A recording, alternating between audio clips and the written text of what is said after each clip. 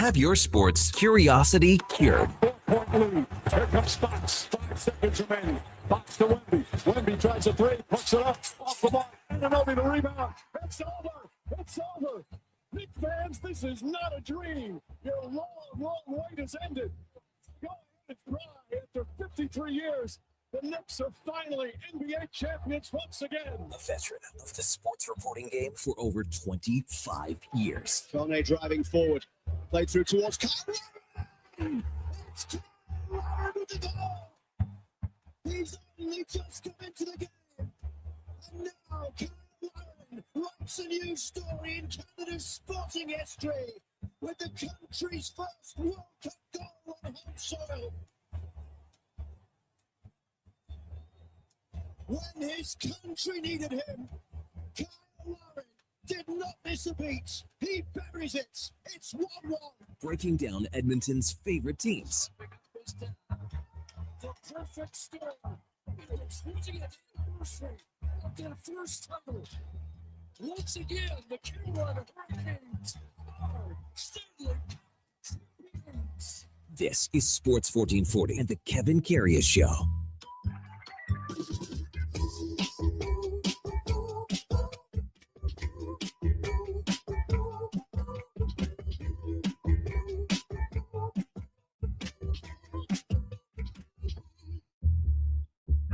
All right, here we go for Sol 688, Tuesday, June the 6th. Hey, a hearty good morning to you here on a Tuesday morning. Welcome to the Kevin Karius Show on Sports 1440 on your AM radio dial on your morning drive into work or wherever you're heading out on a Tuesday morning. So glad you could spend some time with us here on Sports 1440. You can also watch us on YouTube at Sports 1440. AM, drop us a like, a subscription. We would really appreciate that. And as always, we're streaming on the many services that are out there on iHeartRadio, the TuneIn app, even on sports1440.ca. And if you miss any part of any show, well, you can catch up by searching it where all the podcasts hang out on Apple, Spotify, Google, even Amazon. Please subscribe. It's free. Select the auto download. You'll never miss a second of any show. Hey, yeah, a little bit of rain, some boomers last night in the City of Champions, but hopefully we can get some good weather for the rest of the week, especially on the weekend for the Edmonton Elks home opener Saturday afternoon against the Montreal Alouettes. We'll be looking at that and keeping an eye on the forecast as the week progresses. Well, you know what? Hockey season's over. We talked about it yesterday in the Stanley Cup champion Carolina Hurricanes. That means the off season is here. There's certain dates that are kicking in. Starts tomorrow with the buyout window. Is there some players out there that will be bought out in the NHL? We're going to discuss this as the morning progresses. I think people were listening to the Jason Gregor show yesterday, and he had a post on socials, and it's about Mike Babcock and how an agent responded to him, and Gregor had the post.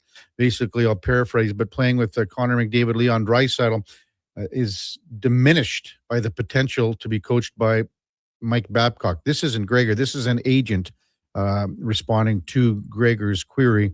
There's a valid concern, the agent said, for a few of my clients. So that's something to keep an eye on. Obviously, the Oilers, the big three things with the Oilers right now in the next couple of weeks are Babcock and the NHL with the NHLPA investigation starting with what happened in Columbus 3 years ago. So that's going to take some time. Obviously, the Darnell Nurse situation, requesting a trade, being forced to request a trade by the Edmonton Oilers because of his situation where his future lies within this hockey club. And then obviously in Vegas with Bruce Cassidy and what's going on with what the Vegas Golden Knights will or will not do with teams allowing to talk to the coach that they fired with 8 games left. Text lines open, 833-401-1440. Get them in, we'll get them on. Sports is the best thing, isn't it? You see so many things that can happen in the sporting world. And last night and yesterday, I think we saw one of them with Spain and Cabo Verde at the World Cup. And the game started when we were, I guess, at 10 o'clock. So we had about an hour left in the show yesterday. We had an eyeball on it in the studio, but nothing much. But for Cabo Verde to play Spain to a draw yesterday, 0-0. Massive for the country, one of the smallest countries ever to partake in the World Cup. A scoreless draw, and the stories that have been coming out regarding this game, simply remarkable. The Cabo Verde goalkeeper, Vozina, which isn't it funny that his name is Vozina for a goaltender when you think about the NHL and the trophy that gets awarded to the goaltenders, the Vezina, and this, the spelling's off a little bit, but that's the first thing that, caught my eye. Anyway, he tosses a clean sheet yesterday.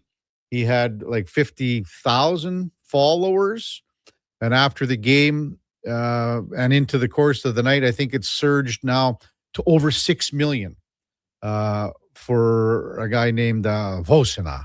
And another kind of a sort of a sadder note, his mother was not able to make it over to the United States to watch this game and to watch her son play because of the cost of the visa and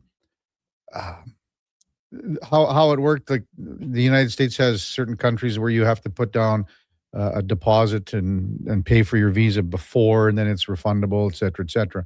So that is, it's just too bad that didn't happen, and then she wasn't able to come over and watch her son play. But it's quite the remarkable story when you think about it, and you think about how things came into play here, because this is a small little country, and they end up with a draw.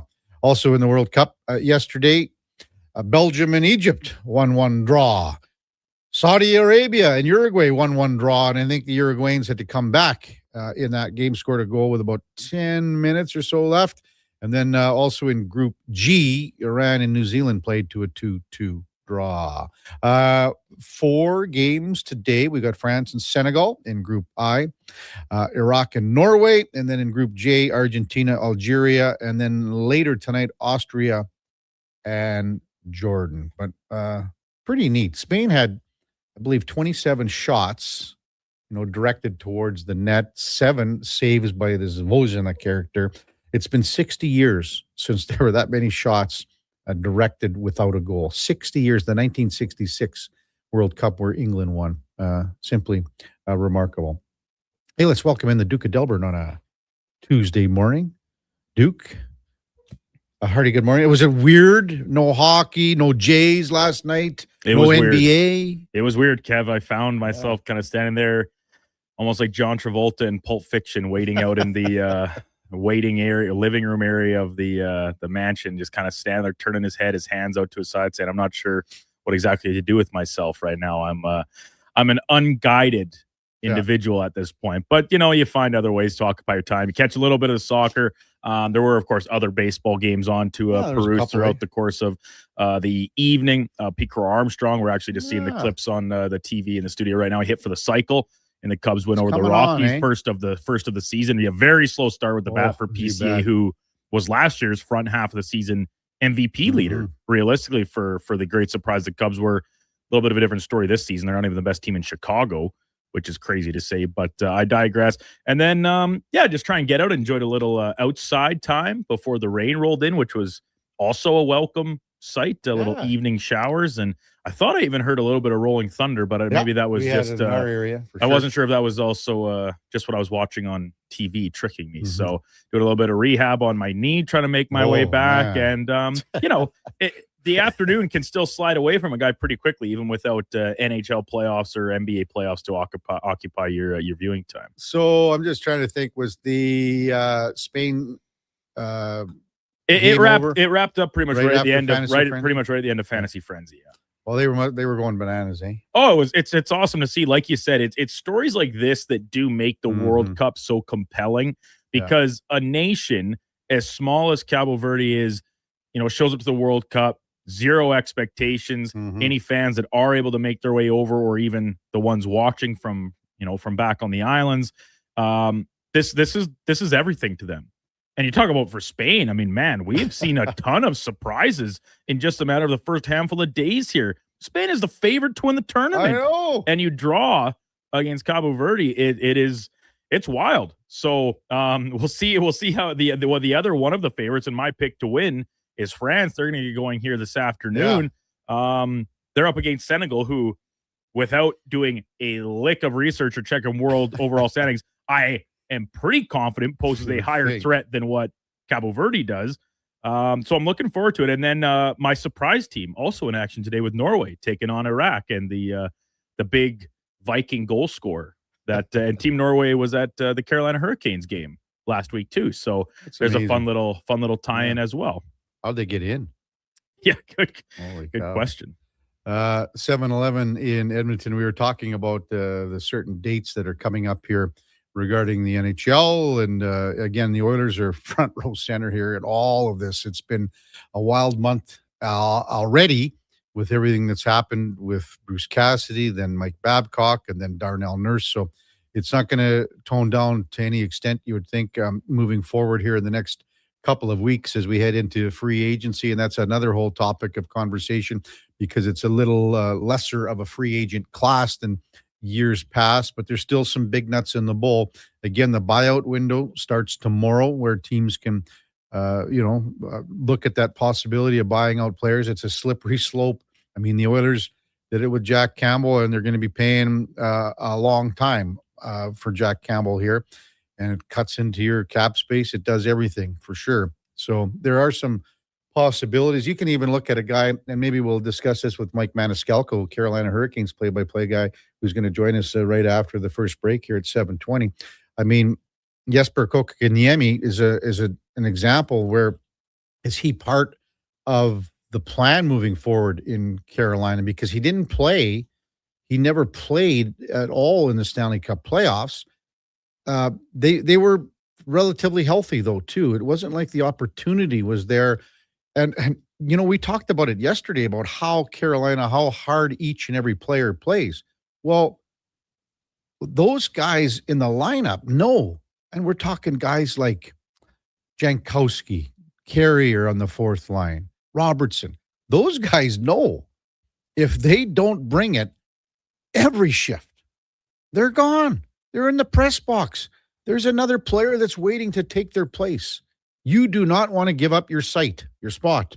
That's the whole thing. And that's why the team is so successful. So that's just one player. I mean, there are other options for players and things like that. They have a Board of Governors meeting, I believe, next week in New York. So that's basically a wrap-up moving into where we're getting into the draft, which is next Friday in Buffalo. And the Toronto Maple Leafs, of course, have the number one pick. Who do they take? Is it McKenna? Is it Stenberg? Lots of moving parts there. And then you have the opportunity to qualify offer guys. Then you have the opportunity to offer sheet guys because we know full well how that works here. When you offer sheet guys, you're waiting till after July 1, like the Blues did, preying on the Oilers because of what they did on July 1 when they handed out a whole bunch of money because the Oilers felt that they could get their two prized first-round possessions on the cheap in Broberg and Holloway. They felt, well, we'll just sign him to, we got him under contract. No one can do anything about it. No one's going to offer sheet him. And then, whoa, the Blues come in and they fall for the banana in the tailpipe, pull the rug from under them. And the organization has been struggling to find young talent for a long time. And those are two prime examples. The other thing that happens here at the end of the month, I believe, is the new deal with Rogers Sportsnet kicks in. That'll be in July, I guess. I think the deal expires at the end of this month. So it was 2013, the last deal. That was for a little over $5 billion, and this one's at $11 billion. So it's double and then some. The deal has, gives Rogers opportunities to farm out product, farm out games. They did it before 12 years ago with the French TVA, Prime, things like that. So there's another situation there. And then again, the big day on July 1 is NHL free agency. The number one free agent out there is Alex Tuch. Everyone believes that. Darren Radish is the number one defenseman, and then you can look at other players from there. Sergei Bobrovsky is the number one goaltender. After that, it's sort of a hodgepodge of who you think is a fit for your team. Text 833-401-1440. We'll get to them as the morning progresses. Coming up on the big program, as we discuss, we'll have Mike Maniscalco, Carolina Hurricanes play-by-play man, right off after the break. Well, I can't imagine what it's been like in Carolina here the last day or so, and what's going to move forward here. Maybe they'll have another big parade. Who knows what's going to happen? Mark Spector, Frank Saravalli will be with us at the 8 o'clock hour, 8 and 8:20 respectively, our hockey insiders. We've got Ed Hervey. Hey, great to have Ed Hervey on, Edmonton Elks GM. Excuse me. Elks again with Montreal in town on Saturday. We've got Connor Halley from Fantasy Frenzy and the Jason Greger Show at 10, because we've got Oliver Platt from One Soccer to discuss Canada's game Thursday against Qatar. And that will be the second game, and every team in the group is at a draw, and as at 1 goal for, 1 goal against. So we'll discuss that with Oliver at 10:20. When we come back, Mike Maniscalco, Carolina Hurricanes play-by-play man on the Kevin Karius Show with the Duke of Delburne, Josh Fenwick on Sports 1440 AM radio. We're streaming on YouTube, X, Facebook, Instagram, and Twitch. Summer weekends in Alberta mean one thing: tournament season. I brought the folding chairs. I brought the sunscreen. I brought the umbrella, just in case. But who brought the snacks to get through a doubleheader? I got Alberta's best beef jerky. Will Hawk Beef Jerky, the ultimate sideline fuel. Whether you're cheering on the kids or watching the pros, load up on Alberta's best beef jerky. Will Hawk Beef Jerky, because you can't have summer fun with salad. Only available in Leduc. Hey, sports fans, we've got a clear choice for you. At Crystal Glass, we provide customers with the perfect glass for any job. From home to auto and even commercial, installation or repairs, we're your team. Call 310-GLASS or visit crystalglass.ca. Crystal Glass. Our new McCafe crafted sodas just drinks or something more. Like Sprite Berry Bliss, Creamy Strawberry Coke, and Orange Dream. All swirled with fizzy flavor and topped with silky cold foam. Only at McDonald's. At participating McDonald's restaurants in Canada. With Play Alberta, backing the home team goes beyond the bets. That's because your picks have provincial impact. Play Alberta is the only app in the province that puts all revenue directly back into supporting programs and services that Albertans rely on every day. By investing in the General Revenue Fund, every play, bet, and buy made on Play Alberta helps make a difference across the province. Visit playalberta.ca/Gregor to learn more. That's playalberta.ca/Gregor. Must be 18 plus to play. If you gamble, use your game sense. Tee up at the 2026 Golf-a-thon presented by Popeye Supplements, June 19th at Rundle Park, supporting the University Hospital Foundation. Golf all day long for $250, including a cart and food. GoTrackSocialClub.com. You wanted local sports on weekends. Saturday mornings at 9, check out the Saturday Sports Setup, where we'll tee up what's happening on the weekend sports scene. Tune in Saturday morning at 9 on Sports 1440. Hey, Gary, is that your dad? No, this is Evan, the new sales rep I hired. Oh. First impressions matter, but when hair loss takes over, it can feel like you're not being seen for the maverick you truly are. Hi, I'm Dr. Vance Elliott. At Advanced Hair and Skin Surgery, we know that hair loss is more than just a cosmetic issue. It's personal. Let's discuss all the cutting-edge options available so you can make a great impression every time. Book a free consultation today at drvanceelliott.com. Hey, it's Jamie from Green Drop Lawn Care. You've known and trusted us as Canada's lawn expert since 1979. In all that time, the only thing we've loved to watch grow and flourish more than your lawn is our community. You've given us so much over the years, and we love to give back. Our community events crew is on the streets, at the festivals, and helping grow great causes and charities across the city. We love knowing your lawn is taken care of, and we'll help take care of the community too. Visit greendrop.com, and we'll see you out there.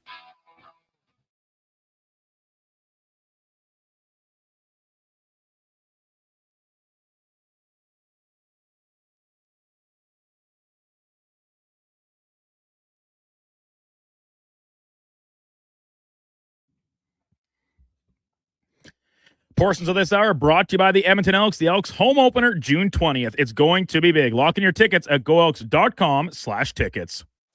Stories, guests, and insights. This is Sports 1440 and the Kevin Karius Show.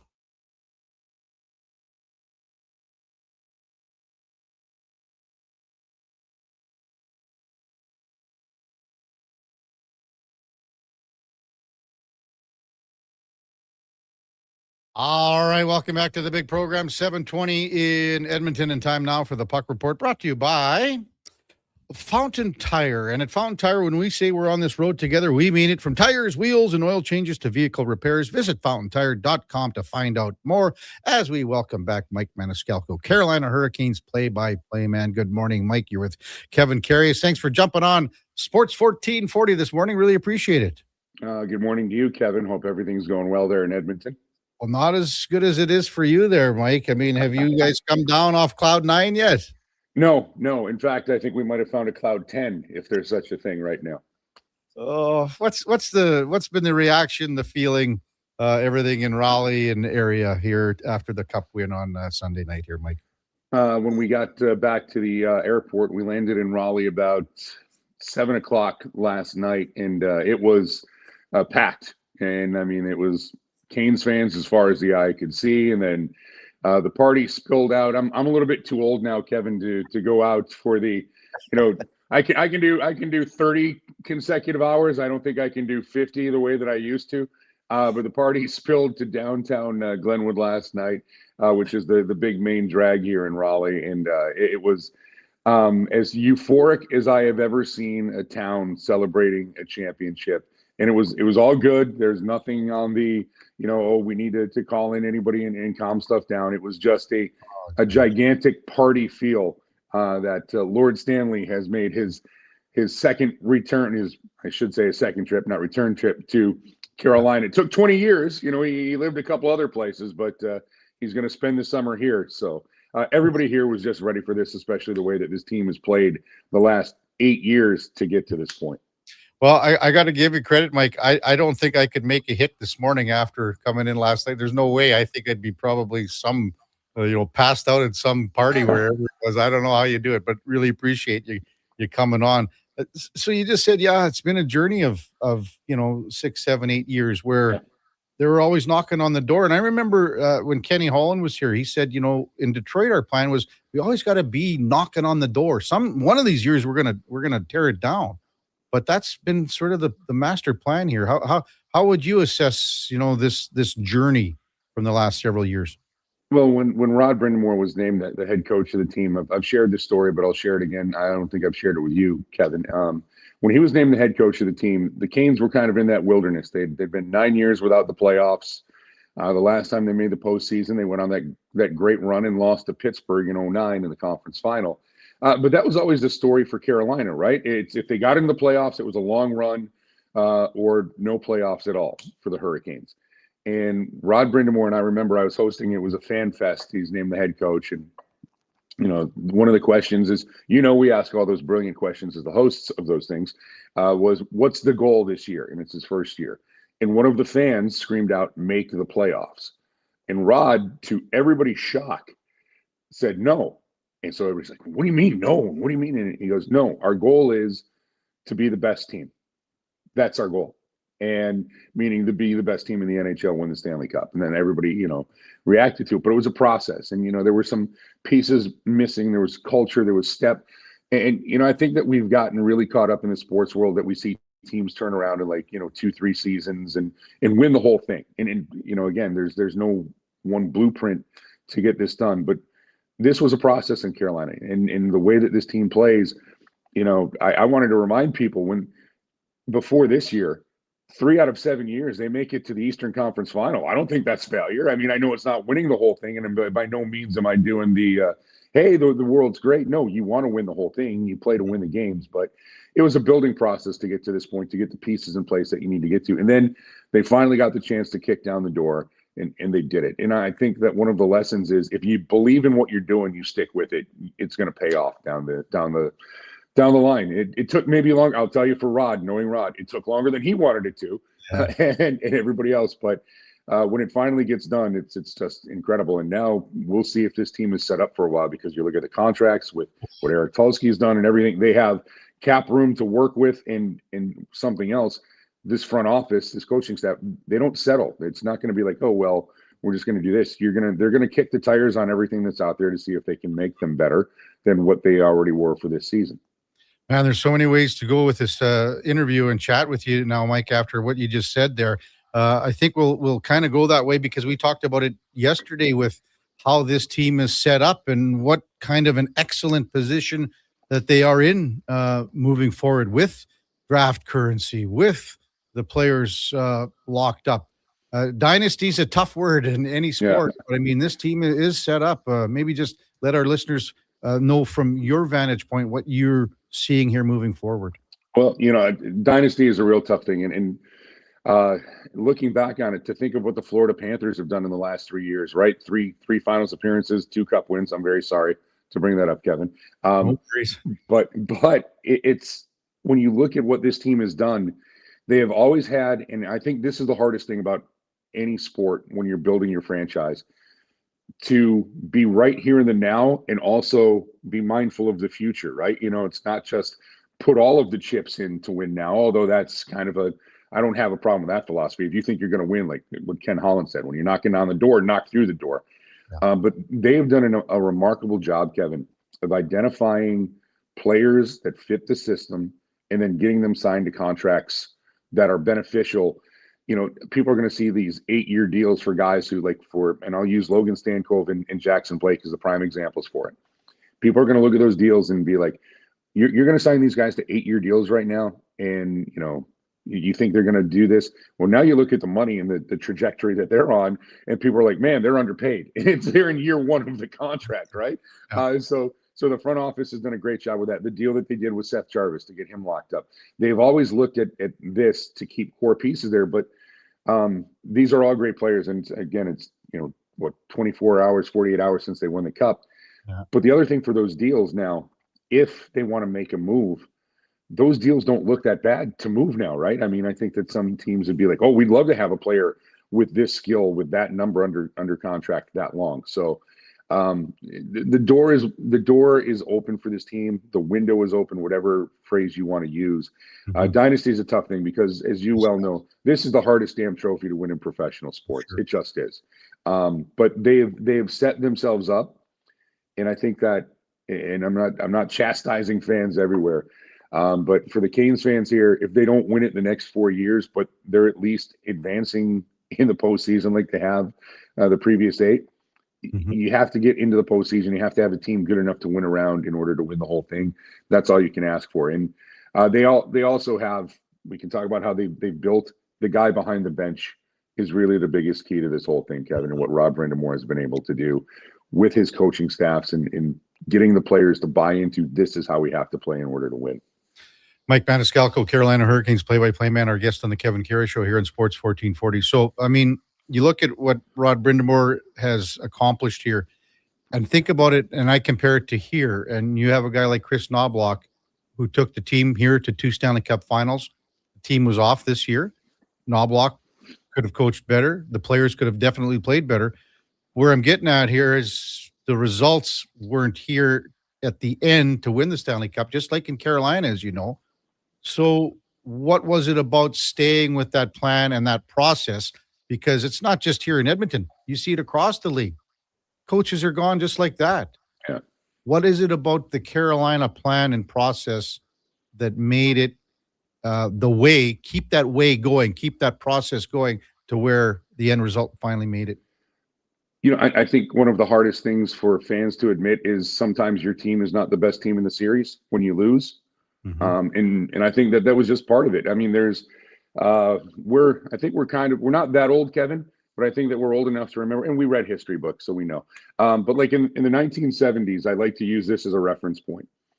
If you were in the American Football Conference, and I need to use the NFL, no disrespect to the CFL, but if you were in the AFC, you had to get through Miami, Pittsburgh, or the Oakland Raiders. The Raiders only won 1 title. Like everybody thinks they won a bunch in the 70s. And there were really good teams. Baltimore had some good teams. New England had some good teams. Houston had great teams. But you couldn't get past those teams. So what you had to do is you had to hope there was a process. I think you have to take a step back and be like, okay, did the team we lose to, were we better than them? And if we were better than them, why didn't we win, right? And I know what's going on in Edmonton, and you have the 2 best players in the world, for my money, in Leon and Connor. And I think that adds to a little bit of the how come we haven't gotten this done. And I think in Carolina where it was different was there was no number one overall pick. There was no franchise savior coming in. It was, we're going to believe in a coach to build the culture, how they have to play. He knows how to win a Stanley Cup from his playing days, and he knows how to treat people the right way. Like he has the security guards feel part of this team because Rod makes them feel part of the team. And I think that's the buy-in, and you get the buy-in. And I also think it's important, and I'm not in these end of the season meetings in other situations, but when the end of the season meetings come in and the ownership or the general manager is asking about, okay, to the players, what do we need? Not one of them is saying, well, it's a coaching problem that we haven't won the Stanley Cup. Not one of them is saying we need this kind of change. And I think that's why it works in Carolina. I think Carolina is a unicorn in that sense too, Kevin, as far as things are going. Because if the players, and you know, I can only speak for what's going on in Carolina, but if the players come out and say, we need this change or something needs to change, that's where you get the reaction. That hasn't been said in Carolina. The reaction in Carolina was, if you let us keep doing this, we're going to finally get it done. And that's what happened here. You know what I see too, Mike, is that, again, when you talk about everything stemming down from Rod Brindamore, and yes, you know, the other thing too, the health was there in the playoffs. You know, you got to admit that. But all the players that are, like, say the guys on the fourth line, they're playing so hard. And I said this yesterday, it's their last shift of their life because they don't want to get taken out of the lineup because Rod Brindamore didn't have to make any moves because the guys were playing so hard for him. Well, and I think that's the big part of it. And I'm glad you brought up the health situation because in the previous years, you go back a couple of seasons ago, Andrei Svechnikov suffers a knee injury right after the trade deadline. And I mean, it's one of those, okay, what can happen? Last year, by the time you get to the conference final, I'm going to say two names that, you know, I don't think are household names, but Sean Walker and Jalen Chatfield aren't healthy in the Eastern Conference final. And you have to play Scott Morrow and Alexander Nikishin, who's a rookie coming over from the KHL. And against a team like Florida, guess what? They're going to take advantage of those things. But that's the other part. The fourth line, they're part of, I call it, it's a machine. The machine just keeps moving. And, you know, some of the cogs are a little bit bigger, but they all have to keep working in concert here. And where Carolina, you know, people are like, well, they don't have superstars. No, they don't, but they have star players and they have players who, and it's not just the fourth line guys, Kevin, it's the first line guys. Everyone. You know, they don't take shifts off. That's what makes this team so hard to play against. And the other side of it is because you don't have this line's going to go out and score the goal. It's okay, my line's going to go out and score the goal. And in this postseason run, the Logan Stankoven, Jackson Blake, Taylor Hall line, and you know, Taylor Hall just wanted to be part of a winner. And man, was he phenomenal, especially in the first couple of rounds of this postseason, and then just doing the dirty work that you have to do on that line to set up for him to help this team win the Stanley Cup. But it's for me, it's the sum, it's not the parts, and that's how Rod Brindamore looks at it. He goes, I need to have 12 forwards. I need to have the 6 defensemen, and whoever's in net, they have to do the job. It's not, oh, we're going to count on Sebastian Aho. He's going to go over the boards and score the goal. And they all buy into that mentality. And then I think the guy who embodies it is the captain. Yes. Jordan Stahl, Kevin. 20 goals for the first time in about 7 seasons. The Stanley Cup final that he had is one for the ages. But he's the guy that if you look at, you're like, okay, I don't know what's special about it if you're just looking at numbers. But if you watch it every night, never a shift off. Hardest guy to play against on the ice. And, you know, when your leaders do that, that's what trickles down through the rest of the locker room. Is there a better connection in the NHL between coach and captain? There can't be, can there, Mike? No, I don't think so. And now, of course, I will admit complete bias on that one because I'm around it all the time. But I don't think there is, Mike. I just don't. No, but Rod's made the point.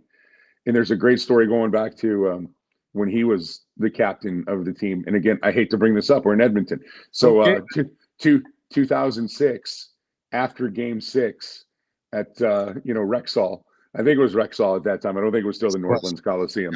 But you know, Edmonton shellacks Carolina in Game 6. And Peter Laviolette tells the story as he was going to walk into the room and like, okay, what do I got to tell the guys? And Rod Brindamore was saying it. And he goes, Peter goes, I didn't even go into the room after the game because I heard Rod say it. And there are now, in that instance, Rod has said that there have been moments where I'm going to go, and Jordan is saying it. And they're cut from that same cloth, where not big talkers, although you see the speeches now from Rod and all that. And he's such a great motivator. It is unreal. But as a player, he didn't talk a lot until it was time to talk. Same thing with Jordan. And I don't think that there is a better connection. And Rod has said it several times. When your leaders are on the same page as the coaching staff, it makes my job easy. And he's kind of relayed that story where I didn't have to go in the room because I know that Jordan said it for me. Wow. That's an amazing story. Maybe just one last one for you, Mike. Mike Maniscalco, Carolina Hurricanes play-by-play man with us here on Sports 1440. I mean, Eric Tulsky doesn't have a whole heck of a lot of work to do here. I mean, they maybe can decide if Freddie Anderson is still an option. It doesn't have to be, but Nikishkin's really the only guy that he has to look at signing. Does he do anything with Kokaniemi here? What's on his to-do list here in the offseason? He says it. His job isn't done until he has the 20 best players on the ice. And I think what you've seen out of this Canes team, especially the last 6 seasons, when they've gotten to this, okay, they're in the playoffs. 19, they go on that out of nowhere run to the conference final. But this is a team that they don't sit back and say, okay, we're great. So when you say, what do they look at? They're going to kick the tires on everything. I can't say specifically this or that guy or whatever, but if there's a name that's out there, I think you saw it a few years ago with the Mikko Rantanen deal, which came out of nowhere. None of us knew that the Canes were in on Mikko Rantanen, and then it doesn't work out the way that you thought it would. And this organization quickly turns and pivots, and that deal turns into Taylor Hall, who was part of the original deal with, some salary moving around from Chicago when Rantanen came here. And then they turn around and pivot and trade Rantanen to Dallas, where you get Logan Stankoven, who, take a look at his postseason, leading the Carolina Hurricanes in goals. And one of the picks they then trade to the New York Rangers to bring in Keandre Miller, who was fantastic all year on the blue line and in the postseason. Again, not eye-popping numbers, but when you have a 1-2 punch of Slavin and Miller. So you kind of see where I'm going with this. This team just doesn't stand pat. If they feel that there's something that's out there that will make them better, they'll take the swing. If I'm looking at it, I think goalie you can point to is the real easy thing. But, the guy who made his first ever playoff starts, all 3 in the Stanley Cup final, and won all 3 of them as the starter, the hard luck loser coming in a 4-0 game, and he keeps his team in it in game number 3, Brandon Bussey. Well, Brandon Bussey is signed to a beyond team-friendly contract. They got that one done. So, I mean, you can point to goal, but I would really tell you that it's an organization that isn't just going to sit back. And I think they easily could, with this roster, say, well, we're just going to run it back. You do have a couple of UFAs that you need to look at and say, okay, how do we get that done? The RFA with Alexander Nikishin does need to get done. I think something like that will get done. This might be offer sheet mania this summer with how the unrestricted free agents are looking, but I think they'll get a done deal there. Beyond this year, I mean, you're going to take a look at what are you going to do with Jordan Martinook and Jordan Stahl? Do you maybe talk an extension with those 2 guys? But that's something that I don't think you have to get done right away. But this is a group, Kevin, that again, from the coach to the front office, they're going to talk about, okay, can we get better here? What can we do there? And then the Kokaniemi situation is one. There's options on the table. They did say that they tried to trade him at the deadline and try to get him a place to play. We'll see if that plays out this year. But again, it's something that doesn't need to get done. And how many times do you have a situation like that and the guy is not a distraction because he's great in the room? Like that to me is the amazing thing about this club. The story that'll be written for this Carolina Hurricanes team is how they didn't let anything that could be a distraction become a distraction. They were just centrally focused on getting the job done, and they did. Yeah, if you're Tulsky, you bring back Delorier back in a heartbeat. I'll tell you what, this is going to sound crazy. I don't know if a player has played a more impactful 3 minutes and 9 seconds in the postseason, and that's all that Nick Delorier did against Ottawa in game number 4. To know that, as I like to call him, Tormund from Game of Thrones, and I'm not a big Game of Thrones fan, but I'm like, he's the wildling that kept everybody in order. I'll tell you what. He's such a good locker room guy. And if you go online, he's really celebrating the Stanley Cup, and as well he should. The videos are out there on social media last night at one of the big parties they had, like I said, with the fans. And you know what? I still think that you got to have a guy who's a deterrent for the other teams to, hey, you're not gonna do anything crazy against us. So that's something that they could definitely look at. And I think that's where this team has really moved forward, that they do look at everything and, okay, what fits, what makes sense. And not just for the now, but for the future for this team as well. Doesn't it show you too, Mike? He's what, 7 or 8, 9 out of the hopper to hoist the cup. That's how much he meant, as you said. Yeah. Yeah. Crazy. Seriously, it's Trip Tracy and I joked about it. I said it to him because we were talking about, he's such a good guy in the locker room. And, Trip is a historian for things, like he's an elephant with his memory. And I go, has a player ever played a more important 3 minutes and 9 seconds in playoff history? And he goes, no, not one that I can think of, because, that game 4, you could say that the Ottawa series was over, but it also didn't allow anything to get crazy in game 4 for the Senators, just to have, in these times, that kind of deterrent to be there. So yeah, it's good stuff. And honestly, Kevin, if this is a dream, don't wake me up. Tripp wanted me to wake him up at the end of the game, say, pinch me. I want to make sure it's not a dream. This is everything that you want it to be when you work for and work with a team like this. Exactly. Hey, Mike, I can't thank you enough for doing this, especially getting in last night. Continue the celebrations. Is there like a parade or a get-together planned for later in the week here?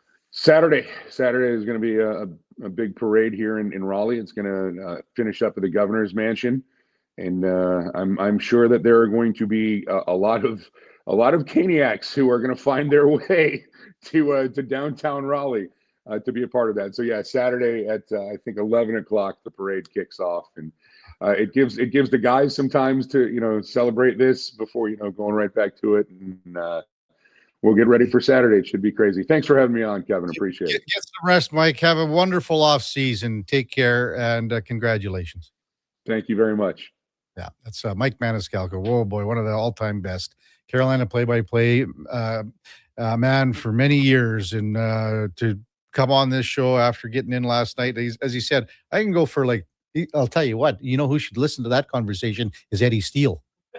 Oh, I can't have another beer on the plane because oh boy, I'm just too tired. Oh boy.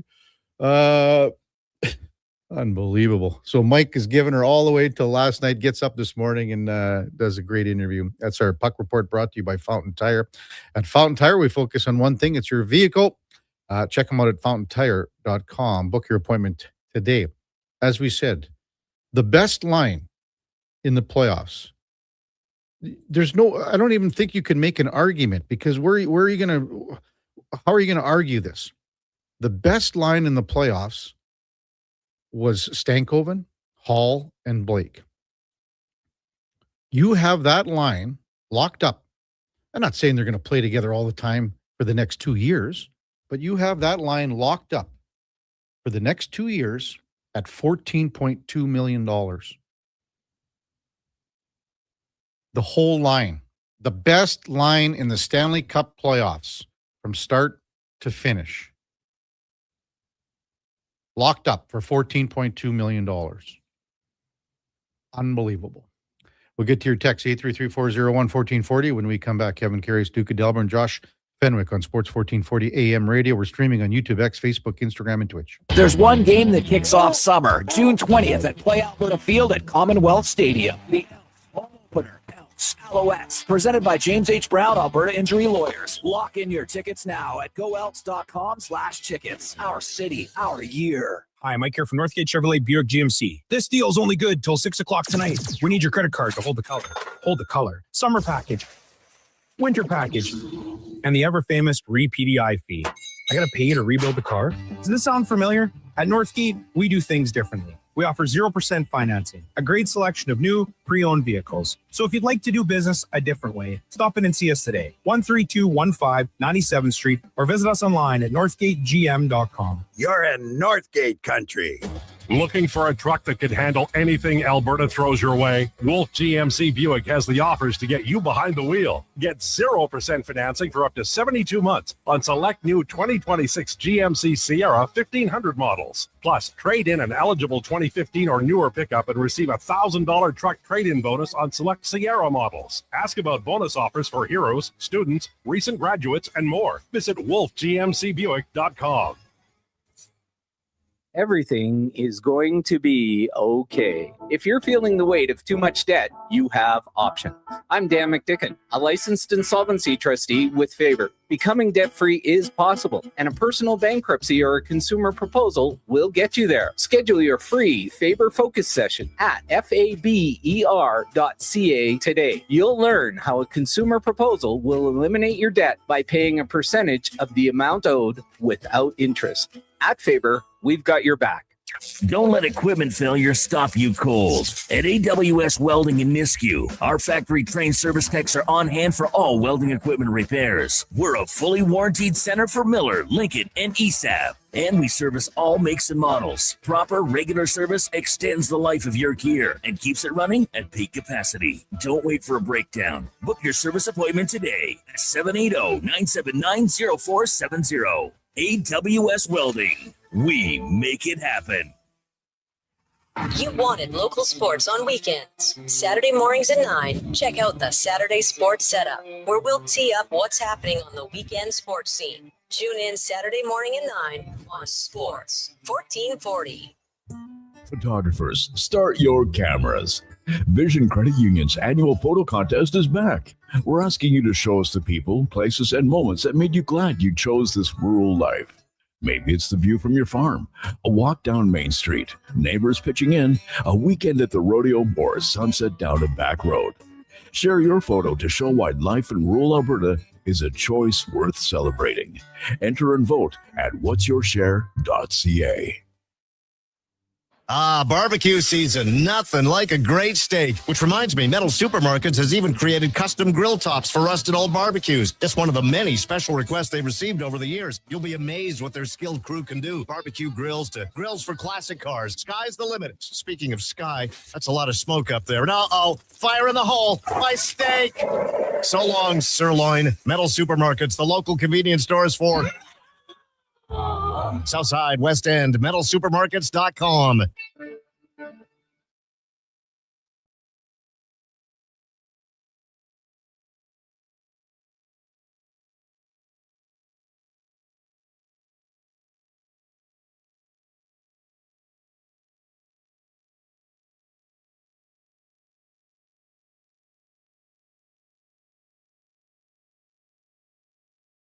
Sports 1440. All sports, all day. On YouTube, Facebook, and X. Thanks for listening to Edmonton's sports leader.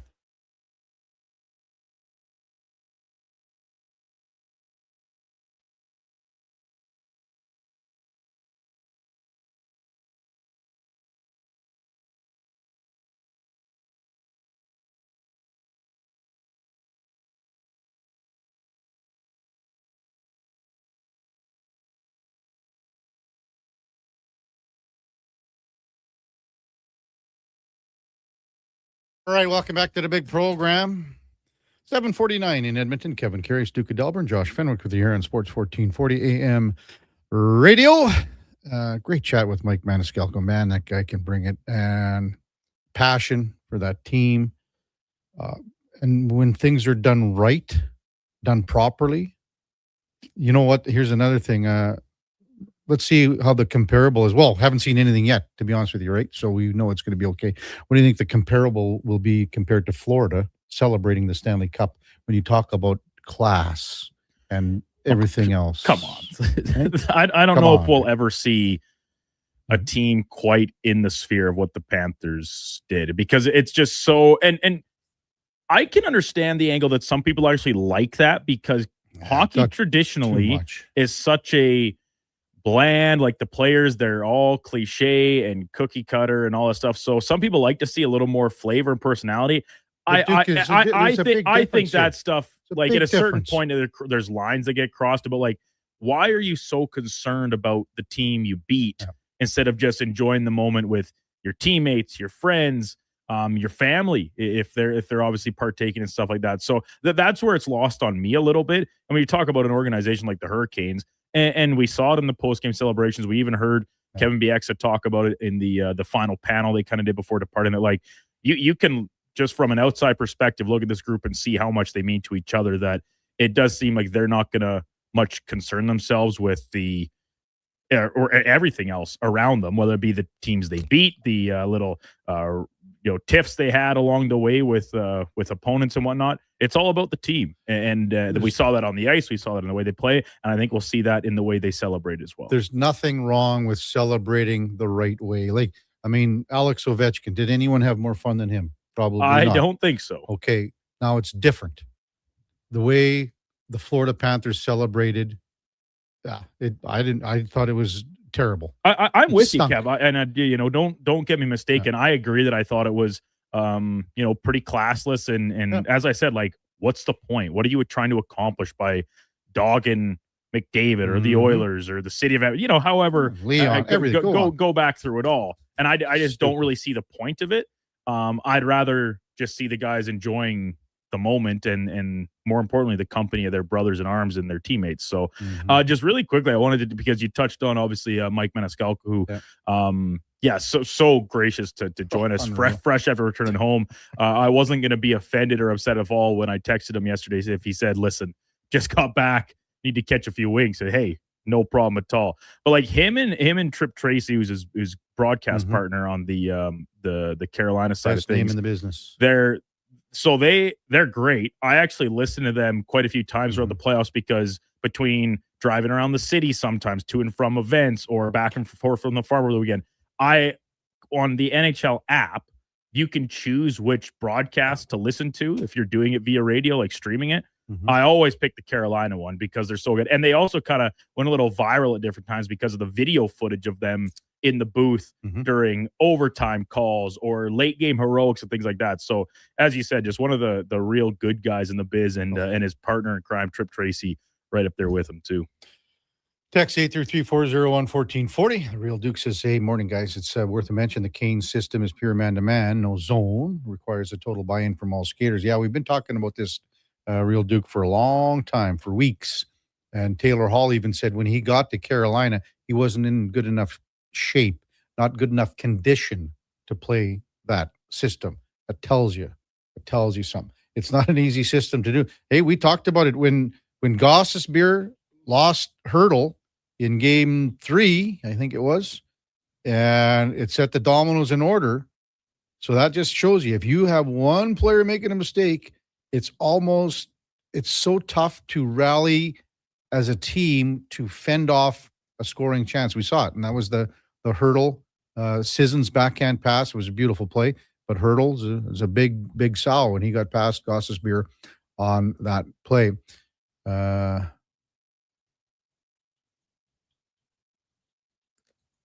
Old guy from the Kootenays. Great interview. One of the many points was how the Canes strive to be the best team, right down to the security guards.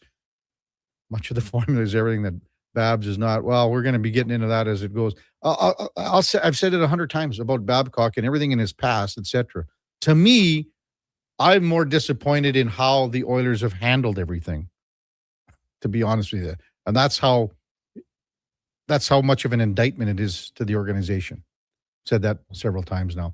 You look at Carolina, they are set up, man. This is the 30th time we've said this. The Carolina Hurricanes have more first-round draft picks in the next 3 years than Colorado, Dallas, the Oilers, and Vegas combined. They've got 4 first-round draft picks in the next 3 years. Colorado, Dallas, the Oilers, and Vegas have 3. What does that tell you? It's, the other thing too, and we discussed this, it's almost a blessing in disguise that the Rantanen situation, the deal, whatever, trying to sign him long-term, it's almost a blessing in disguise that fell through because they won the Stanley Cup. They're still set up. They got the picks. They've got players. They've got everything. And again, that second line moving forward is sensational. You heard Mike say, hey, that D word is tough in any sport, more so in hockey now. Yes, there's been some back-to-back winners in Florida and Tampa Bay in recent memory. but that's not a dynasty back to back. 3 out of 4, I think, is a dynasty. This team is set up for it. They've got one thing right now that all the other they've got many other things, but they've got one thing that all these other teams don't. They've already got one. They won the first one here. We'll see what happens next year. But as we said yesterday, they got to go through a healthy, rested Florida now next year. Don't be surprised if you see Florida, Carolina in the Eastern Conference Final next year. Top of the hour, we got Mark Spector from Rogers Sportsnet, Frank Saravalli from Victory Plus TV to follow at 8:20. Before that, time now for a Sports 1440 update brought to you by Fusion. Promo marketing, expand your brand, high-quality promotional products for businesses, sports teams, and corporate events. Get noticed at fusionpromomarketing.ca. That's Fusion with a Z. Here is the news. This is a Sports 1440 update.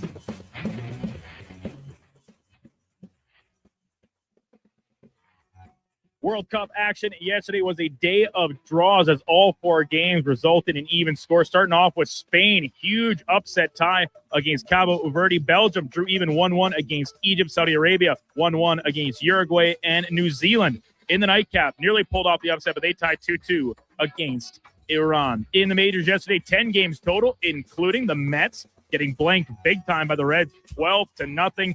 Pete Crow Armstrong hit for the cycle as the Cubs top Colorado 5-4. Arizona getting past the Angels 4-3. And in the nightcap, the Dodgers top Tampa Bay 4-3.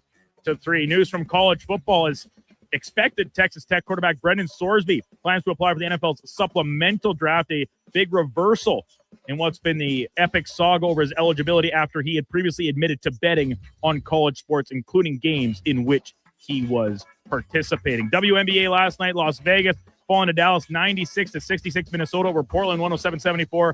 And the Sparks, they lose to Golden State 78-58. Coming up in hour 2, the Kevin Karius Show will be joined by Sportsnet's Mark Spector and Frank Saravalli from Victory Plus TV. I'm Brendan Douglas, Liquor Sports 1440 update. Sports 1440 in West Edmonton Mall and Wetaskiwin. CKJR is a Stingray radio station. Download the free radio player app and listen wherever you go. The perfect place to host your golf tournament or fundraiser, company event, celebration of life, wedding, birthday party, or private party. Cattail Crossing Golf and Winter Club. More than a golf course, a fun, welcoming place with beautiful views, relaxing patios, and a team that truly appreciates each and every guest. Featuring Out of Bounds, Cattail's 5-star kitchen. Some say it's the best clubhouse dining they've ever had. Cattail Crossing Golf and Winter Club. Book your tourney or event today at cattailcrossing.ca.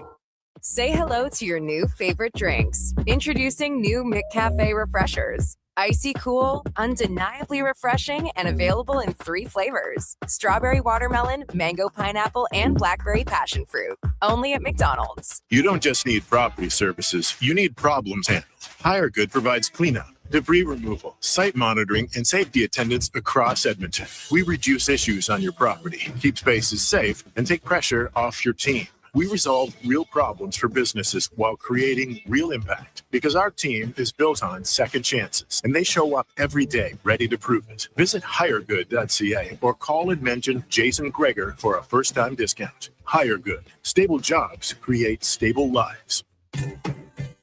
Just in time for the big game, score big savings at the Brick. Save up to $1,300 off sofas, up to 25% off bedroom and dining packages, plus save up to 40% on select mattresses. And buy more, save more, up to $1,000 off select major appliances. Watch Team Canada score big on a big screen TV, up to 50% off open box electronics. See store for details and exclusions. The Brick, saving you more. Whether you're a craft beer connoisseur or more of a wine aficionado, there's always something new to discover at Sherbrooke Liquor, a unique family-owned independent liquor store. The selection, incredible. The non-alcohol section is also very impressive. Sherbrooke Liquor, expert, knowledgeable staff with a passion for unique finds. More than just a liquor store, we're a community. Alberta's best, the one and only Sherbrooke Liquor. Wine, spirits, and oodles of beer. Visit SherbrookeLiquor.com. There's still time to book your tournament at the Ranch Golf and Country Club. As one of Alberta's top tourney courses, the Ranch makes hosting fun and easy for any group or business. No matter how unique or unusual, they'll accommodate your vision for an event no one will soon forget. Start planning your tournament today at their beautifully landscaped course on the outskirts of West Edmonton. On-site event coordinators are here to help, but hurry, availability is limited and booking fast. Visit theranchgolf.com. At Leading Edge Physiotherapy, healing doesn't have to feel heavy, because in our SwimX aquatic therapy pools, you literally float your way to recovery. Whether you're dealing with arthritis, back pain, joint injuries, post-surgical rehab, chronic pain, balance issues, mobility challenges, or just feeling a little creaky, warm water and gentle resistance have your back, your knees, and your hips. Trusted by pro sports teams and rehab hospitals, our SwimX pools help you move sooner, hurt less, and recover faster. So take the load off. Let the water do the work. Life shouldn't hurt. LeadingEdgePhysio.com. Hey, it's Jamie from Green Drop Lawn Care, exploring Edmonton from the Science Center to Horlock Park. I see your lawns and cringe a little. Weeds are here. And you've got them, Edmonton. Take your lawn back with our guaranteed lawn care programs and unlimited weed control. Green Drop has been Canada's lawn expert since 1979. And they're in your community, keeping your yard looking beautiful with affordable lawn care packages that include fertilizer, weed control, drought fighter, and more. Visit greendrop.com.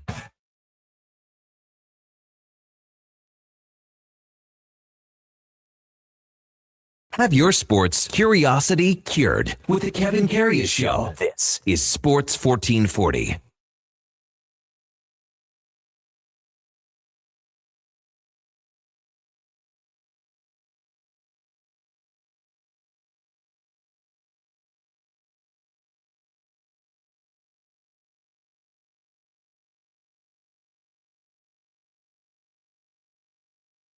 All right, welcome back to the big program, 8:02 in Edmonton.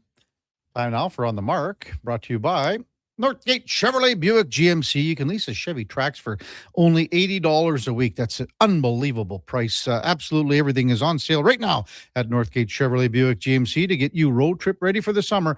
Northgate GMC, your road trip headquarters. Check them out at northgategm.com as we welcome in Mark Spector from Rogers Sportsnet. Good morning, Spec. Mark, Kev, what's going on, brother? Well, I'm waiting to see you pop up in my little window to see if you're in a canola field. What the new picture is today. Oh, you've been splitting some wood. You and Eddie out there. Attaboy, Spec. No, that's a year-old picture, too. Oh, yeah. Well, we know that that's not from your backyard. It's not from your little storage. It's wet out there right now. If I go out there with my computer, I might get electrocuted. Is it raining hard? I don't know. I look wet out the window. That's all I need to see. Oh, man. Attaboy. Oh, so I guess off season's here. Yesterday we talked about game number 6 and how the Carolina Hurricanes are right now looking good right now. Obviously Stanley Cup champions, but looking good for next year. We talked about that yesterday. We had Mike Maniscalco on, Carolina Hurricanes play-by-play man at 7:20 Spec. Man, this guy.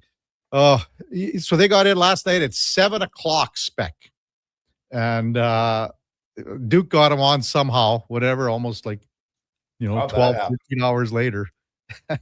He says, well, I partied for 30 hours. I didn't need any more, he said. Oh, my God. I know. If I'm him, I'm not going near a radio interview for about a week. Exactly. So that's how good of a guy he is. He's been on lots. Good guy. He's such a great interview. And, all the play-by-play guys know so much about their team because they're there. Yeah, they're embedded, right? Yeah. So. Yes, they are. Well, here we are, off season. Well, it's off season when Specs at home watching Iran play New Zealand in soccer last night. Well, never mind, Spec. Like in the morning after, at 10:00 it would have started. Did you watch any of the Spain-Cabo Verde game? No, I did not watch that. The only football I watched last night was that Iran game. It was a killer great game. Yeah. Like an unbelievable good game. Tons of chances on both sides, back and forth.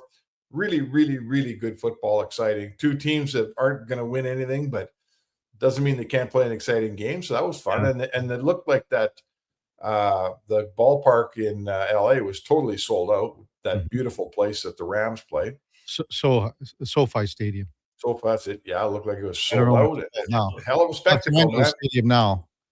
They don't have any. They don't call them by what the regular names are during the World Cup. What is they changed the names during the World Cup? Just call it by the city. It's like Toronto Stadium, Vancouver Stadium, because of all the sponsorship.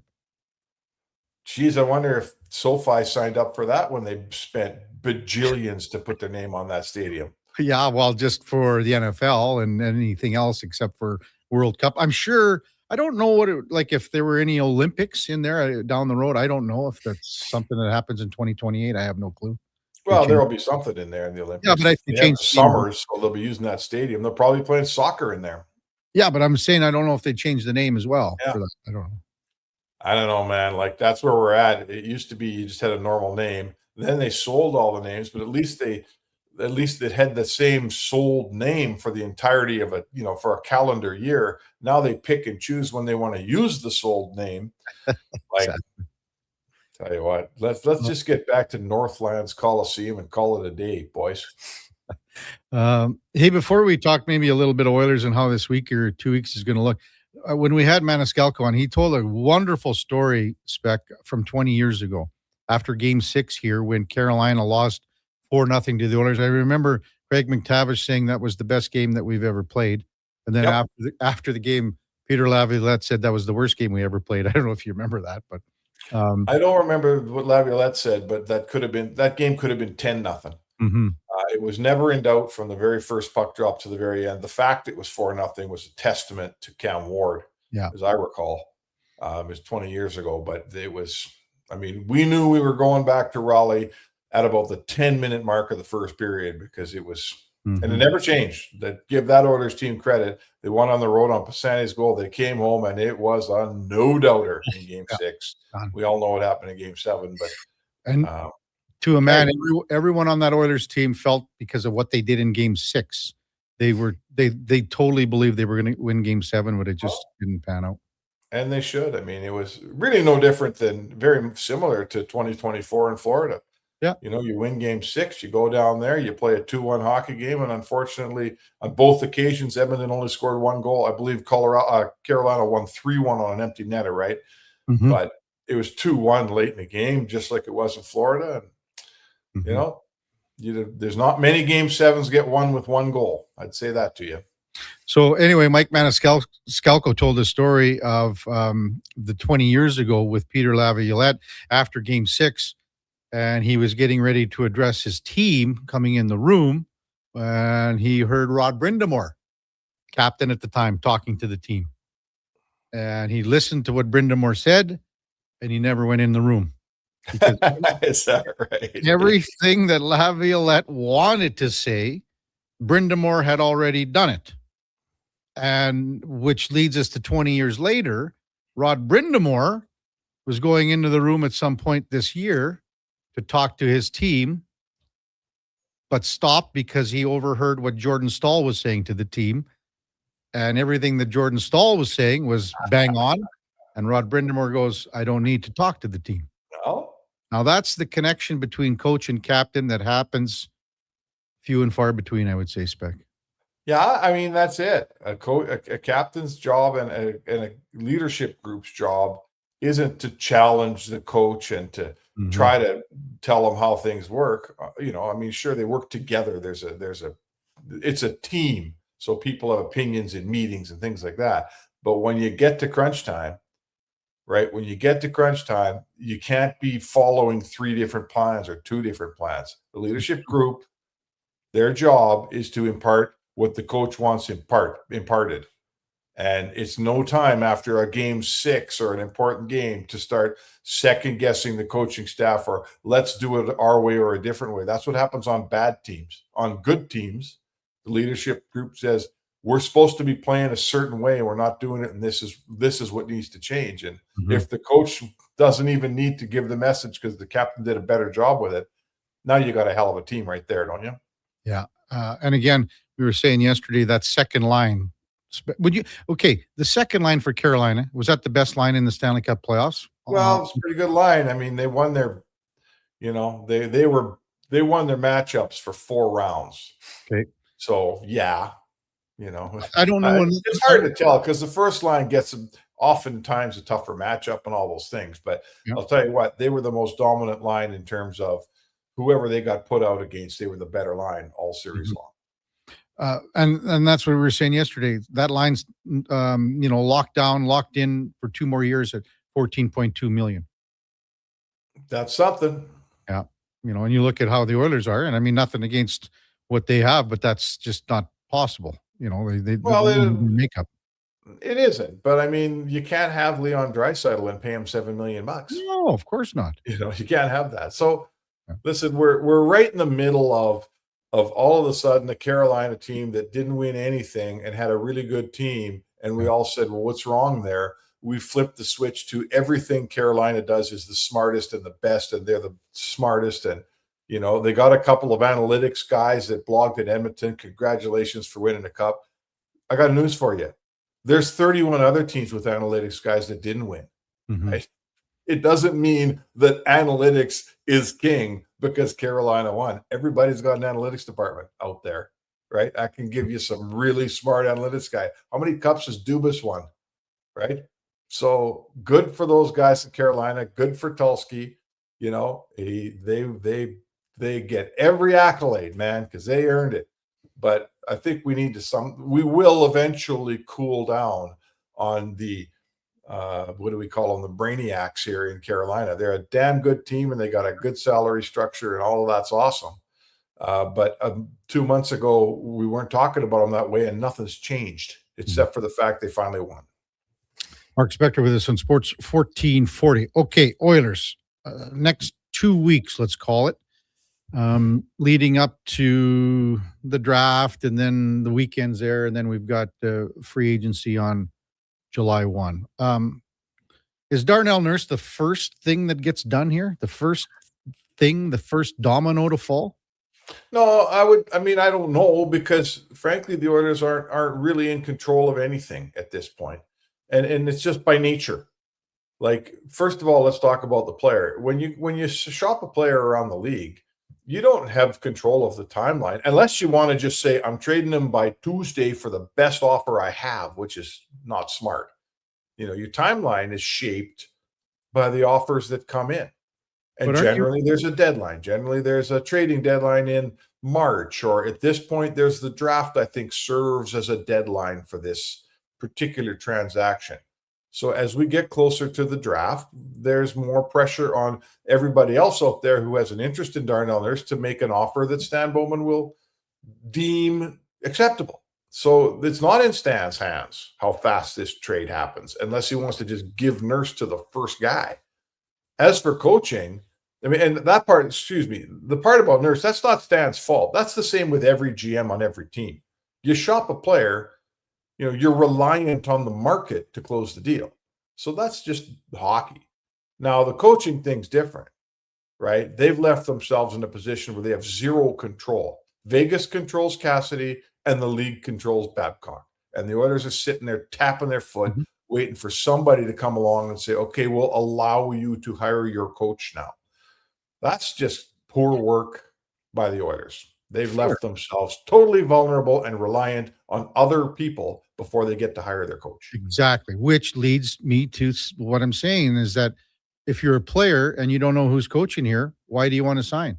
Well, that's hard. It's a hard deal. I talked to the representatives for Connor Murphy, losing my mind here, Connor Murphy. And they said that, yes, it's a factor, but it's not a closing factor. It's not the factor. Connor Murphy still is very much listening and interested in coming back to Edmonton. He wants to know who the coach is, but it was spoken to me very clearly. That's not a death factor here. And we never spoke Babcock's name, but that's kind of what I heard was they could hire Babcock and Murphy might still come here. I'm not sure about that, but that's what I gathered. So sure, guys want to know the coach. There's other guys out there who'll look you in the eye and say, if Babcock's coaching there, I'm not going near that team, right? There's lots of those guys. You hire Babcock, you shorten your list of possible free agents by a large number. There is no doubt about that. Did you see, what do you think of Gregor's, like his little text from or post from a player agent? Totally not surprised. Yeah. You could probably phone 15 agents and get 10. This isn't me demeaning Jason Gregor's work. Don't take this the wrong way. But I think you could phone 15 agents and get 12 guys to say some version of that for you. Agents are paid to protect their players. Babcock treats players lousy, thereby agents generally don't like Mike Babcock, nor should they. That's natural hockey selection right there. Mm-hmm.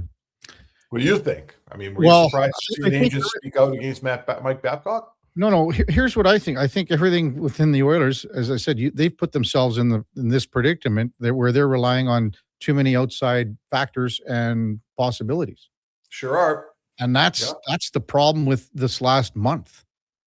And that's why the organization is looked upon from outsiders, media, coaches, players, agents, everyone, fans. And that's why they're looked upon going, what's going on here? How are they possibly running this organization like this? That's what's going on, Spec. Well, no question. I agree with you. The public perception about the Oilers right now isn't great. And the narrative out there about the Oilers throughout the Stanley Cup final, people running into each other, talking, hey, we hear about this, hear about that. It's not good. You don't want people talking about your family this way, your team this way, your business this way. If they were out in the streets talking about 1440 like this, it wouldn't be good for business. So that's just a fact, Yes, you are right when you say that. Matt, I look at that wood behind you, Spec, and I know that you didn't split any of it. Not one. With a splitter, I split it all. Not a chance. I fed that wood into that electric splitter and put it right in the pile, buddy. Yeah, it doesn't look like you piled it quite well either. You got a lot of little pieces on the bottom there. That's just ready. I think it looks artsy. Yeah, that's probably what it is. It's probably a picture. It's probably some painting that you got on the wall in the cabin. It could be like the Kramer wallpaper from when he wanted that ski lodge atmosphere. From the ski lodge, yeah. No. Good stuff, Spec. We'll talk to you tomorrow, big guy. Enjoy the day.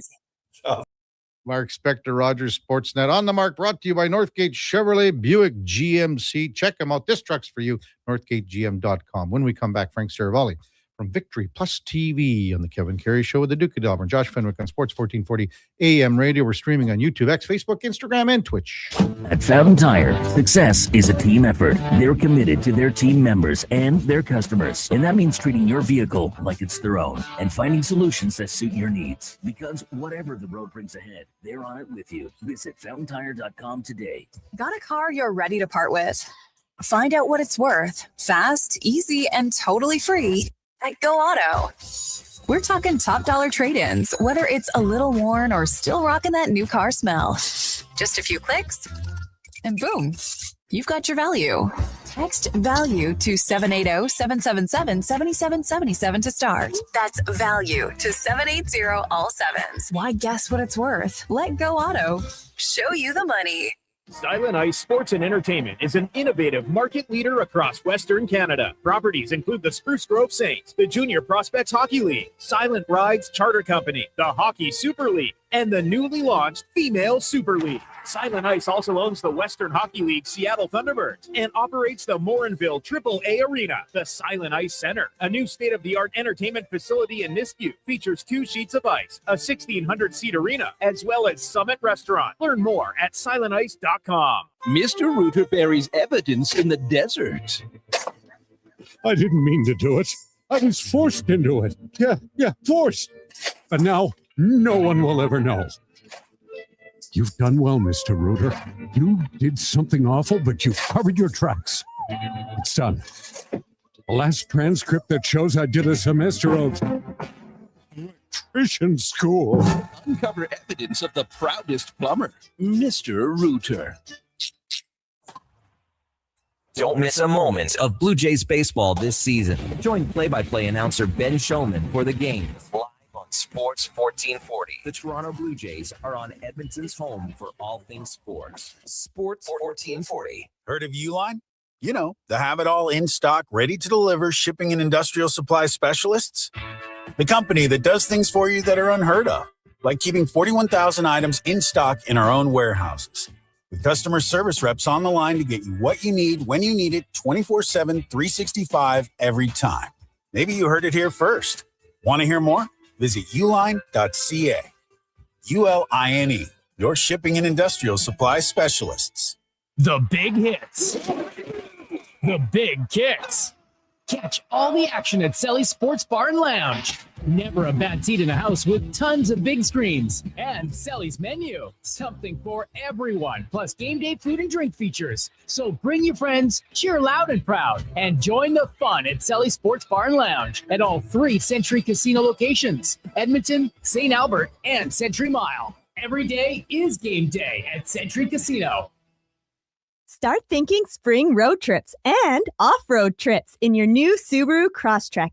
Stylish, rugged, and so many features. Standard on every Crosstrek. Subaru's symmetrical all-wheel drive, EyeSight driver assist technology, heated seats, and LED steering responsive headlights. Plus, with interest rates from 0.99%, you'll love the affordable weekly payments. No waiting, immediate delivery available. Subaru Crosstrek. Visit Subaru.ca. Welcome to Uncommon. Welcome to Subaru.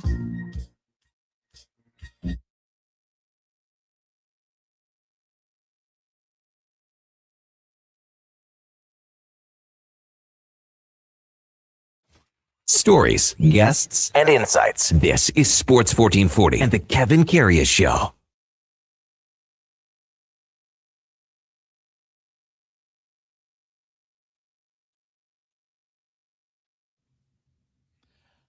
All right, welcome back to the big program, 8:21 in Edmonton. Time now for the headliner of the day, brought to you by Mr. Rooter Plumbing. Draining clogged pipes like three-pointers. For all your plumbing needs, go to mrrooter.ca as we welcome in Frank Saravalli from Victory Plus TV. Good morning, Frank. How you doing, Kevin? Good. How was the weekend? It was good. Yeah? Enjoyed the Stanley Cup final? I did. Yeah, Carolina just incredibly deserving. I mean, so impressed with the way they stuck with everything from their vision to even how they played in this cup final. Didn't change for anyone. And boy, they're set up quite nicely, are they not, moving forward? I mean, they have pretty much half of their core locked up under super reasonable contracts through 2031. They've got an embarrassment of riches in their pipeline and prospect pool. They've got 4 first-round picks over the next 3 years, and they've got $15 million of cap space heading into next year. I mean, it's just an incredibly efficiently run operation. I thought it was just under 12. Has that changed now or something at the end of the year? I think somewhere between 12 and 15, my guess is they're going to have like a Jesperi Kotkaniemi contract buyout. Yeah. Do you think he gets bought out?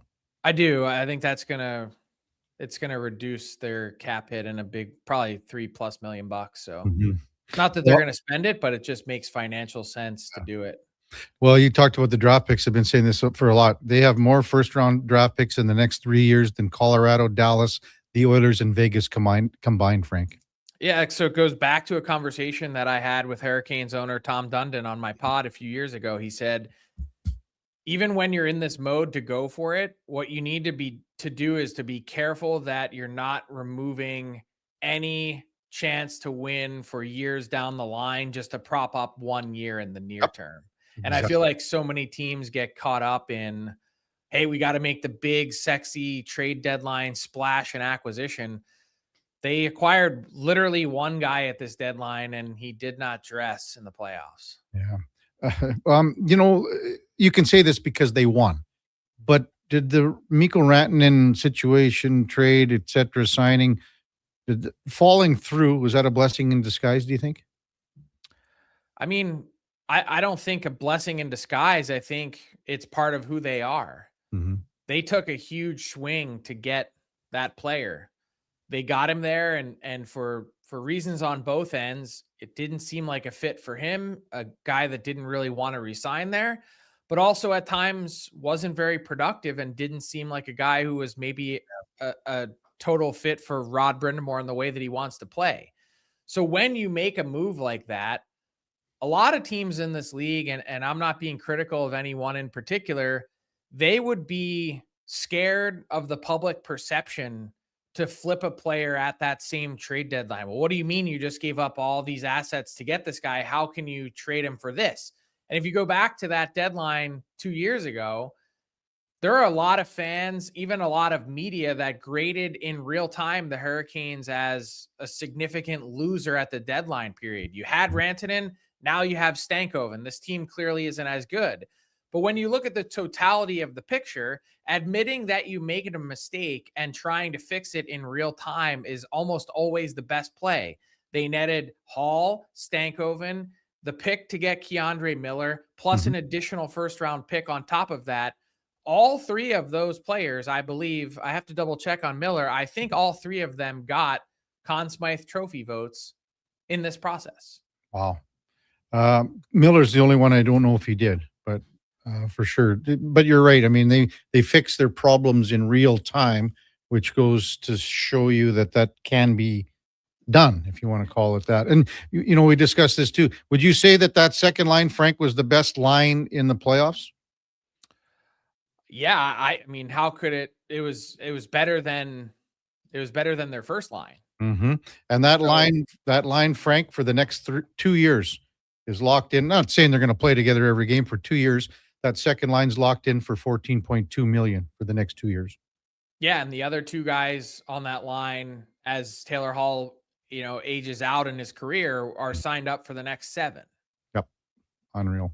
Frank Saravalli, Victory Plus TV, our guest on Sports 1440. Well, you've been on the Mike Babcock situation regarding the Oilers, Frank. When we talked to you on Thursday, you were continuing your investigative reporting.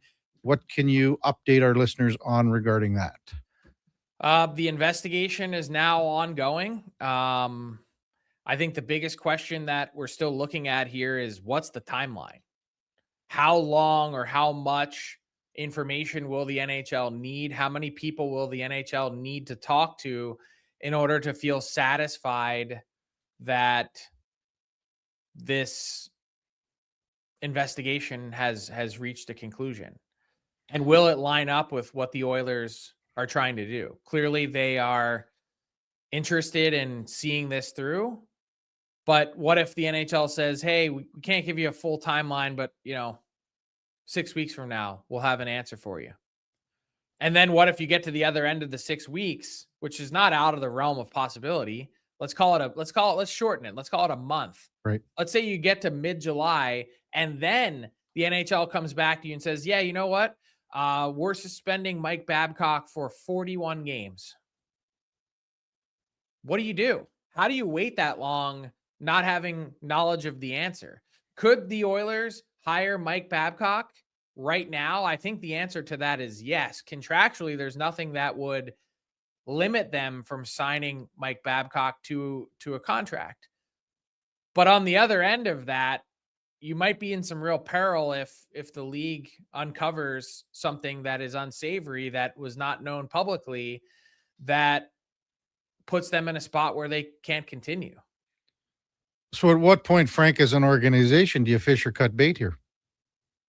I mean, for me, it would have been early last week. Yeah. But between the swift negative reaction in your marketplace, between the knowledge that something happened in addition to what was reported publicly at the time, and between this timeline that doesn't have an end in sight, I need to know. I need to know who my next coach is. And if it means that I need to either move on within that same type of candidate pool that I had, whether it means that I circle back to Bruce Cassidy and the Vegas Golden Knights this week now that the cup is over, whether it means expanding the scope of my search to maybe include coaches that haven't met that criteria of vets that have won a Stanley Cup.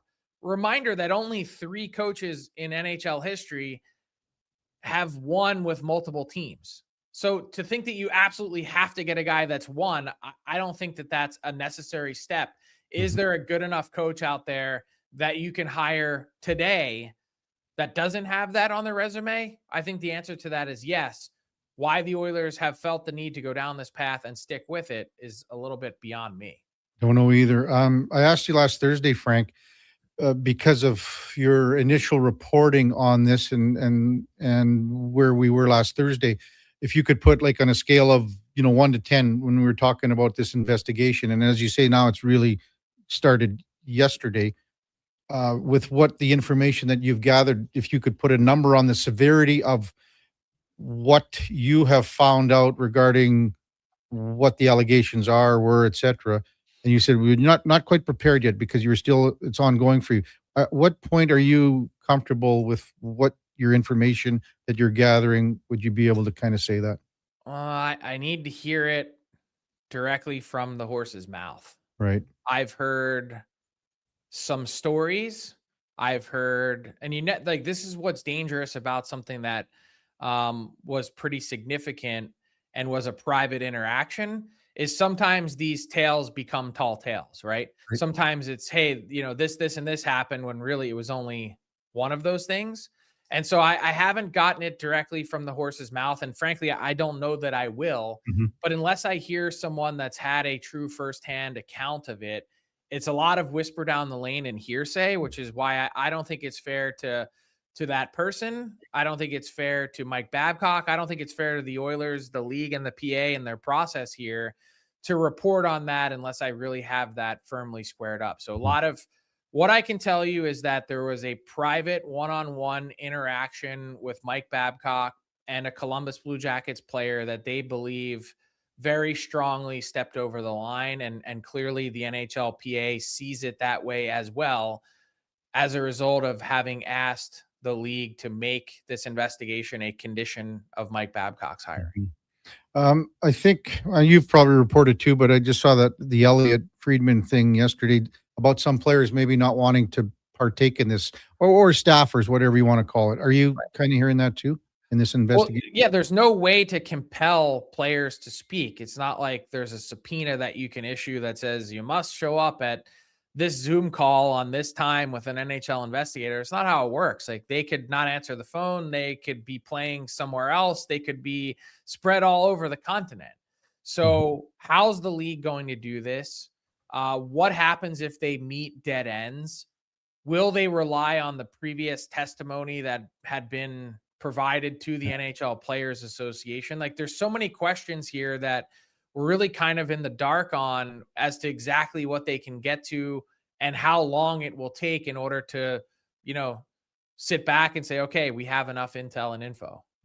Is this straight an NHL investigation internally? Do they have an outsource from someone, another, whatever agency doing something? How does it work?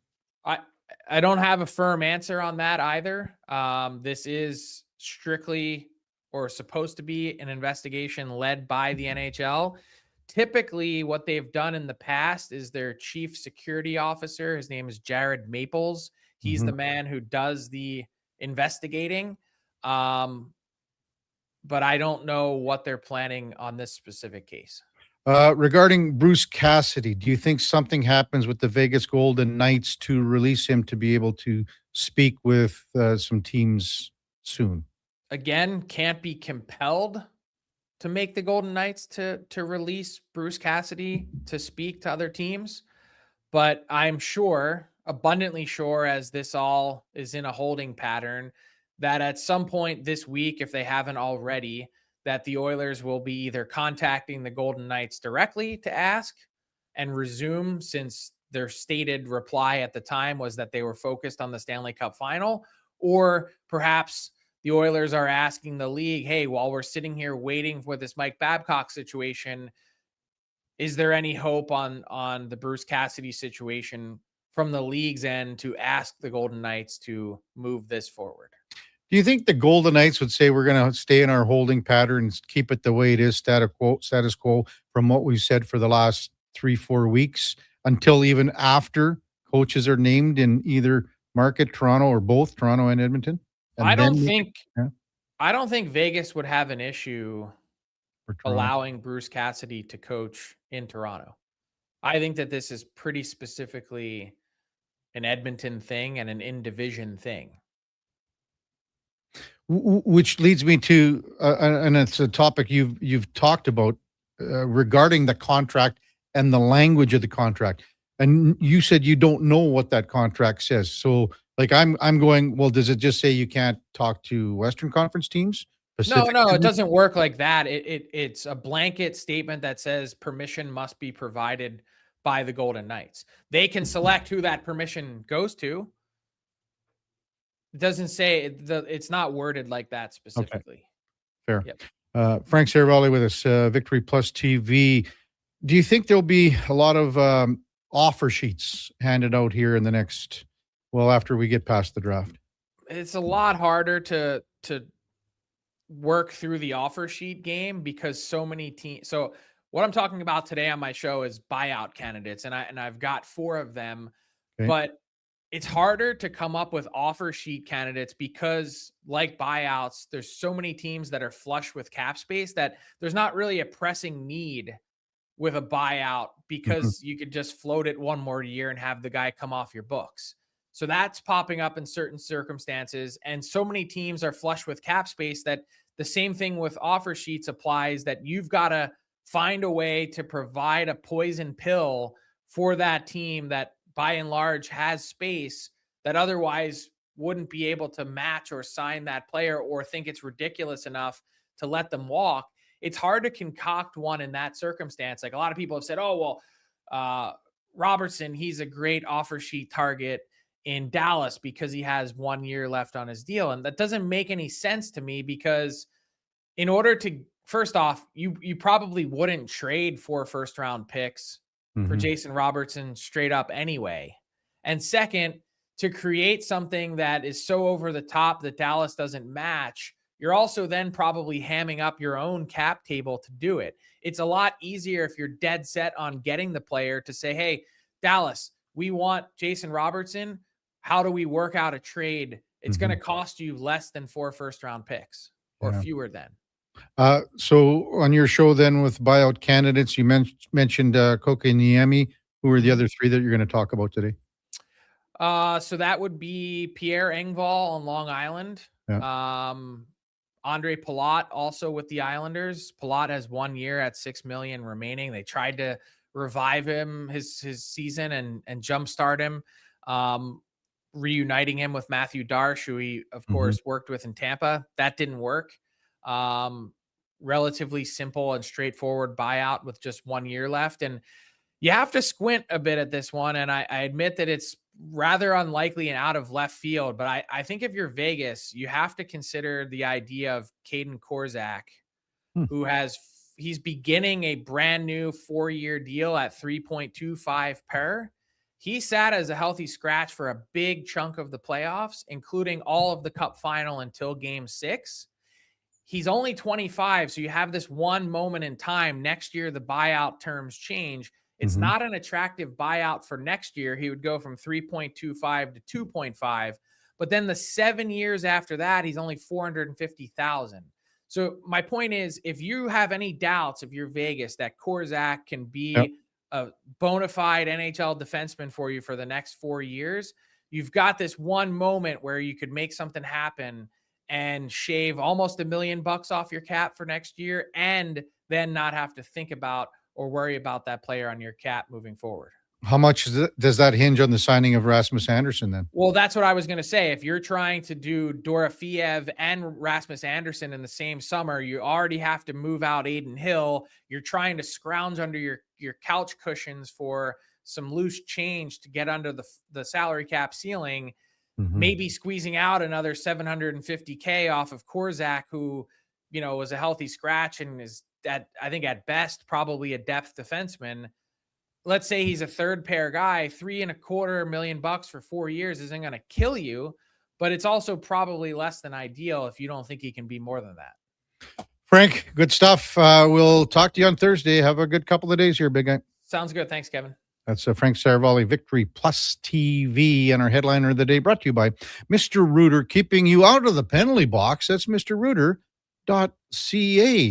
When we come back, we'll get to some of your texts, 833-401-1440. Plus, we've got another edition of In or Out with the Duke. It's a light-weighted week as far as co-hosts go, Duke. We've got Schlemmer in tomorrow, Laddie's off Thursday, and Eddie's back Friday. Eddie's probably flying right now. How many eggs do you think he had at the Pearson International Airport? Well, he bought a dozen probably, and then just stuck them in his pocket to eat on the plane to maximize the effects of them on all of his co-passengers. I don't know if you had seen Kevin. I probably not, because it was all on Instagram, which I know is not a social media platform you grace with your presence, but Eddie sharing lots of pictures from his little trip out to the 6th area. I think him and Steph went to Niagara Falls and all this really romantic weekend for them. I never saw any of that stuff because I don't care to. But I did see some picture of Eddie at this wedding, I believe, holding 6 to 8 purses.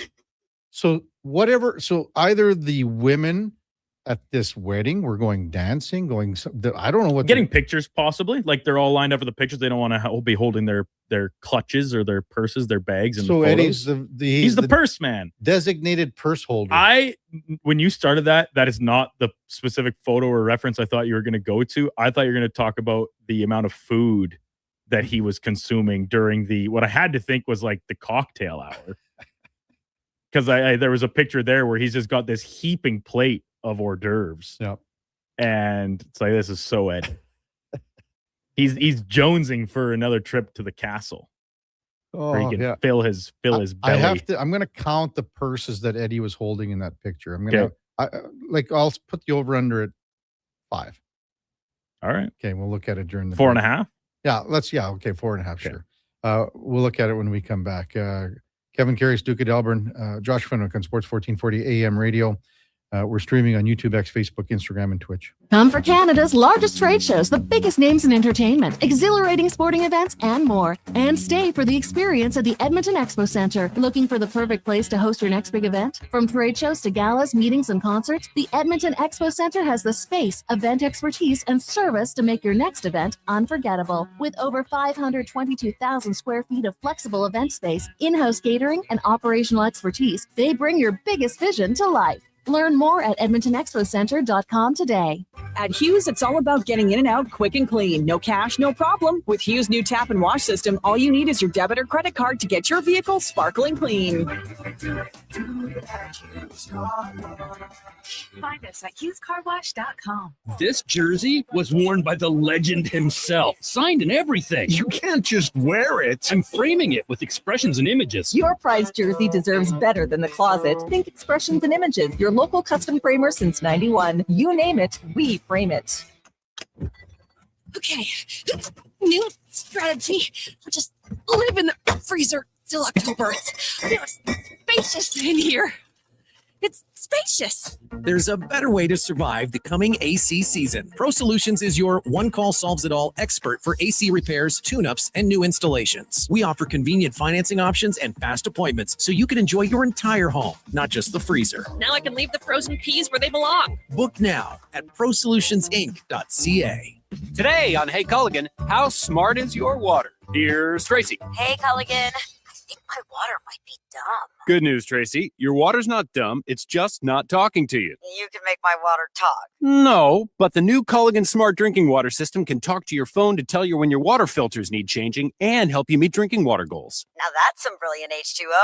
You said it, Tracy, and we're already on the way. Let us help you out with a free in-home water test from a local Culligan water expert at Culligan.ca. The longest running basketball show in Canada airs every Saturday morning at 10 on Sports 1440. Hoop City with Paul Sir introduces a new generation of basketball talk, and it's right here on Edmonton's home for sports, Sports 1440. Bashaw Concrete Products. From concrete and septic tanks to blocks, precast water pads, jersey barriers, and aggregates.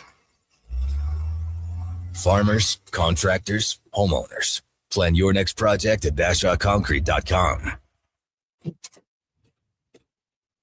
Family owned. Over 60 years pouring. Bashaw Concrete Products. Once again, start here. BashawConcrete.com. Photographers, start your cameras. Vision Credit Union's annual photo contest is back. We're asking you to show us the people, places, and moments that made you glad you chose this rural life. Maybe it's the view from your farm, a walk down Main Street, neighbors pitching in, a weekend at the rodeo, or a sunset down a back road. Share your photo to show why life in rural Alberta is a choice worth celebrating. Enter and vote at whatsyourshare.ca.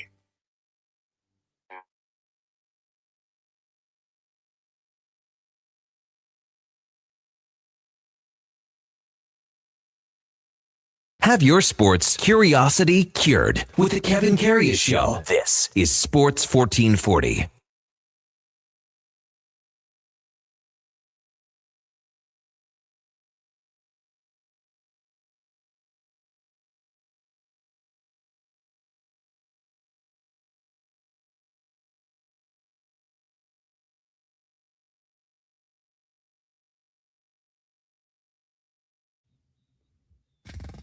All right, welcome back to the big program. 8:45 in Edmonton. Kevin Karius, Duke of Delburne, Josh Fenwick with you.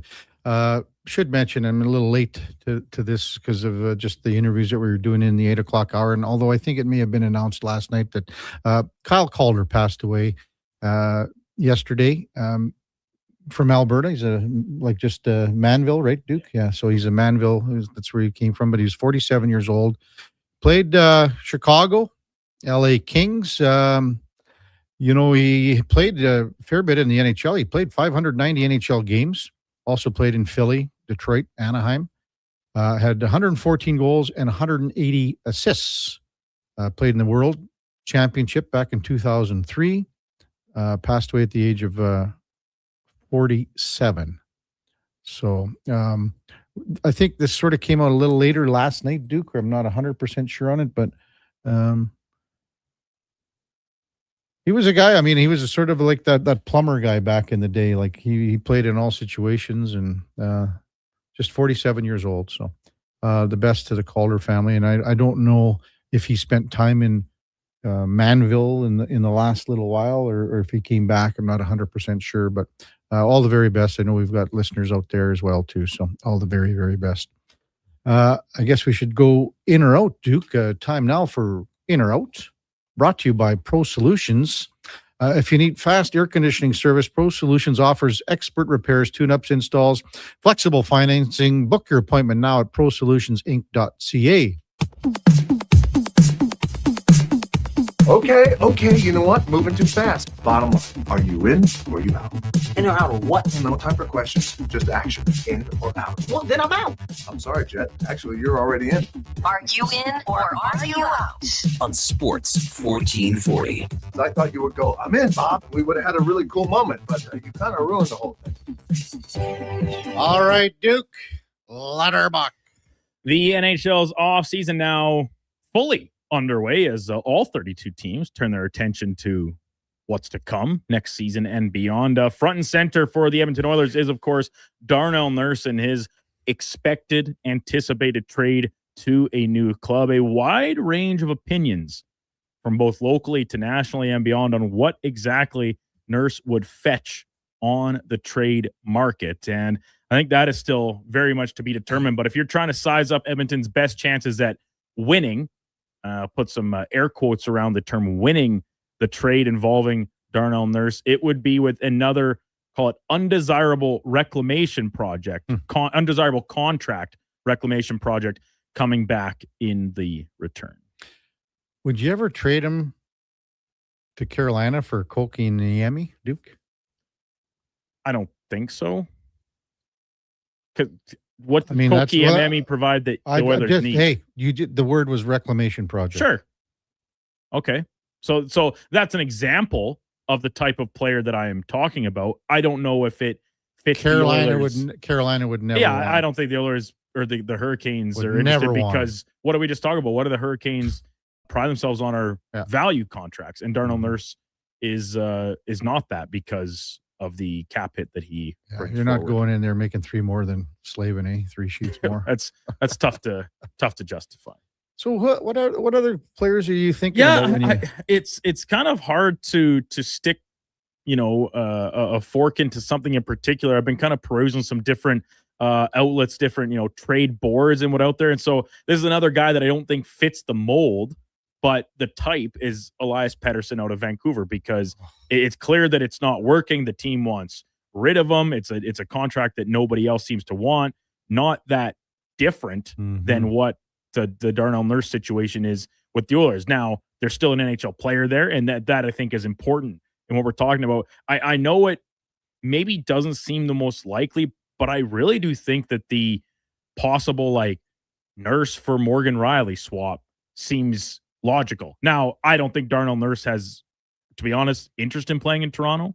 If I'm being frank, I get it's where he's from, obviously playing junior in the Sioux and all this stuff. But after being in the pressure cooker of Edmonton, would you maybe, if you're putting forward your list of teams that you prefer not to play on, are these other Canadian markets, regardless of competitive level, are they on that list? Like, I have to think somewhere like Winnipeg or Ottawa, where the scrutiny isn't quite as severe, maybe. But I think probably that all the other Canadian teams are probably on his list of places he doesn't want to go. That's the whole thing. He wouldn't want to go to Montreal, or I mean, they've got a couple guys, right? You know, in Montreal, or one for sure, Gallagher, right? They've got that guy, and in Toronto, you mentioned Riley, you mentioned Vancouver. So it seems to be the Canadian teams that have these contracts. What you're talking about, an undesirable reclamation project coming back in return. The thing is that, do these teams want Darnell Nurse? It's another, it's question. And that's as Speck kind of discussed when he was on with you at the top of the hour, trading this type of situation where it's publicly known that both parties are seeking a fresh start, both with the club and then with the player moving out. It really does suddenly limit you, because everybody, like when you come to the table, every team's already probably ran this over in their war room saying, is this something we're interested in?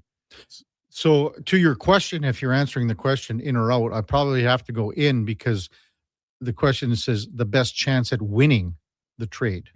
And I don't know if there is a chance even to win this trade if you put every variable into the conversation here. So probably the best chance, yes.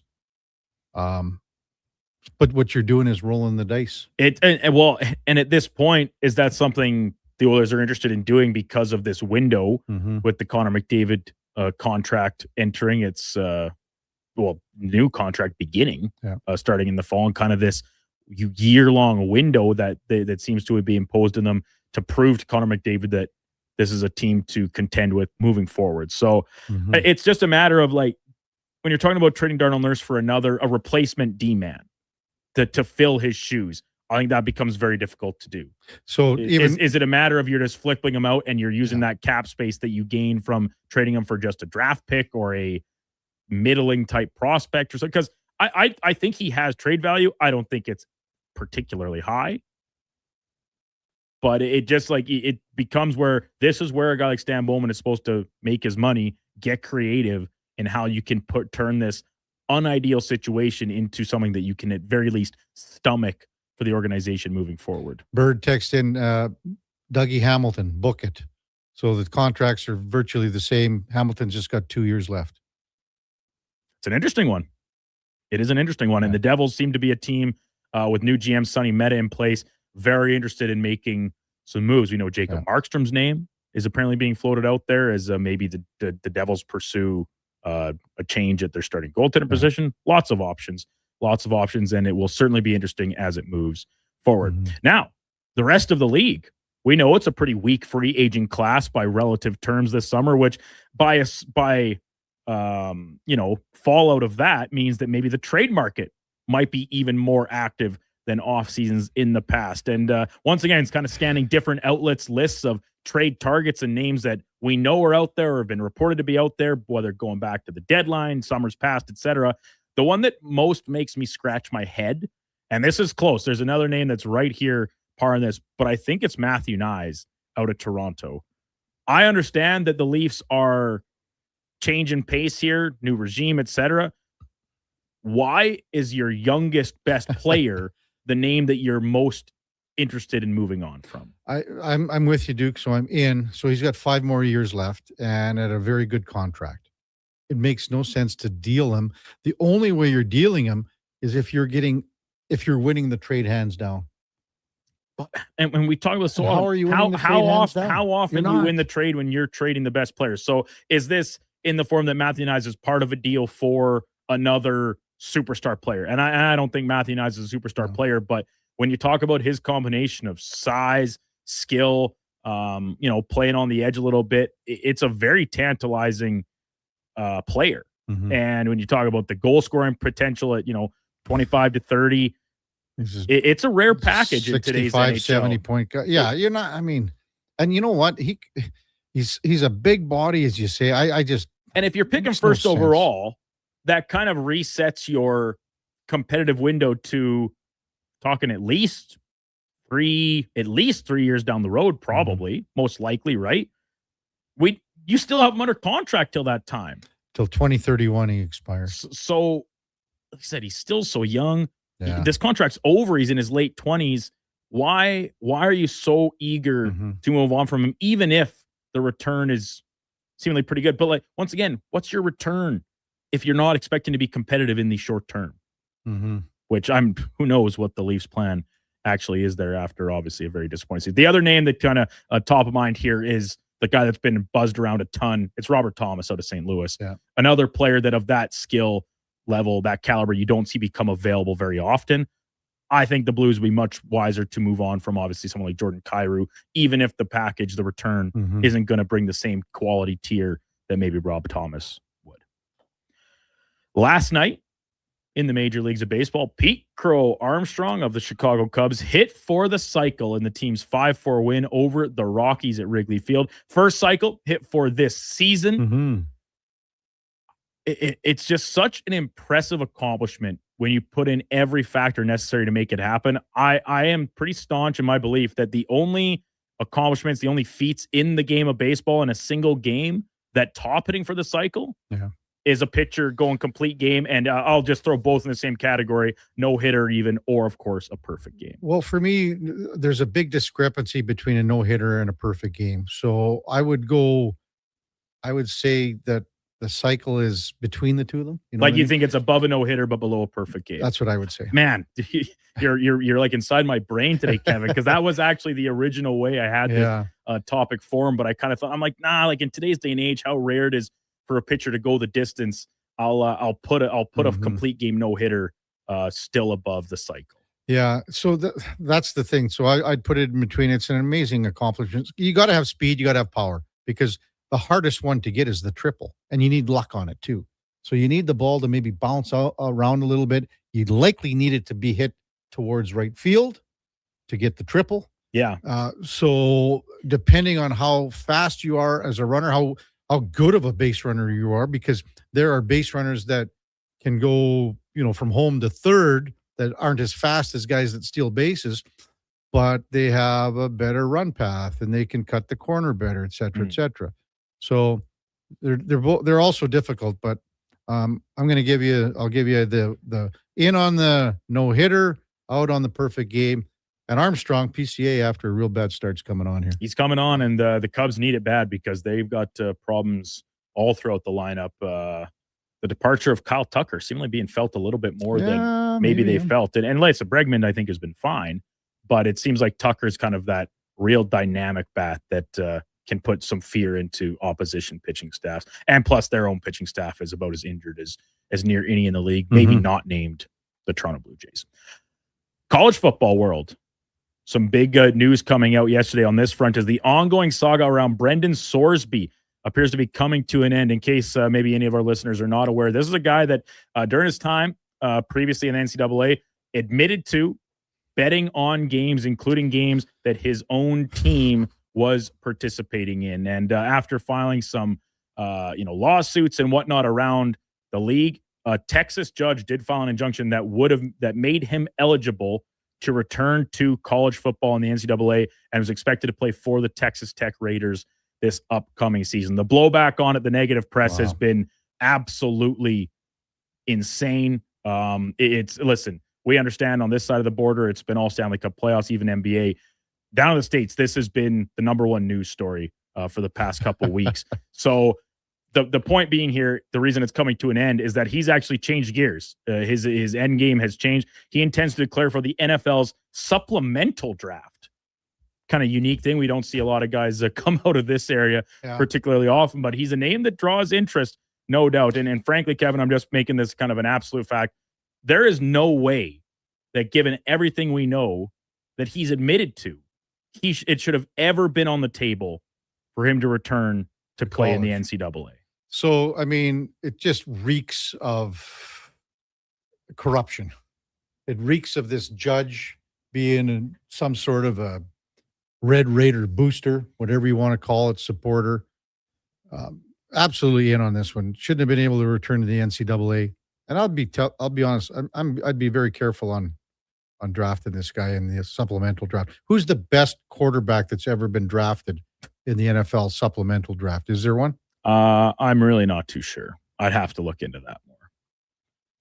The most of the reading I'd done was around the player itself, not so much the supplemental draft, but maybe that's something we can touch on later in the week if we can track down a guest to speak on it more extensively. But yeah, just more context. So ruled ineligible by the NCAA after it discovered he had placed more than 9,000 bets totaling at least $90,000 on both professional and college sports over 4 years while enrolled at Indiana, Cincinnati, and Tech, including at least 40 wagers involving Indiana football when he was a freshman with the Hoosiers in 2022. He's like Art Schlichter. Remember him, Duke? No. Could be Schlichter, one of the two. He had a problem. He always gambled on third or fourth and long, too. Okay. Is this a coach? No, he was a quarterback in the NFL. Okay. I think Cleveland, but yeah, when it was 4th and 10, you knew he was going to gamble. He was going for it. Yeah. All right. And people, well, I haven't even checked the text line. People might flood it immediately and blame the current environment around pro sports and the gambling culture. And we know that things are changing here in Alberta as soon as later, or I guess in just under a month's time here. I'm sorry. I do not track the same. Like at a certain point, individuals have to take responsibility for themselves. And when you play for the team, that is not this, and gambling on games or betting on the games, even if you're not actively playing, you're on the team. That is not the same as you and I, Kevin, heading down to the local sports book when we're on the Vegas Strip and play some bets on whatever teams. And addiction, these problems, the mental health, they all exist. But it's not an automatic cop-out to extents of what this guy has done. I think it's unacceptable. I'm right there with you, Kev, that we always know teams are interested, especially seemingly in some sports more than others, in the talent more than the individual. There's got to be a lot of hesitancy about putting your stake in a guy like this moving forward, even if it is just out of the supplemental draft. So finally, a little bit of a lighter note. Today's World Refill Day. Kevin, you show up here every day with your big jug. You fill it up. No, it's a Yeti, just a standard. But it's pretty large. You take a sip there. You go and fill it up out at the holds 2 beer, Duke. Not like during the show. Like you dump your cans. You empty your 2 cans into it. in there, I'd say that's pretty good, especially around the campsite. I got my big green metal container here.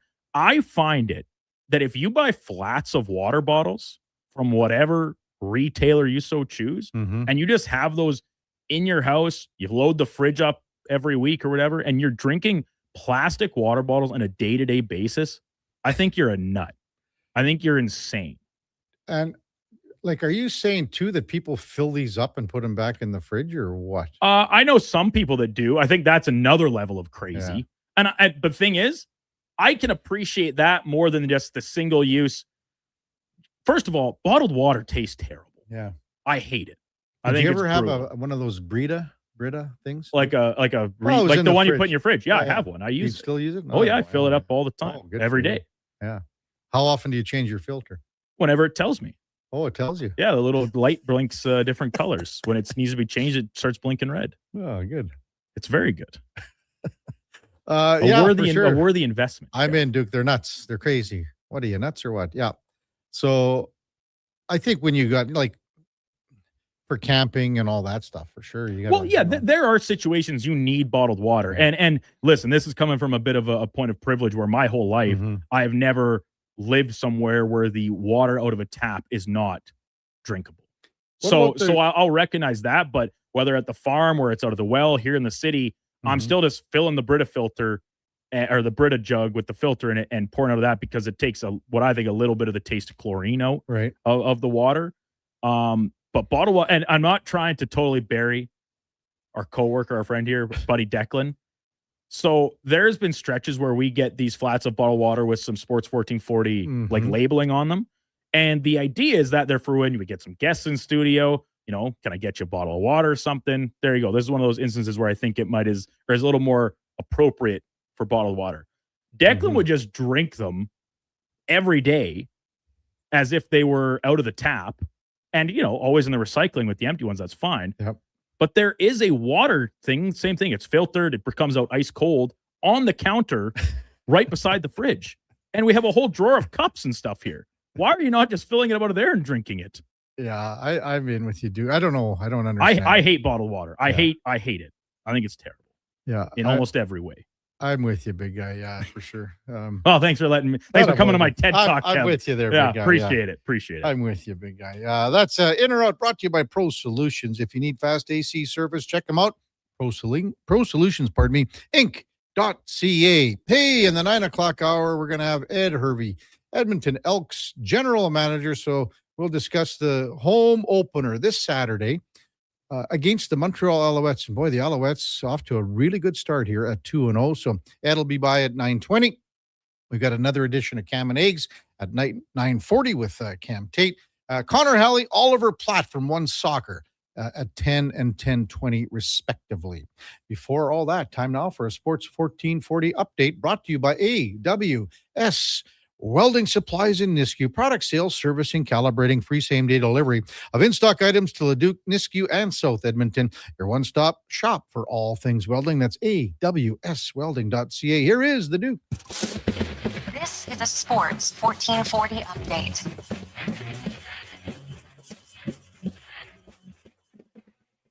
Yesterday's action from the World Cup across the United States, a day full of draws as all four matches end in even score. Spain and Cabo Verde, surprise result there, deadlocked at 0 in full time. Belgium tied Egypt 1-1. Uruguay, Saudi Arabia also 1 apiece. And in the nightcap, Iran and New Zealand finished at 2-2. In the majors yesterday, lighter slate with several teams in transit. The Mets get blanked by the Reds 12-0. Philly also puts a goose egg up on the board as they beat Miami 7-0.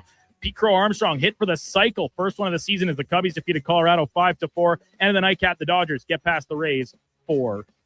Some sad news from the world of hockey as Alberta native Kyle Calder passing away, former NHLer at the age of 47. Kyle Calder, a veteran of 590 NHL games with the Flyers, Red Wings, LA Kings, and Anaheim Ducks. South of the border, college football news. Texas Tech quarterback Brendan Sorsby planning to apply for the NFL supplemental draft. A big reversal after his eligibility had been put into question in involvement in a college betting scandal, including games he was on the teams involved. Coming up in hour 3 of the Kevin Karius Show, we'll be joined by Edmonton Elks General Manager Ed Hervey. And here today's edition of Cam and Eggs. I'm Brandon Douglas at your Sports 1440 update. This is Sports 1440, A Stingray radio station. broadcasting on Treaty 6 territory. Download the free iHeartRadio app and listen to CKJR wherever you go. The best way to experience Elks football is being there when it happens. From single game to flex packs, group tickets, and family packs. Your seats, your way. Ticket packs available now at goelks.com/tickets. Edmonton Elks. Our city, our year. Hi, Mike here from Northgate Chevrolet Buick GMC. This deal's only good till 6 o'clock tonight. We need your credit card to hold the color. Hold the color. Summer package. Winter package. And the ever-famous re-PDI fee. I gotta pay you to rebuild the car? Does this sound familiar? At Northgate, we do things differently. We offer 0% financing, a great selection of new, pre-owned vehicles. So if you'd like to do business a different way, stop in and see us today. 13215 97th Street, or visit us online at northgategm.com. You're in Northgate country. Our new McCafe crafted sodas just drinks or something more. Like Sprite Berry Bliss, Creamy Strawberry Coke, and Orange Dream. All swirled with fizzy flavor and topped with silky cold foam. Only at McDonald's. At participating McDonald's restaurants in Canada. At Fountain Tire, success is a team effort. They're committed to their team members and their customers. And that means treating your vehicle like it's their own and finding solutions that suit your needs. Because whatever the road brings ahead, they're on it with you. Visit fountaintire.com today. Don't miss a moment of Blue Jays baseball this season. Join play-by-play announcer Ben Shulman for the game live on Sports 1440. The Toronto Blue Jays are on Edmonton's home for all things sports. Sports 1440. Photographers, start your cameras. Vision Credit Union's annual photo contest is back. We're asking you to show us the people, places, and moments that made you glad you chose this rural life. Maybe it's the view from your farm, a walk down Main Street, neighbors pitching in, a weekend at the rodeo, or a sunset down a back road. Share your photo to show why life in rural Alberta is a choice worth celebrating. Enter and vote at whatsyourshare.ca.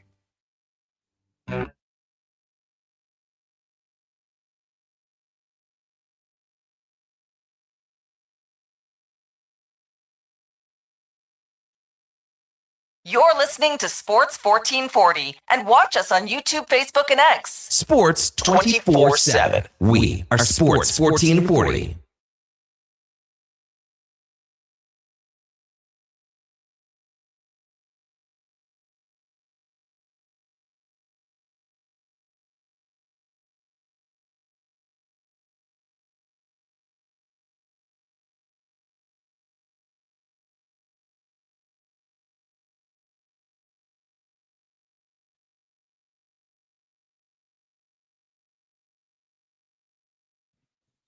All right, welcome back to the big program, 9:10 in Edmonton. Kevin Karius, Duke of Delburne, Josh Fenwick here on Sports 1440 AM radio. We're streaming on YouTube, X, Facebook, and Instagram. We're going to have Ed Hervey coming up in about 10 minutes or so. I want to let you know that you can catch the Edmonton Elks home games at Commonwealth Stadium with Sports 1440.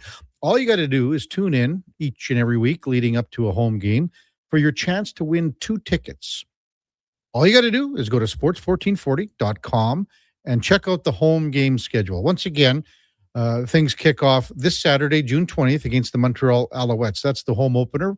And after a bye week, you can bet that this team is going to be raring and itching to go. This is how you win the 2 tickets. All you got to do is text ELKS. So text the word ELKS, ELKS, to 1-833-401-1440.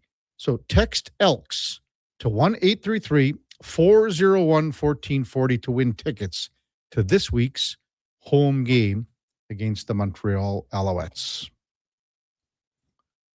Pretty simple. If you want to go to the game, Saturday afternoon, send us a text. And think about it. Most weeks, unfortunately not this week, when you're there, you might run into Eddie Steele. Eddie Steele might be there. Oh, and by the way, Eddie's going to be at his camp on Saturday. Yeah, he's got a football camp that he didn't organize.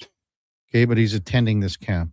Well, I don't think he's attending. I think he's one of the instructors. I think he's attending. He's just trying to pick up a few new tricks, couple tips, a few pass rush moves. I forgot to mention too, but we were into that segment there. The picture of Eddie Steele, if you want to check out on social media when he was out at this wedding in Toronto. I actually think, Josh, if you're watching on Josh is going to bring it up right on the screen here. Oh, Josh, you got it on the screen? Okay, Eddie's picture. So he sent this to some socials, and I put the over-under at how many purses Eddie was holding at 4.5. So whatever they were doing, the women that Eddie was with, his wife, Steph, and I'm sure friends and this and that. So the over-under of Eddie holding all of the women's purses was 4.5. We did a deeper dive on it, Duke. We did. That's what we did. We did some forensic analysis. That's a deep dive. We had to blow up the picture just in case there was another one caught in there. But Eddie Steele is holding 4 purses. So the over-under. The under cashes. Under cashes at 4. Great job. And you're putting that out on Sports 1440, Joshy boy? It's up on the screen right now for people watching. Oh, okay. Let me have a look here. I can't wait to see this. Oh, isn't that beautiful? I mean, hey, Eddie looks very dapper. There's no doubt. You can't deny it, Kevin, how good he looks. Well, it was clearly black tie. Do you think he took his mauve tie as a backup plan, just in case he spilt one of his appetizers? See, that's the same tie that he wears all the time. He just changed the jacket. Well, it's black. Yeah, that's what he's doing. How many black ties does one man need? Well, I don't know. I hope he just got Steph to tie it because he doesn't know how to tie his tie. Well, that knot looks very well executed. So he either put a little extra time, he took a deeper dive on knot tying, or he got Steph to do it for him. Either one is a plausible outcome. We were talking about Duke's question about Pete Crow Armstrong's hitting for the cycle yesterday, just the 13th Chicago Cub to do it in team history. And the rig texted in and said PCA's triple was probably to left field as he's a left-handed batter. I don't know what that, see, to me, it's, you got to hit the ball to right field. If you're hitting the ball down the line, then you've got a good chance. This instance, Pete Crow Armstrong hit the ball. It was very close to being another home run because it went off the ivy in Wrigley Field and bounced around. A lot of people forget that behind that ivy, especially at this time of the year before it grows in, it's a brick wall. Well, you don't need to look, just remember when Kevin Pillar made that one catch and just right into the brick. Like, man, that would hurt.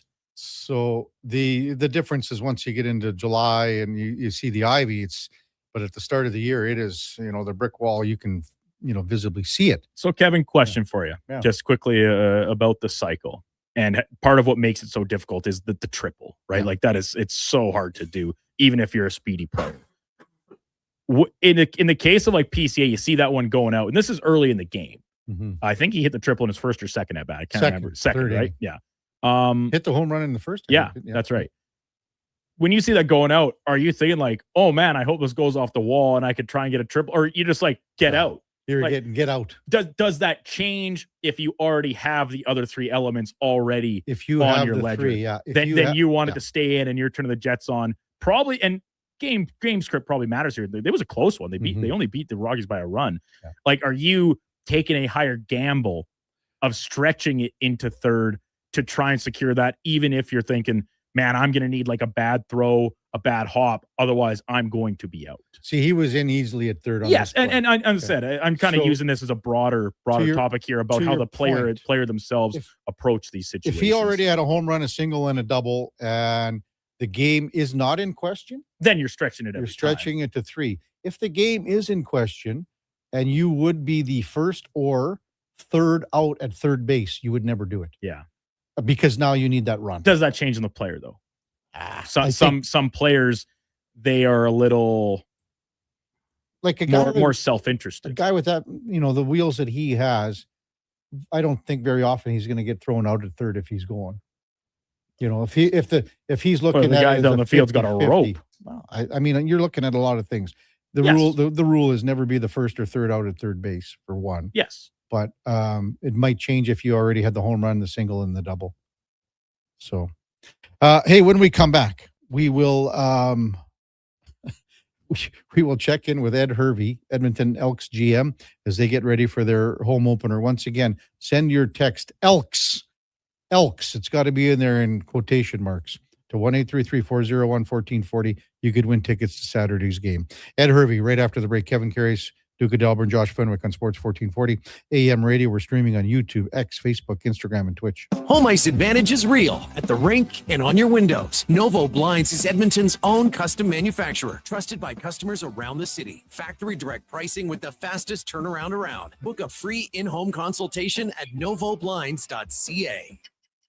You may get up early, but more than likely, the team at GS Construction have already gotten up before you, grabbed a coffee, headed to the site, and started their day. So while Edmonton wakes up, GS crews are already underground, quietly keeping things moving, upgrading, and laying the new underground infrastructure for our growing city. If you're the kind of person who goes to sleep with their steel-toed boots on, GS Construction wants to hear from you. We're looking for a maintenance foreman as well as a building and yard attendant. Visit gsconstruction.ca for more.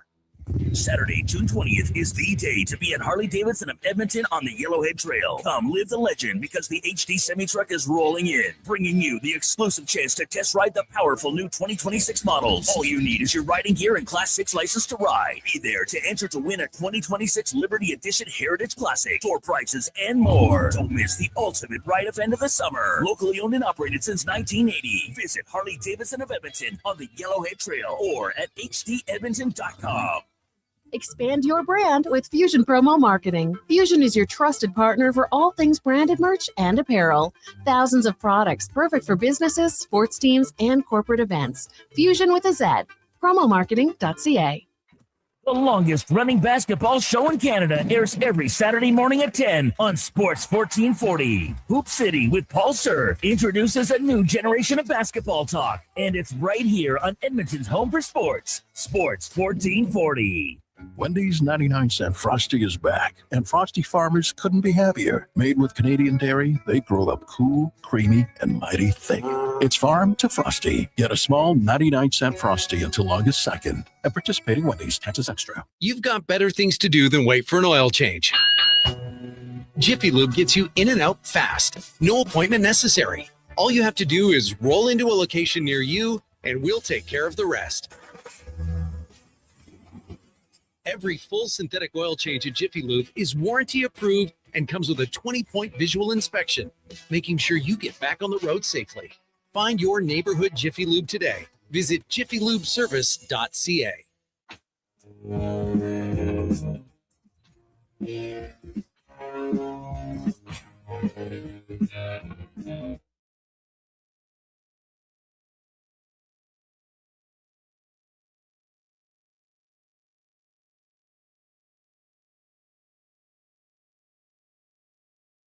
Have your sports curiosity cured with the Kevin Karius Show. This is Sports 1440.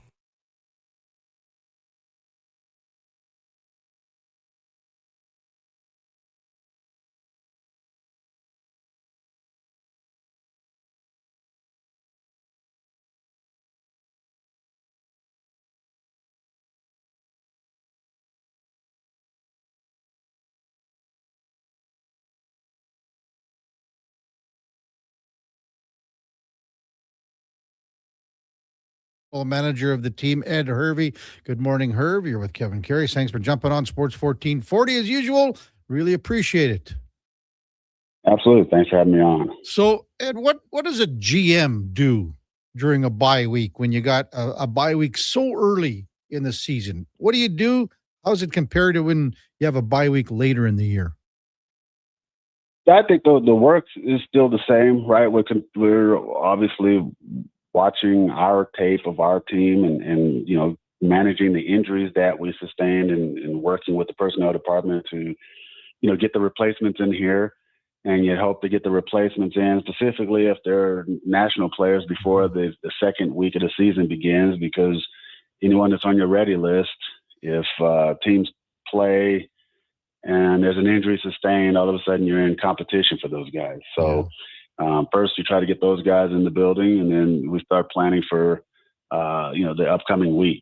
Right? And that is, you know, being able to have a chance to watch all the games, break down film of the opponents that are, you know, that are playing when we're not, and then just getting a beat on, you know, what teams are doing. I think that's kind of a internal thing for all of us, and any tidbits that we can gain, any advantages we can gain, you know, we manage to, you know, keep track of that.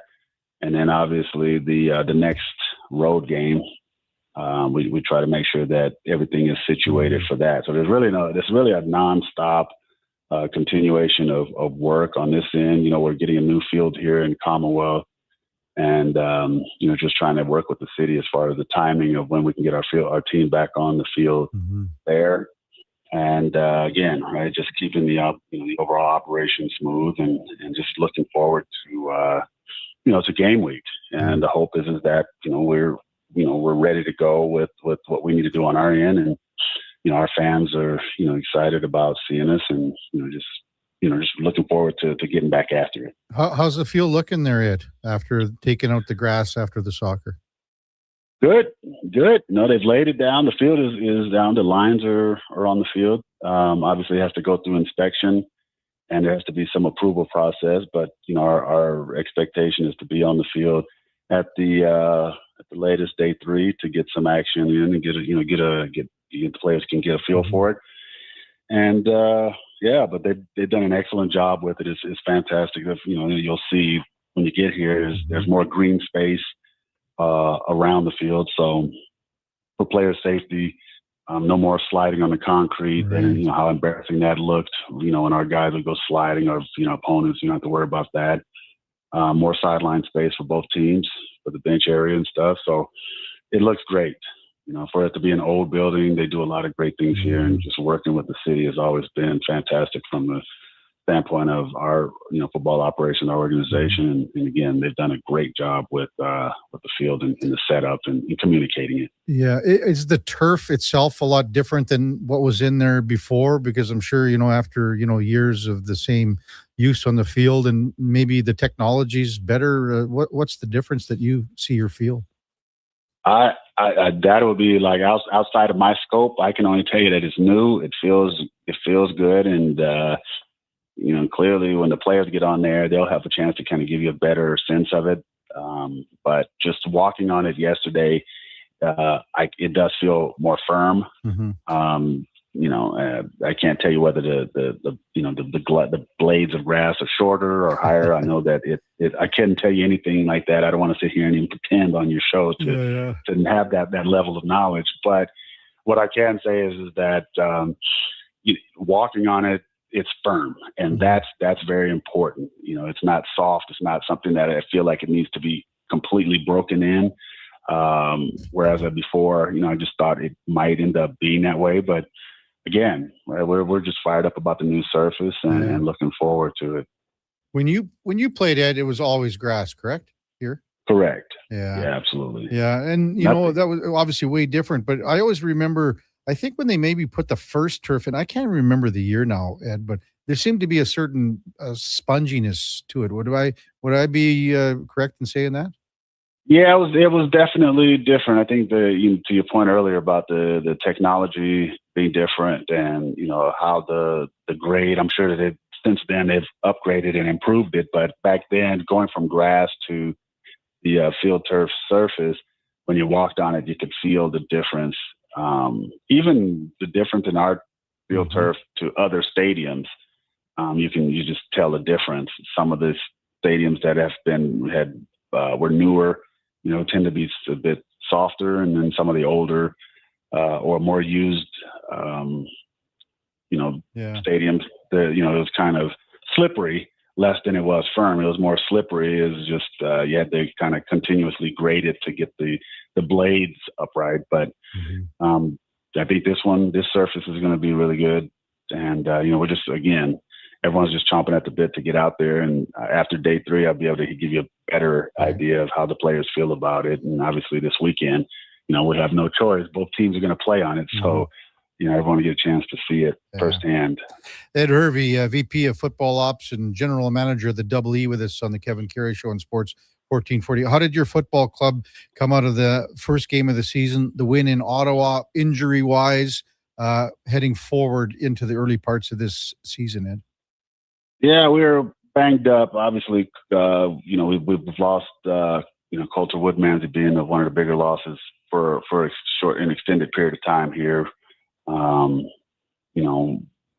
That's obviously going to provide changes on the offensive line that we've sorted through and talked through over the bye week and heading into this week. There'll be some obviously competition there for an offensive lineman to have a chance to play. Ativa, he's hurt. He had a collarbone injury. That will have him out for at least 10 to 12 weeks. We sustained some of those unfortunate football injuries that happen, which create opportunities for some of our depth players to come in and create, an opportunity for themselves to contribute and continue on, and with the expectation that we're going to go out here and play our best, and we want to win in front of the home crowd. So the group that we line up and play with is the group that's preparing, and they're going to be chomping at the bit to get out there, and it's going to be great to see some guys get a chance to play different positions or play for the first time, depending on how it all shakes out this week. Is there any more clarity, Ed, on how long that Woodmansey will be out? No, I think that one he'll be out at least, 4 to 6 for sure. And, we'll see how he feels, after that period, and then we'll take another look and see. But Coulter is a tough individual. Yeah. He's not going to allow this to keep him out a long time. Obviously, the doctors have a big part in the say as far as his return, but this is going to be one of those when it's safe enough for him to be out there and he feels confident enough to be out there. we will definitely give him the green light with that. But until then, we just have to take our time with it and ensure that the rehab process for him is extensive, and when he is ready to go, that he has all clearance and he feels good, and we don't have a setback when he does return. Right. Having said that, you have a great luxury with a lot of great Canadian talent on the offensive line, and I'm sure that was in the back of your mind when you assembled this group moving forward with David Beard, Mark Cordy, two great centers. So is there a better fit, one or the other, that can go into guard here, or what do you think? Yeah, that's how we're looking at how this is gonna play out. Just whatever the best roster is for the team, depending on how that looks as far as the ratio is concerned. We have some flexibility within our ratio to also, if we wanted to change the ratio completely up front, we could do that. Without giving away too much as far as if Montreal's listening. We just want to we want to give ourselves the best opportunity with the roster flex that we have, and without hurting our roster, but protecting the quarterback and being able to still control the line of scrimmage is very important. And there's some packages that are important to the offense that having that level of depth, allows us to continue to go into the game with full arsenal of our personnel groupings. And that's what's important to going into this game, is ensuring that we have those things as we're looking at who's going to be the best fit to replace Coulter in the lineup. Right. Ed Hervey, GM of the Double E Football Club, our guest on Sports 1440. Going back to the Ottawa game, Ed, what did you like the most about your team's performance? What didn't you like about your team's performance, and that you'd like to see cleaned up for Montreal here on Saturday? Well, obviously the penalties being the stuff that was most glaring. But I know Mark and the coaches, he stressed that I was downstairs in the opening meeting, and he had stressed that, and that's something that's going to be emphasized this week. If there was an area of concern, or as you call it, dislike. I mean, again, first game of the season, you're shaking some rust off, playing at speed, and the officials are getting feeling their way around it as well. That's something we definitely would like to clean up. But what I enjoyed, there's many things about the team that I did enjoy. Our level of physicality that we played with, the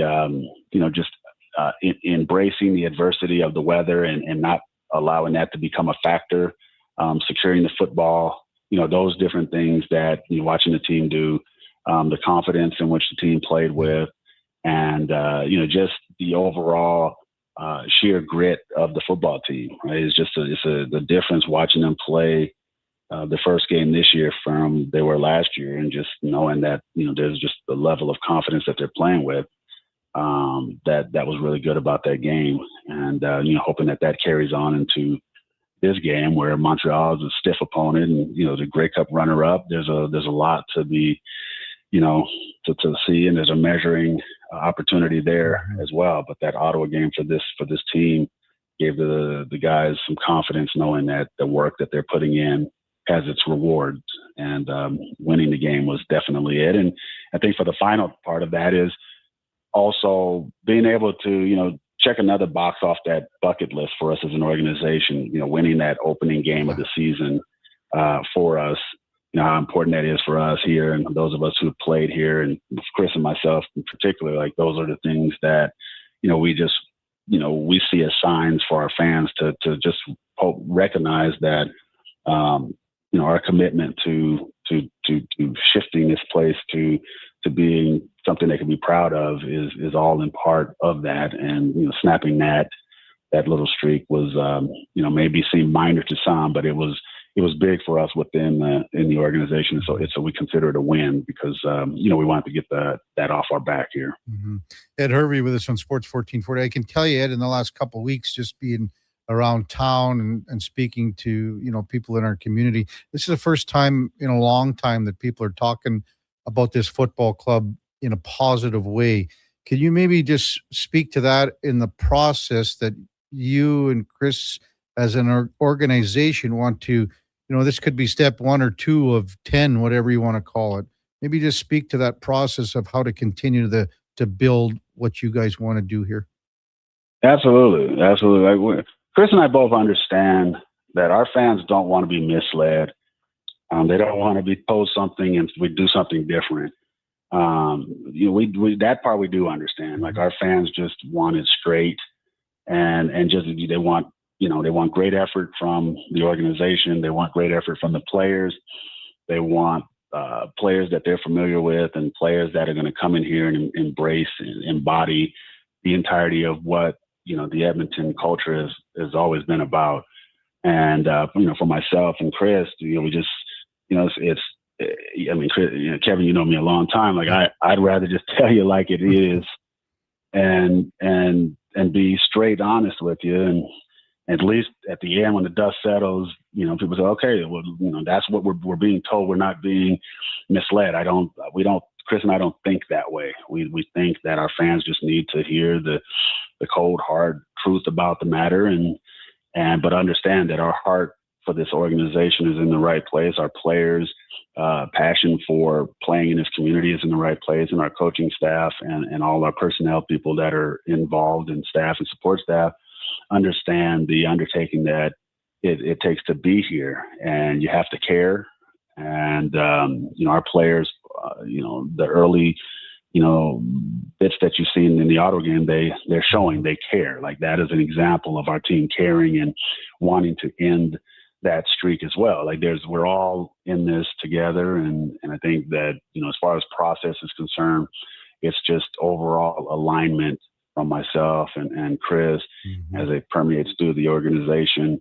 And it's the same thing. We talk to our staff the same way. There's no misleading smoke and mirror, magical show that we're doing in here. We just good old fashioned work hard, work for each other, and do it with integrity and do it with honesty, and think good things will happen, right? We just believe that, and we know there's a long journey ahead of us, and we're not getting ahead of ourselves. But as far as the process of the people that we have surrounding us and that we're working with, our fans can take great pleasure in knowing that there's an organization here that's aligned and that believes in the process of what we're doing. And, it just feels good to come to work knowing that every individual that we encounter within the building, including the city as well, like all of us in this that share this space, we all want the common goal of seeing this football team,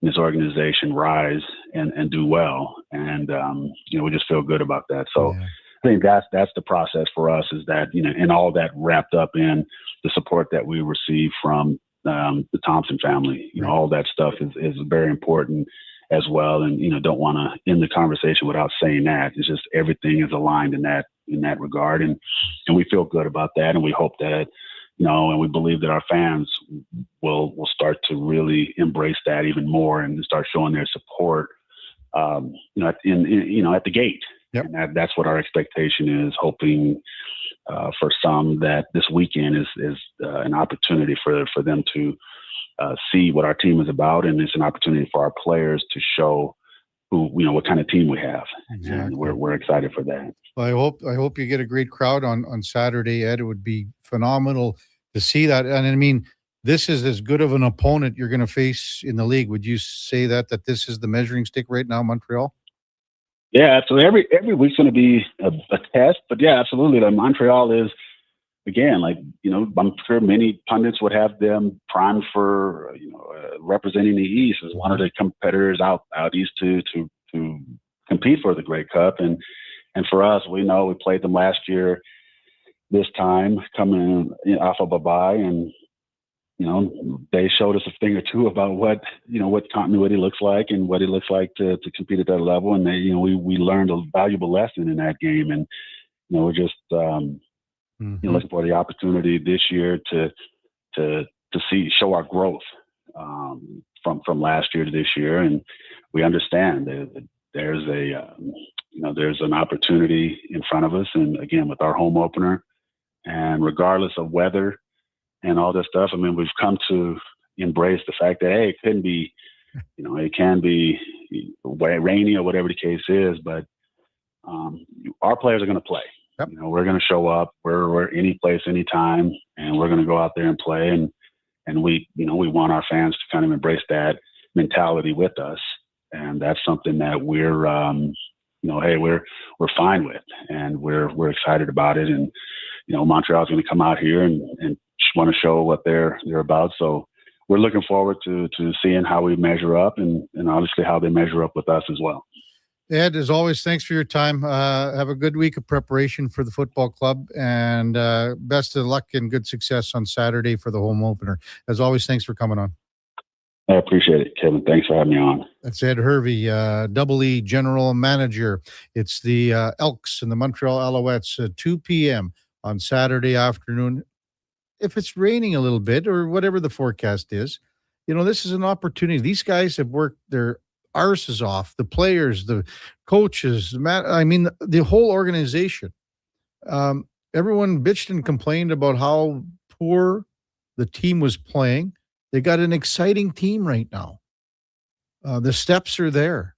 And again, as I said to Ed, this is the first time in a long time, call it 6-7 years, where at the beginning of a football season, when I'm going around town on the golf course, wherever it is, that people are talking about this football team, this organization in a positive light, because it has been abysmal for a long time.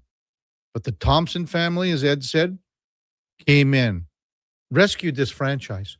They were hemorrhaging. If this team is not sold to a private ownership group, I don't know how much longer they could have existed. They were hemorrhaging, losing money, tons and tons of money. The board of directors for a 4, 5, 6 year span ran this team into the ground by hiring incompetent people to run the organization. It's changed now. These guys have a different outlook and a different perspective, and it's the right way to do things. It's the right way to do things. And I know what people are thinking right now in town. Maybe another organization could do the same thing. Thanks to Ed for coming on a bye week. I have to mention this because we did discuss this off the top of the show, Duke.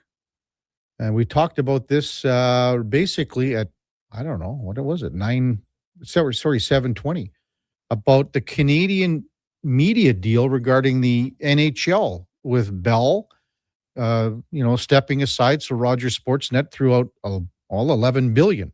So that deal kicks in at the beginning of next month, a couple weeks, I guess. So it's basically double of what the last deal was. Now, the big news here is, and it's not going to change any viewer habits, but you could call this an establishment if you want to call it that. Sportsnet and CBC have announced that there will be effectively Hockey Night in Canada on CBC is gone. It's done. There's no more Hockey Night in Canada on CBC. The broadcast will continue on Rogers Sportsnet. So it's not like you're not going to have that Hockey Night in Canada on a Saturday gone, but it'll never be on CBC again. CBC saying that they have a new sports programming strategy moving forward. But watching Hockey Night in Canada on a Saturday was a time-honored tradition for Canadians. And Sportsnet will continue to deliver that tradition, but you won't see it on CBC anymore. It's not really that big of a deal, is it? Because did it matter what channel you watched the Saturday night game on? I guess if you are one of the people that don't have any cable whatsoever and you wanted to watch on CBC, because I think there are still, I'll be honest, there are still a fair number of the older generation that might fall into that category, but you will not watch it on CBC anymore. Text 833-401-1440. We'll get to them after the break. At the top of the hour, we got Connor Halley from Fantasy Frenzy. and also the Jason Greger Show at 10:20. Oliver Platt from One Soccer will talk about the Canadian game coming up in 2 days against Qatar when they face off and square off on the pitch. All teams in the group draws. So 4 draws, all teams. 1 goal for, 1 goal against. We'll see what Oliver has to say about Team Canada. We'll probably talk about the Cabo Verde draw against Spain, too. That was, remarkable in World Cup. It's Kevin Karius Show with the Duke of Delburne. Josh Fenwick on Sports 1440 AM radio. We're streaming on YouTube, X, Facebook, Instagram, and Twitch.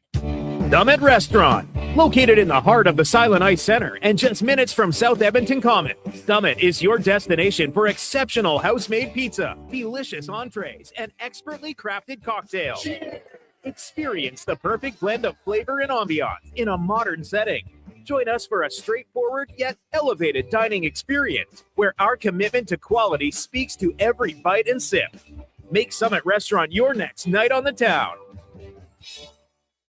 Need a new ride for road trips, errands, or just life on the go?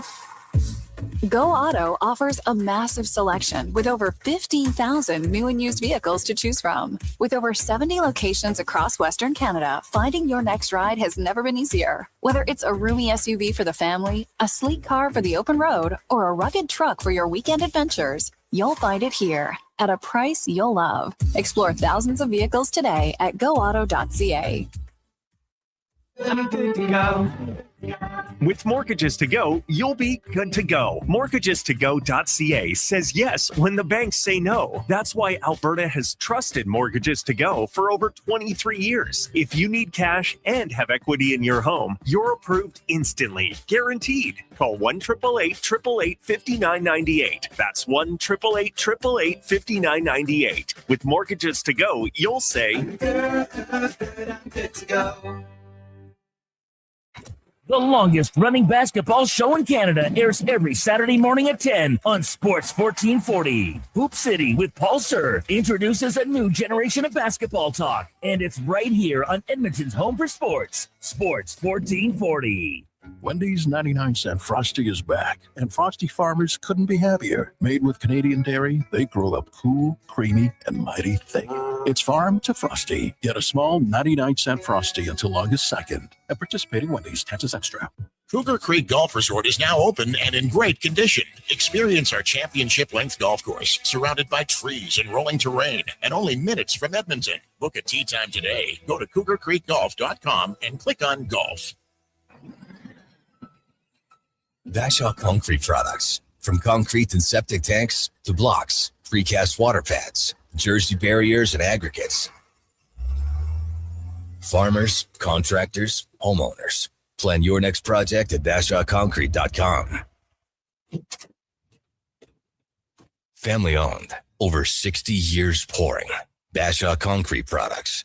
Once again, start here. BashawConcrete.com.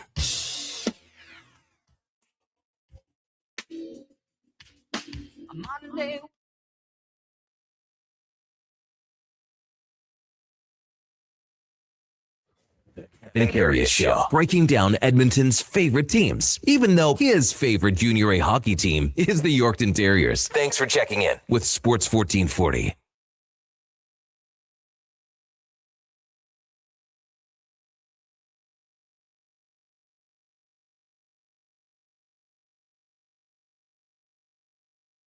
All right, welcome back to the big program. 9:48 in Edmonton. Text 833-401-1440. BC Oiler text in, yeah, the CBC should be defunded anyway. Nothing but a money sink for the taxpayers these days. Hey, listen, man, I agree with you 100%. Been saying it for a long time. And you can actually ask Morley Scott this. And I said, if they ever lose Hockey Night in Canada or hockey, it's changed now because they farm it out. I said the CBC will turn into PBS. I said that about 25 years ago to Morley. It's just taken a lot longer. Now, having said that, BC Oiler, Hockey Night in Canada and, well, yeah, Hockey Night in Canada was one of the few things that CBC made money on. And that's the truth. You know, that's one of the few things that they made money on. There was a guy named Rex Murphy that went off on that years ago about Hockey Night in Canada, blah, blah, blah. And I remember specifically Gord Miller responding to him and said, actually, Rex, Hockey Night in Canada pays your salary. So there you go. Rant of the hour. Time now for another edition of Cam and Eggs with Cam Tate. This should be order number 43. Cam and Eggs, order 43. All right. When we began this little breakfast bonanza, we really strived to make it funny.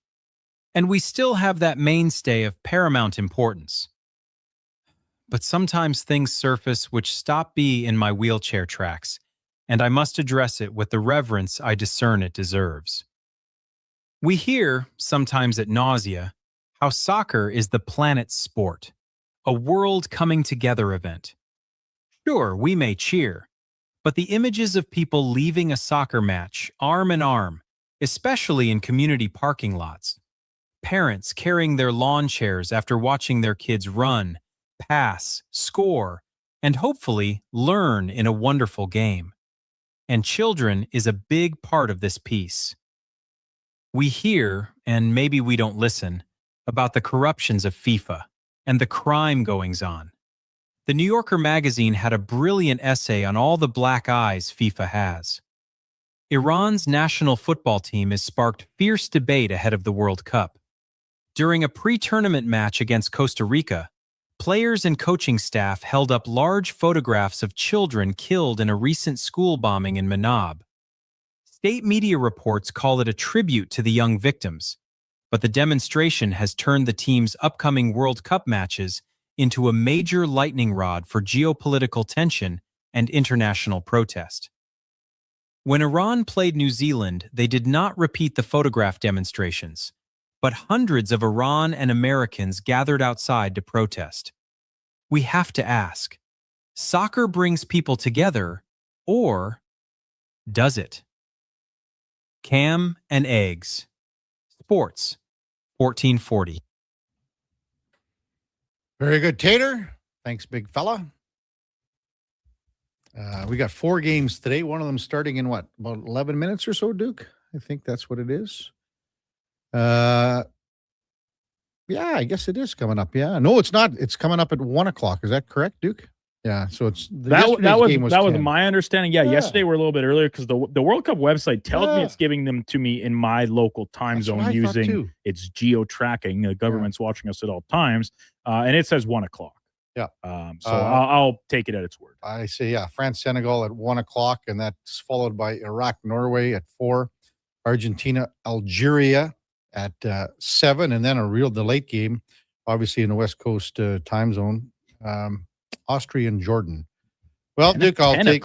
Yeah, I'll take Argentina to win. Okay. France to win. Norway to win. What about the nightcap? Austria takes. Do you have an inclination on? Yeah, Austria's got a hell of a team. I think I'm probably with you there. After all the draws yesterday, maybe I'll. Can I put a bet in where I'm parlaying all 4 games where none of them are draws? Yeah, no draws. That's a hell of a bet. No draws. Hell of a bet. So this question came up. I believe it was Donovan, the ever wise and insightful Donovan Paulson, that asked me Friday afternoon when we were watching the Team Canada game down at first round downtown. And he said, it was a question. He asked me, so do they end in ties? I said, yeah, in the group play they do. Obviously, you need a winner in elimination in knockout stage and moving forward. And he says, why? Like, if it's all day, dog. If it's a tie in the group play, just go to penalty kicks and have a winner. No. And so I explained, I was like, that's just not how they do it. The ties are fine. They're okay with ties in soccer. I'll be honest. He was, as Donovan often is, just outraged, flabbergasted by this notion, saying like, that is the dumbest thing ever. Like, just get a winner, right? That we saw the NHL. They're like, okay, we can't play forever, but we need to pick a winner. Shootout. Yeah, we'll get a winner. And what are penalty kicks? It's a shootout. It's a skills competition. Exactly. Even more so than hockey. Honestly, I have a hard time disagreeing with him. Text 833-401-1440. Hey, KK, well said on the double E. I'm getting back on board with them. Our buddy Paulie, good to hear from Paulie. It's been a while. Many others should as well. It's the hard work being put in. Looking forward to the season again. Have to ask Josh Fenwick about this one here. Jane Victoria says, Josh, did you get your clubs back and did you get your new ride? This after a terrible weekend for Josh Fenwick. And apparently he's got a new ride. And what about the clubs, Josh? It wasn't a terrible weekend. It was just a terrible end to the weekend. And honestly, all things considered, it could have been worse. But yes, I did get a new ride yesterday. First car I went to go see got snaked out from under me. Went to go see it. As I'm getting out of the car, a guy got out of an Uber right in front of us and bolted up the driveway to take this car for a test drive. And I was like, unbelievable. So went and bought a new an 06 Toyota Camry, 5 years older. You and Eddie. 5 years younger than my first car, actually. That's unreal. I had an 01 Civic, but the tow truck did come to my apartment yesterday at 4:32 p.m. And that was where my car will sit. So yes, I have my clubs back and all of my other personal belongings. Good for you. Elliot Friedman reporting a trade between the Leafs and Flyers. Joseph Wall and Simon Benoit to Philly for Samuel Ersson, Emil Andre, and a third-round pick. So exchange of goaltenders and a third-round pick as well going the Leafs' way. Maybe they just had it with Wall injuries. I don't know. I'll have to. I think a comp of that combined with, like, they're obviously tied to Stolarz. They made that bed, and I think they like his play, but also pretty unreliable from a health front. Wall's at 3.6, Duke, for 2 more years. And Sammy Ersson, his contract with the Philadelphia Flyers is at, I don't know what he is. Let me tell you in 1 second. Maybe you can get there faster than me. I don't know. Oh, it's already Gonzo. They put it back, Duke. Oh, geez. It's already. You and I went the same spot. We've both been they just led astray. It's already in the Toronto Puckpedia page. I'm seeing he's a restricted free agent, so it's up to them. Yeah, maybe they just wanted to clear this money because I think my impression would have been that they were comfortable moving forward with Hildeby. Well, I look at it too here, Duke. Then in the sense that Philly's taking on that salary, and they're going to go with Vladar, and Vladar is going to be at what, 5-6 something. Was that the report on the? Because there was reports over the weekend that there was an extension in place for Vladar. I don't recall anything being hard confirmed yet. The two of them will be at $7 million because Vladar, the extension wouldn't kick in till 27, right? So Vladar's got the 1 more year left, correct? So the two goalies going forward, maybe they felt that Ersson was going to be more than Wall. I don't think so. The season he had this past year, man, he was tough. And this is a comment, like he was named to the Sweden's 4 Nations face-off team. Didn't make the Olympic team. Wow. Rough year for Ersson. Man, they were quick to move those over. I'm looking on the. That's insane. That's the fastest I've ever seen it done. Wow.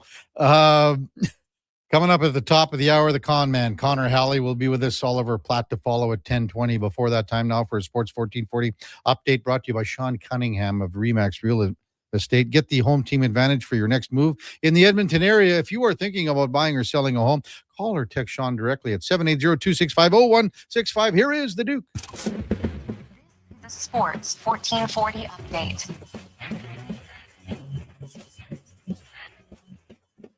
The breaking news out of the NHL to kick off the offseason. Toronto Maple Leafs are trading goaltender Joseph Wall and defenseman Simone Benoit to the Philadelphia Flyers in exchange for goalie Sam Ersson, defenseman Emil Andre, and a third-round pick in the upcoming entry draft. Sam Ersson, goaltender heading to Toronto, is a pending restricted free agent. World Cup action today from across North America. Star-studded games today with Kylian Mbappe in France taking on Senegal at 1 o'clock. Erling Haaland and Norway will face Iraq at 7 o'clock. Lionel Messi, likely his final World Cup, and the Argentinians will take on Algeria from Kansas City. And in the nightcap from the Bay, Austria taking on Jordan. That one kicking off just after 10. In the majors, full slate of games today, including the Blue Jays back at it as they head to Boston to take on the Red Sox. for an upcoming series. Dylan Cease taking the hill for Toronto. First pitch coming just after 4:45. You can catch that game right here on Sports 1440, joined in progress at the conclusion of the Jason Gregor Show. Elsewhere, Nats hosting the Royals, Yankees, and White Sox go at it from the Bronx.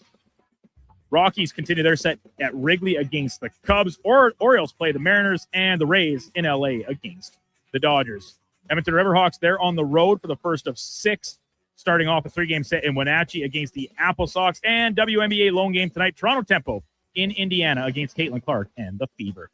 Coming up in hour 4 of the Kevin Karius Show, we'll be joined by Connor Halley from Fantasy Frenzy and One Soccer's Oliver Platt covering the World Cup. I'm Brandon Douglas at your Sports 1440 update. Sports 1440, Stingray Radio Station. CKJR broadcasts from West Edmonton Mall and Wetaskiwin. Download the free Stingray music app and listen wherever you go. I've got some good news. If you've been thinking about a heavy-duty truck, the 2026 Ram 2500 Black Express is now at St. Albert Dodge. You've got 20-inch black aluminum wheels, black Mopar side steps, body color, bumpers and grille, and a Sport Performance hood. Available in all the colors for $68,990. Plus, new this year, Ram's best-in-class 10-year powertrain warranty. Now's the time. Head up the trail and see how easy it is to do business at St. Albert Dodge. There's one game that kicks off summer, June 20th at Play Alberta Field at Commonwealth Stadium. The Elks home opener, Elks Alouettes, presented by James H. Brown, Alberta Injury Lawyers. Lock in your tickets now at goelks.com/tickets. Our city, our year. Tee up at the 2026 Golfathon presented by Popeye Supplements June 19th at Rundle Park, supporting the University Hospital Foundation. Play 1, 2, 3, even 4 rounds of golf. Go tracksocialclub.com.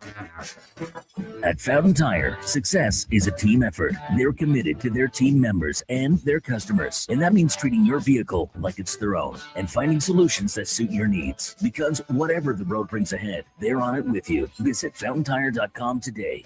If you've got a smart speaker, get it to play Sports 1440. And it doesn't matter when you listen as we roll out the Sports Talk 24 hours a day, 7 days a week. Edmonton's home for sports radio is Sports 1440. Wendy's 99-cent Frosty is back, and Frosty farmers couldn't be happier. Made with Canadian dairy, they grow up cool, creamy, and mighty thick. It's farm to Frosty. Get a small 99-cent Frosty until August 2nd. At participating Wendy's, taxes extra. I'm Rick Showers from Noble RV, and 5 years ago, a lot of people bought their first RV. Not because they were really into the RVing, but because camping was literally the only thing you could do with your vacation time. You couldn't go on a cruise, travel was a nightmare. So you bought an RV and you enjoyed it. But now you have all your options back again. And that RV you bought during COVID might be sitting around costing you money. An RV needs love, care, and attention whether you use it or not, right, Rick? That's right, Bob. It's okay to declare it was the right solution for the time, but those times have changed. And you might find that an RV doesn't fit your plans anymore. And that's okay, because we can sell it for you. Pass it along to a family that would choose camping over anything else available in the world today. So bring it to Noble RV. Together, we'll celebrate what it did for you when you needed it and what it can do for you now that it's time to move on. And that's Noble. NobleRV.ca.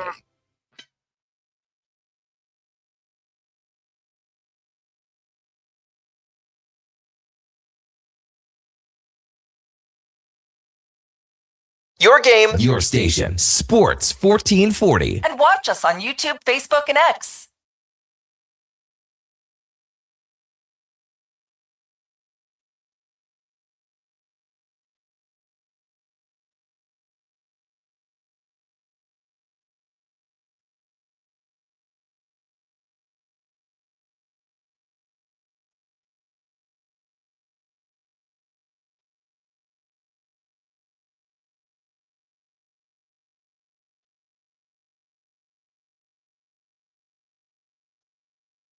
The big program, 10:02 in Edmonton. Kevin Karius, Duke of Delburne, Josh Fenwick with you here on Sports 1440 AM radio. We're streaming on YouTube, X, Facebook, Instagram, and Twitch. The con man has graciously decided to come in just a little bit earlier than his normal 10:20 slot. So he even had to, go through traffic, get to the mall, find a spot, way tougher, as we welcome in Connor Halley from Fantasy Frenzy, Jason Gregor Show. Good morning, con man. Good morning. It's been a day. Yeah, well, the straight and now the Vegas Golden Knights just announcing that John Tortorella will not be returning as part of the team's coaching staff following this season's playoff run. So he is free to do whatever he wants. The Duke and I had a funny theory that he just He's gonna became come a here? hired gun. No, he didn't do anything until the last week of the season, and then a team gets desperate, wants to turn things around, and then they just call up Torts, and he rolls in and Come on in, Torts. sees what he can do. Yeah, I think that'd be a pretty cool gig for him. Yeah, technically, so he was under contract with the Flyers. Yeah. Still. So basically, the Vegas took over his contract moving forward to hire him there, and then I'm sure there was some details done with bonuses for playoffs, etc. Yeah. Plus, he's, Every round you win or I something. don't know, who knows? But obviously, he's also short $100,000. I'm sure the team would have paid that. His luggage or? No, well, no, that. Yeah, well, I thought he was leaving his. he's got to go back to get his clothes that he Yeah. left in. Yes, in the hotel. That's an expensive suit. Yeah. What was 150,000? The 100 is the fine. Remember? Oh, yeah. For not going for the Yeah. press conference, the media availability. Cost him a draft pick. Yeah. He left his imprint on the Vegas Yeah. market for. I'd still like, okay, if that was totally on him, like, I mean, I wonder what that discussion was. Like, what are you doing, Torch? Yeah. It just cost us a second rounder. If that's John Cooper, you're probably like, man, you've done so much good for us. We'll eat it. Yeah. You've been here for a month and you cost us a second round pick and a fine. Yeah. I think that's a little bit frustrating for them, but it wasn't the first time, right? That had to be kind of a snowball effect of like, "Oh, this team's pissed us off for so long. This is happening. I got to ask you, the Duke we had in our Oats segment, and oh man, Duke, do you still have it? Can you read the fourth question word for word? Because I think I must have erased it already or gone somewhere. In college football, the ongoing saga of Brendan Sorsby appears to be coming to an end as he intends to declare for the NFL's supplemental draft rather than go back to Texas Tech as he had been granted. There is no way it should have ever been even on the table for Sorsby to return to the NCAA. Yeah, so that was in or out. I was like obviously in on it. I'm in. Yeah. Yeah. But as Duke said, we were in the States, obviously pretty big news with college and now NFL. And I'm still going to, I tried to find who the best quarterback in the NFL that was taken in the supplemental draft is in the past. I don't know of one. And I actually Googled it quickly when we were on that segment and we were talking about it and nothing really came up. So, I mean, how is this guy, what teams are going to be interested, I guess you could say first in this guy? I mean, there's got to be a handful of teams that would be interested.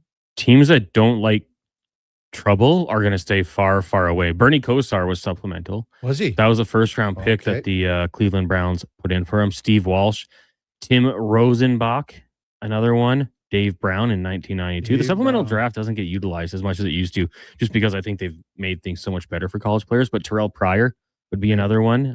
The Raiders used a third on him the following year. Josh Gordon was a second round, actually. But we haven't seen one in like 7 years. Jalen Thompson would have been the last one with the Cardinals. So What's up, man? it's a good, I think it's a really good thing for a player that, something happens, they fall out of favor with their program, ineligible, you jump in. Terrell Pryor, I think it had to do with the getting tattoos and selling merch, which now totally legal for college players to do those sorts of things, the NIL. But he's such an intriguing player because I think this would have been a huge year for him at college, because I had seen some mock drafts where he was a first round quarterback. But this, I mean, how could you take him on your team knowing he bet? And we're all for second chances or a chance to redeem yourself. This is a big one. Like every time, the internet doesn't forget. He throws a bad interception. Oh, he's betting against his team. Like those things are just going to be always around him.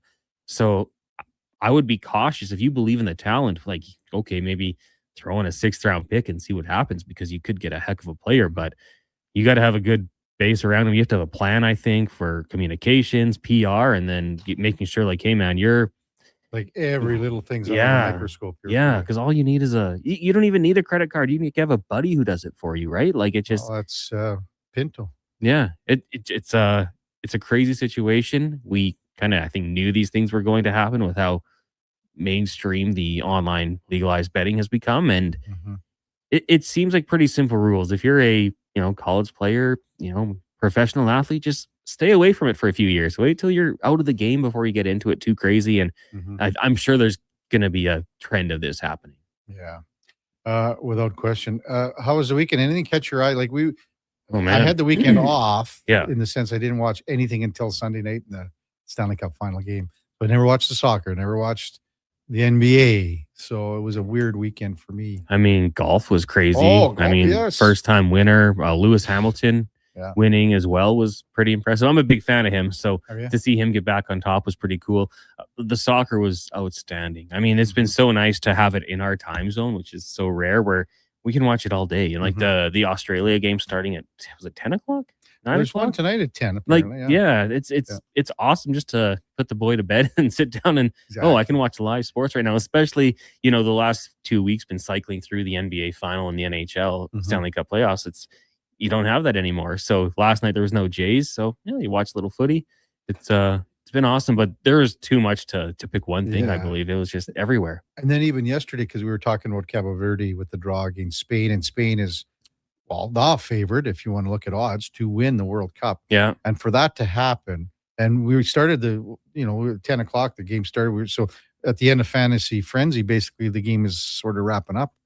So I think like the way I look at it, for Spain, who cares? It's a bad result for them. Yeah, but what happens if all of a sudden you don't have it in a game and you end up losing? Well, You know, Argentina lost to Saudi Arabia in 2022, right? So maybe it is the kick in the pants they need to get going. I think there's some questions, and it's going to be all about how they respond. But I think they'll handle their business and be okay. But I mean, I've looked at the pronunciation guide for this. I've had about 1,000. So I think we're going Cabo Verde. What a performance. Verde. Okay. I've heard everyone say it different ways, and I'm just trying to get by. Like you guys talking about Qatar. It's and just Qatar. green in Portuguese. Well, I don't speak Portuguese. Well, but so just look, go on Google Translate and but everyone says it differently. I've heard Well, you and Deb. Kevin and I got into the Qatar thing yesterday. Yeah. We're all just trying to do our best, no matter how you say. How do you say it, Kev? I say it's, according to everyone that I know, and we had a text yesterday, then that Buns guy or something, whatever his name was, texted and said I was an idiot, but it's Qatar. Yeah. But so not Qatar. You say So just Qatar, someone's going to say it's Qatar. You say Qatar, someone texts in, it's Qatar. There's no way to win. This guy that texted in yesterday in the morning, I can't remember who it was, Duke, but he said, hey, congratulations on saying it properly. He says, I got tons of friends over there that work in the oil business. Qatar. And I had friends that worked over there. And and whenever I always brought it up, they always said, it's not Qatar. So but I don't care, to be honest with you, whatever. As long as you know who we're talking about, right? Like I'm going to call them Ivory Coast and not Coupe d'Ivoire or whatever Declan might say. Exactly. He's more educated than I am. Here's a text for you. Hopefully you can remember this, because I remember the guy, but I don't remember how long it was, it's been since. But here's from Jim. Hey, Kevin, the World Cup has me wondering back in the starting days of 1260. So Gregor was on late night, and something about Chet, I don't even know. They had a regular guy on who went by Soccer Steve. Yeah. Whatever happened to him? I don't know. But so he was on. I remember him being on. Yeah, 100%. Like Gregor being evenings, that was before my time. Okay, he was always drive when I was there. Yeah. But I worked with him a few times. I think he actually went to the same radio school as me. Is that right? Prestigious alum of the Canadian School of Modern Broadcasting. He was in the same not year, Okay. but I think he came to Canada and needed some sort of training. Yeah. And he had a show on TSN. Well, it was the team. I don't think it ever made it to TSN, but it was Saturday afternoons or Sunday. I remember I ran the board for him once, and he gave me a soccer ball. Yeah, it was like a custom. Yeah, high energy. I don't know what happened to him, because Brad and I were actually talking about that. Like, is that right? He's so great to get him on, but do you think he's around town? I wonder. If he's around town, hopefully. If he's around town, we got to get him on some show. Yeah, the most energetic guy. He was great to work with too. Good guy. So if anybody knows his whereabouts, it'd be fantastic. Mm-hmm. Everyone's saying I'd rather have Torts over than Babcock. Text Roland. Hey guys, would you consider Torts as the coach here? From Roland. Hey, Pete just says, I believe Steve moved to Lethbridge. Oh, okay. We can still get him on. And Lethbridge isn't that far. No, I mean, I think the phones work there too. I think so. That's about it as far as Soccer Steve goes. Yeah, we might have to do some investigative journalism. Yeah, bring him Maybe back. he's got a radio show in Lethbridge that we don't know about. I'm thinking if I just Google him quickly, does anything? You think he comes up as Soccer Steve? That. The first post is what happened to Soccer Steve. Yeah. What happened to Soccer Steve? And this was from 2005. So I was still in high school then. So Soccer Steve still had his show running for a couple of years after that. Oh, that's hilarious. Anything NFL wise? I mean, we're kind of getting close. We got, I guess, George Pickens went to the mandatory mini camp for a physical. Yeah. James Pierce Jr. went to the Falcons mini camp after his intervention or whatever you want to call it. What is it? Jail? He didn't go to jail, obviously, but how he great legal team, it sounds like. That incident sounded absolutely crazy. I think Rashee Rice got out of jail. Is he? Yeah. Today. His get out of jail free card. Back to practice. The teams were teeing off on him last year. I wonder if that continues. Yeah, we'll see what happens. Just looking at a couple headlines just around the NFL about the Bengals. Where do you think the Bengals, where do they finish in the division? I mean, is Baltimore the best team in the division? Or maybe can Cincinnati be? Can Cincinnati even still with that defense? Like, do they have to score 35, 38 every game to win? I think they'll be better. I mean, Dexter Lawrence was a really big addition for them, right? And you get that interior pressure. That can make everybody look better, especially on the back end, giving them less time to throw. I think they can win the division, but for them, it's all about health. Can they all stay healthy? Joe Burrow being the main piece. Right. If he's healthy, I'd have no doubt that, they can average 28 points a game. Like they just can be that high power with T. Higgins and Jamar Chase. And Chase Brown is another guy who's, going in the right direction. Do you think if they get off to a poor start, Zach Taylor is one of the first coaches to get fired? I think so. I think he's on the hot seat for sure. Just with how competitive that division is. But again, like the Bengals, I don't think, fear anyone in that division. The Steelers, new head coach, the Ravens, new head coach, the Browns, new head coach. And then I think all those teams have questions in certain areas. The Ravens might be receiver and defense, but Aaron Rodgers, how long can he keep doing this thing?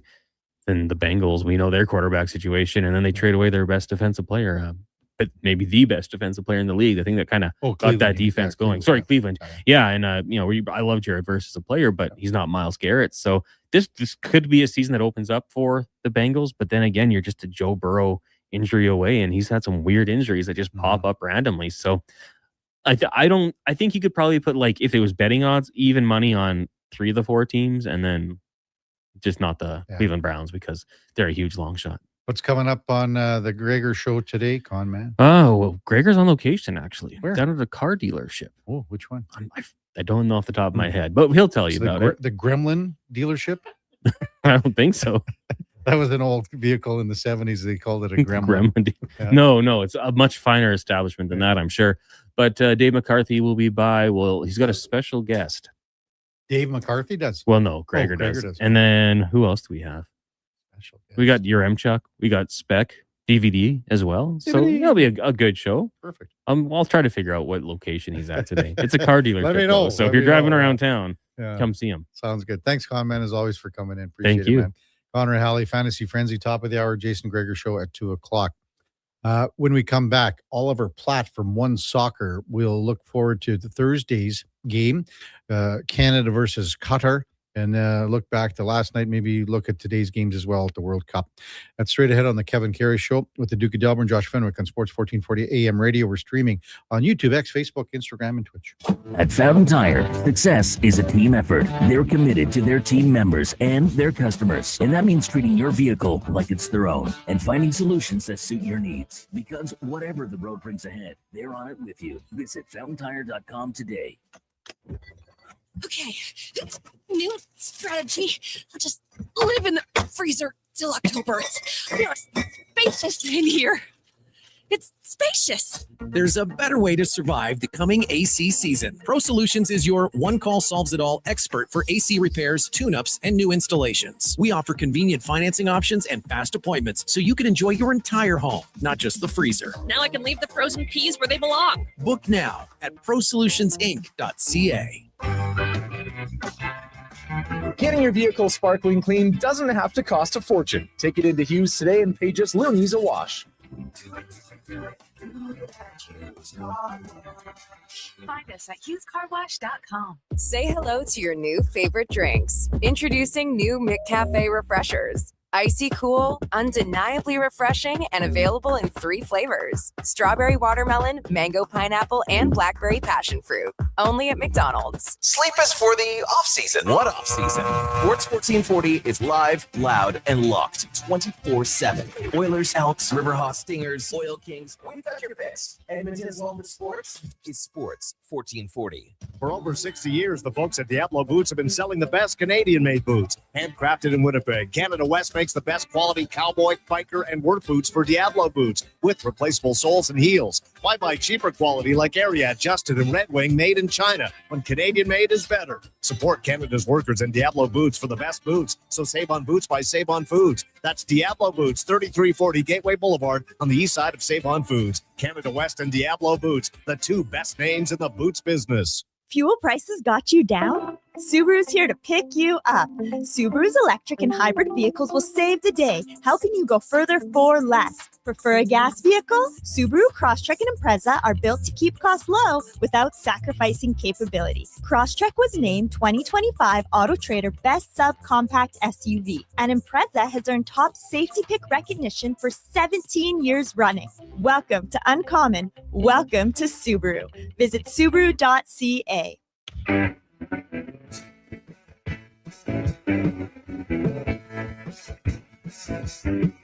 Have your sports curiosity cured with the Kevin Karius Show. This is Sports 1440.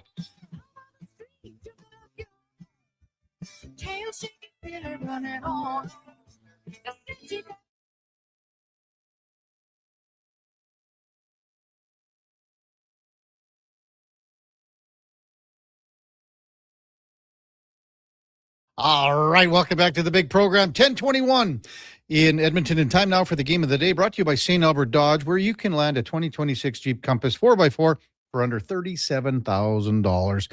The features include the 8.4-inch touchscreen, the active lane management, Apple CarPlay, remote keyless illuminated entry, the rear backup camera, the alarm, and even more. We got about 16 of them left in stock at St. Albert Dodge.com as we welcome in Oliver Platt from One Soccer. Good morning, Oliver. You're with Kevin Karius. Thanks for jumping on Sports 1440 this morning. Really appreciate it. No problem, Kevin. How are you?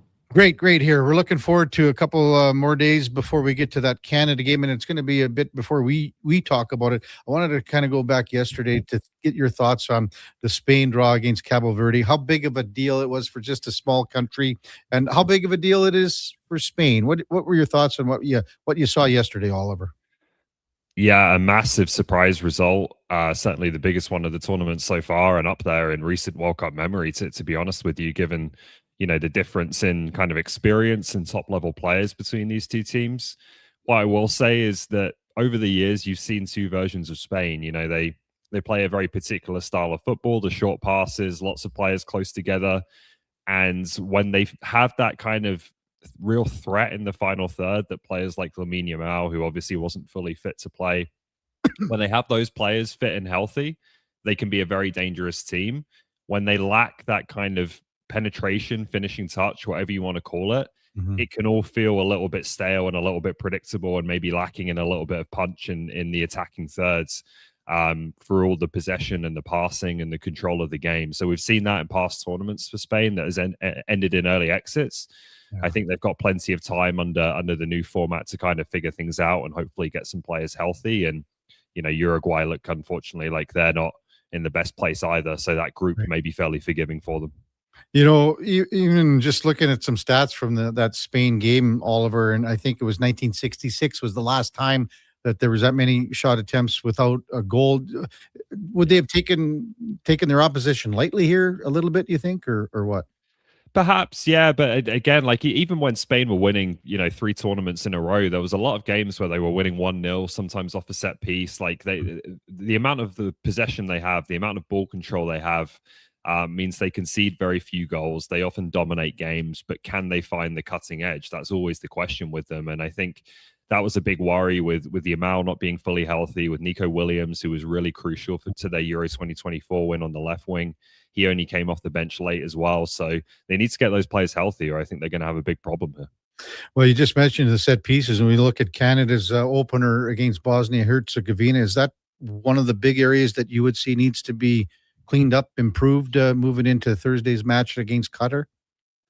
Yeah, absolutely. I don't think Qatar will be as big a threat from set pieces. Bosnia are the biggest team in the tournament, I think, in terms of the height of that team. But you could see early in the game, like I thought that goal was coming. The first 3 or 4 corners, free kicks that Bosnia took, they were winning the first header every single time, and that's going to eventually cost you a serious chance if you don't clean that up. So particularly defensively, I think they've got to be better there. But even going forwards, Canada does a lot of work on set pieces. You see it in training sessions. They have a dedicated set piece coach. It's brought some success, but I think what they kind of struggle with is they don't have a naturally gifted set piece taker. Stefan Eustaquio does a decent job. Alphonso Davies will take some when he's fit and playing, but they don't really have a specialist in that regard. And so the delivery sometimes I think leaves a little bit to be desired. And that's an area that's difficult to fix if you just don't really have that type of player. But certainly cleaning up the defensive side and making sure, if anything, you're not in the negative in terms of your set pieces, that would help for sure. Mm-hmm. Oliver Platt from One Soccer, our guest on the Kevin Karius Show here on Sports 1440. Well, you mentioned him, Alphonso Davies. As you can imagine and full well know, Oliver, he's the number one topic of conversation when it comes to this team in our city of Edmonton. He's still a ways away. What are your thoughts on maybe his potential to get into some action, and at what period do you think that might happen in this tournament? Yeah, I think the consensus right now is that he might have a chance in the third game against Switzerland. Jesse Marsch said in the press conference before the Bosnia game, and he was talking about something else, and I think it was maybe a little bit of a revealing slip. He said that we'd probably be happier if this tournament started 2 weeks later. Right. And I think that maybe gave you a bit of an insight into the timeline for both Davies and Bombito. So that would line up a little bit with the Switzerland game. There is some suggestion that maybe Davies could play a part against Qatar if Canada's really desperate, if they need a goal late on. But to this point, we'll see if it changes today. He has not trained at all. He's been out there running and doing individual work, light ball work, stretching with his own kind of personal trainer that he's brought from Germany. But he is still not trained with the team on a single occasion since coming back over to Canada from Munich. And so it's difficult to see him playing on Thursday with that being the case. How much of a contributor do you think he can be, being a world-class player, Oliver? But, it's a lot of time off and you're on the biggest stage. How's this going to play out? How much can he be a factor if and when he gets in? Yeah, it's a good question. I think you would have some hope for him just because, although he had the long-term injury last year, he returned with Bayern Munich and he was playing at a very high level, in the biggest games in Europe not too long ago, obviously only a month or two ago. So he's got some recent kind of match experience at the highest levels, at high tempos, against quality players. You would hope that maybe he's a player who can adapt fairly quickly if he is able to return, unlike maybe some of the others who have been out for long periods and, have barely played at all in 2026 or haven't played at all in 2026. But this has been a longer layoff now. And I think the big challenge for him, more than kind of the adaptation to the game, is the psychological side of it. Like he's spoken about this, that it's become difficult for him, that I think mentally he went into a bit of a hole. He's had 3 muscle injuries in a row off the back of that ACL injury he had last year. And I think there's probably a little bit of a fear of, that it's going to keep happening, that he needs to get over. And that's going to be difficult to do if you're thrust into the middle of a World Cup, obviously. Yeah, no question about that. Oliver Platt with us from One Soccer. What did you see from Canada as a whole in that opener against Bosnia-Herzegovina, in the sense that, you must have nerves. I'm sure the players have nerves. They want to get out of this group so badly. What did you see from this team just as a whole in that opener? Well, I thought the biggest positive was that in a difficult situation against a very dogged defensive team, there were a lot of players who stepped up to the plate. I thought they showed some real courage in that second half. I thought, the central midfield of Kone and Eustaquio really kind of took the game by the scruff of the neck. Mm-hmm. You had players like Richie Larea, who was excellent. Ali Ahmeds came off the bench and made a big impact. I thought it was a game where maybe, the first half wasn't ideal. The game plan didn't go probably the way they ideally would have liked. They fall behind, which is a difficult situation to be in at a World Cup, and they just kind of pulled themselves through it. I think that's the biggest thing you can say. And I do think people respond to that, right? Seeing them show a bit of courage and bravery to come from behind. So you would like a cleaner and probably more in control performance from the beginning than you got in that game against Qatar, certainly. But the players, I think, stepped up to the mark and kind of rose to the occasion to ensure they got something. And that point could be really valuable in terms of their, progression to the next round. If you were told, Oliver, after every team played one game, so after a couple of games here in Group B, that all teams, everyone would have a draw, so in the first two games, what would you have said?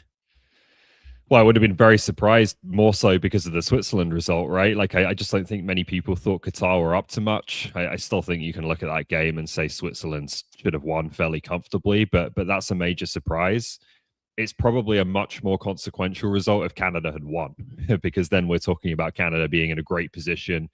Go and beat Qatar, you're on 6 points. Switzerland still have to play a difficult game against Bosnia, but even if they win that, they're trailing you, and you only need a draw in that last game to potentially win the group. So it would have meant more, I think, had Canada got the job done in that first game, but it still opens the door a little bit for Canada to potentially win the group and stay in Vancouver for the round of 32 if they can get a couple of good results here in the next two games. We're waiting as a country for the first ever World Cup win. Yeah. Do you think it happens on Thursday? Yeah, I think so. I think they're a better team than Qatar. They've tended to play pretty well at BC Place. The home advantage, I do think, is significant. Qatar's had a day less of rest. There's a lot of things that should point to Canada being able to take charge of this game and win it. Mm-hmm. If they don't, then I think you're talking about, this tournament's not really going to plan, and hopefully we'll not have to do that.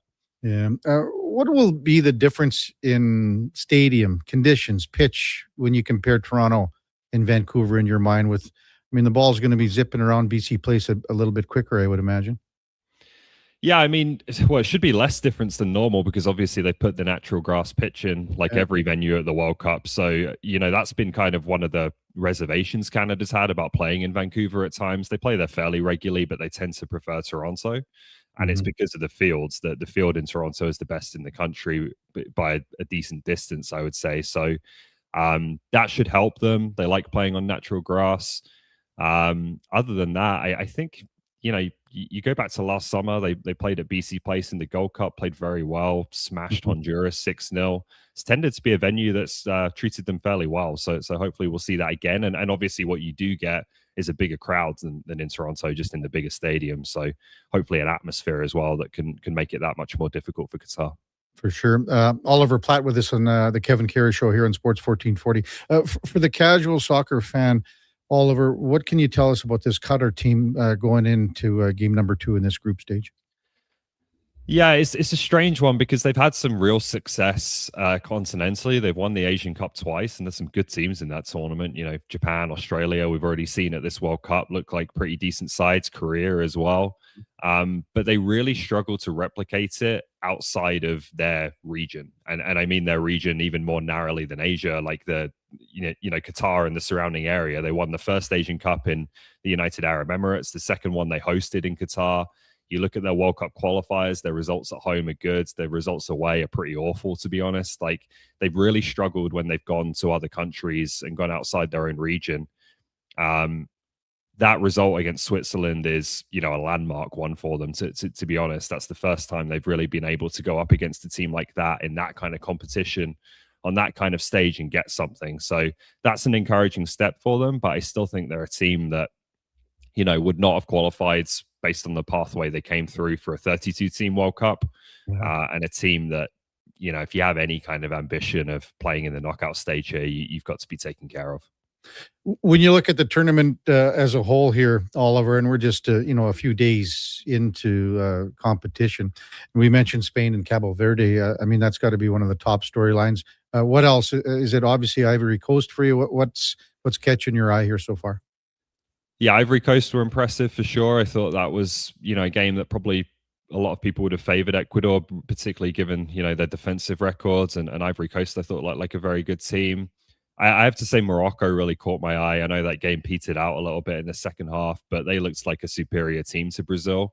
Yeah. And I think, you know, what people maybe didn't realize coming into this tournament is that although Morocco went to the semifinals in 2022, so it's difficult to call them, you know, a dark horse after that, this is quite a different team. They've changed a lot of the players. They're a much more attacking team, a more talented team this time, I think.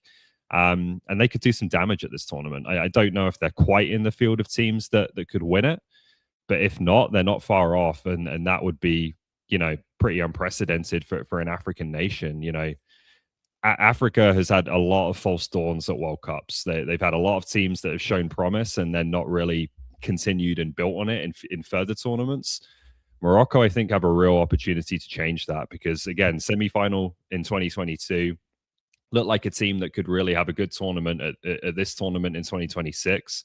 And then 4 years from now, they're going to be a co-host with Spain and Portugal. So they've got a young group of players that I think they can take from this tournament into that one. So in terms of, you know, the success of African nations, I think they could go on a run of 3 tournaments here that's pretty much never been seen before for that continent. Yeah, what is it about Morocco? I guess, well, Canada played them, 4 years ago in the group stage? Yeah. So is it just a program country that's building and building and building here, Oliver, or what are you seeing? They've had quite a lot of investment, I think, from the royal family over there in particular, which must be nice. But it's also the way in which they've kind of recruited players who aren't born in Morocco. At one point in the Brazil game, they had 11 players on the field. None of them were born in Morocco. There's a lot of players that they recruit who are of Moroccan heritage, but born in France, Netherlands, Belgium, Spain, brought up through those academies in very good leagues. And more of them now, instead of, you know, maybe wanting to play for the traditional big powers like a France or a Spain, they're coming and playing for the country of their heritage. So they've got the kid in midfield, 18 years old, Ayoub Bouadi, who's already playing in the French league. He's captaining France's under-21 team at 18. Like, he looks like he's absolutely on the pathway to being a future France player, and he decides to play for Morocco. And that is, you know, a pretty seismic change, I think, in terms of the way some of these young players are looking at the decisions they can make in terms of who they're going to play for compared to the previous generations. And it's allowed them to build a really good team of players who are nurtured at home, but then also nurtured in Europe as well. Who did you have, Oliver, and who do you still have, I guess, winning the whole shebang here? It's a good question. I think I probably would have said Spain if Yamal and Williams had been healthy. The fact that they don't look to be fully healthy makes you question that. We'll see France today. I think they're the most talented team. I'm just not sure if maybe this is going to be one tournament too early. They've got a lot of kind of new players in this team. A lot of veterans have departed from the last World Cup, so that may take a bit of time. And I do think England have a good chance. You know, I think they've picked the team in a much different way to normal. England tend to just pick the best players possible and hope they're kind of going to gel together. This time, I think they picked a team that's balanced and that looks like, you know, it has a lot of complementary pieces as opposed to just the most talented pieces. So that is a bit of a different approach from Thomas Tuchel, the coach, who's German. And I think it might pay off for them. So we'll see if they can deal with the heat in some of the stadiums they're going to play in. That'll be a challenge for England for sure. But I think they're quite a promising team. Hey, Oliver, thanks so much for your time busting down what we've seen so far, what we're looking forward to Thursday, especially with Canada and Qatar. It should be a phenomenal atmosphere in Vancouver. And as we said, hopefully this is the first win for our country on the World Cup stage. Thanks for coming on. Thanks, Kevin. Have a good one. Yeah, you too. That's Oliver Platt, One Soccer. And our game of the day brought to you by St. Albert Dodge, where you can pick up that Jeep Compass 4x4 for $36,900. About 16 left in stock right now on the lot at stalbertdodge.com. You know what tickets are going for, Duke? Have you looked into that? In Vancouver? Yeah. For this I game on have Thursday. not. Just for Should this I? game. I don't know. I'm just wondering. Maybe you can zip out there for the night. Oh, yeah. Sure. You and Josh handling things on Friday or what? Well, whatever. Sure. Yeah, I'll need to borrow a few coins from Josh to probably fund this ordeal. Josh has got more money than anyone. Like if I had his money, I'd burn mine. Look at he just bought a new vehicle here. everything. He's rolling in it. Basically, my entire net worth at this point is the 4 dimes in the ashtray that came with this car. Was there really change in the ashtray? There's 4 dimes and a quarter. So Well, there we go. that's- What is that? 65 cents? That's great. That's my contribution to you, Duke. Do you think you can make it? Well, Have you still, had I the- haven't been able to find a price yet. I'm going to dig a little deeper. Have here. you had the heart to tell SKS? Oh boy, the lunch. I is don't off? want to. I don't want to be there. Well, for hey, that I conversation. didn't say the lunch was off. The I just lunch said is we're gonna off. have to push this It's back. postponed. It's postponed. And Kevin, you were in the room. Both of you were in the room when I told him that. Because he said we're making our picks tomorrow, and I said, yeah, on that topic, the lunch IO is going to be pushed back even further because I've come into some financial hardship recently. Maybe SKS will lend you some bucks. Maybe Eddie will. All the change, the money he saved taking his eggs on the plane. Mister, I don't want to sit next to my wife on the plane. Eddie probably checked all those purses out and grabbed about a 20 spot out of each purse, and Okay, now we're taking this to a whole nother level of just being Eddie being frugal to just being a straight up thief, robbing his wife's friends at a wedding. That's insane. It's That's the husband tax. That's out of pocket, Kev. All right, I'm seeing a single ticket as low as $694. I think that's American. Oh, okay. Minus 65 cents, Duke. Don't forget that. Oh, yeah, right. Yeah, I'm seeing the best value on this one particular app I'm using, the super deal it's called. It's $1,411. Looks like pretty good seats though. So yeah, I don't think I'll that's just a ticket. Forget travel, accommodations, just meals. Drive. Maybe Eddie Sleep will in the back boil of me the up a truck. couple eggs. Take for the road. Just drive, Duke. Could you imagine if Eddie did that for you, Duke? You know what I'd be here's using what- those eggs for? The same thing you and your degenerate friends were using your empty beer bottles for on your Throwing them at signs. backwoods booze cruising. Yeah, throwing them at signs. Eddie's probably flying back right now. He's probably in the air. Yeah, probably. Yeah. When we come back, we'll get to some of your texts, 833-401-1440. It's a Kevin Carey Show with the Duke of Delburne. Josh Fenwick on Sports 1440 AM Radio. We're streaming on YouTube, X, Facebook, Instagram, and Twitch. Tee up at the 2026 Golfathon presented by Popeye Supplements June 19th at Rundle Park, supporting the University Hospital Foundation. Golf all day long for $250, including a cart and food. GoTrackSocialClub.com. Mr. Rooter buries evidence in the desert. I didn't mean to do it. I was forced into it. Yeah, forced. But now, no one will ever know. You've done well, Mr. Rooter. You did something awful, but you covered your tracks. It's done. The last transcript that shows I did a semester of nutrition school. Uncover evidence of the proudest plumber, Mr. Rooter. Did you know there are actually 3 seasons we experience in June? Spring, summer, and construction season. And while roads may be narrowed and detours are everywhere, GS construction crews are on site every day doing the work because the city doesn't stop, and neither do we. As we build and upgrade infrastructure, life continues around us. That's why we never lose sight of what matters most, making sure everyone, including our team, returns home safely at the end of the day. For more on what we do, visit gsconstruction.ca. Come for Canada's largest trade shows, the biggest names in entertainment, exhilarating sporting events, and more. And stay for the experience at the Edmonton Expo Centre. Looking for the perfect place to host your next big event? From trade shows to galas, meetings, and concerts, the Edmonton Expo Centre has the space, event expertise, and service to make your next event unforgettable. With over 522,000 square feet of flexible event space, in-house catering, and operational expertise, they bring your biggest vision to life. Learn more at EdmontonExpoCenter.com today. Don't miss a moment of Blue Jays baseball this season. Join play-by-play announcer Ben Showman for the games live on Sports 1440. The Toronto Blue Jays are on Edmonton's home for all things sports. Sports 1440. For over 60 years, the folks at Diablo Boots have been selling the best Canadian-made boots. Handcrafted in Winnipeg, Canada West makes the best quality cowboy, biker, and work boots for Diablo Boots with replaceable soles and heels. Why buy cheaper quality like Area Adjusted and Red Wing made in China when Canadian made is better? Support Canada's workers and Diablo Boots for the best boots. So save on boots by Save On Foods. That's Diablo Boots, 3340 Gateway Boulevard on the east side of Save On Foods. Canada West and Diablo Boots, the two best names in the boots business. Photographers, start your cameras. Vision Credit Union's annual photo contest is back. We're asking you to show us the people, places, and moments that made you glad you chose this rural life. Maybe it's the view from your farm, a walk down Main Street, neighbors pitching in, a weekend at the rodeo, or a sunset down a back road. Share your photo to show why life in rural Alberta is a choice worth celebrating. Enter and vote at whatsyourshare.ca.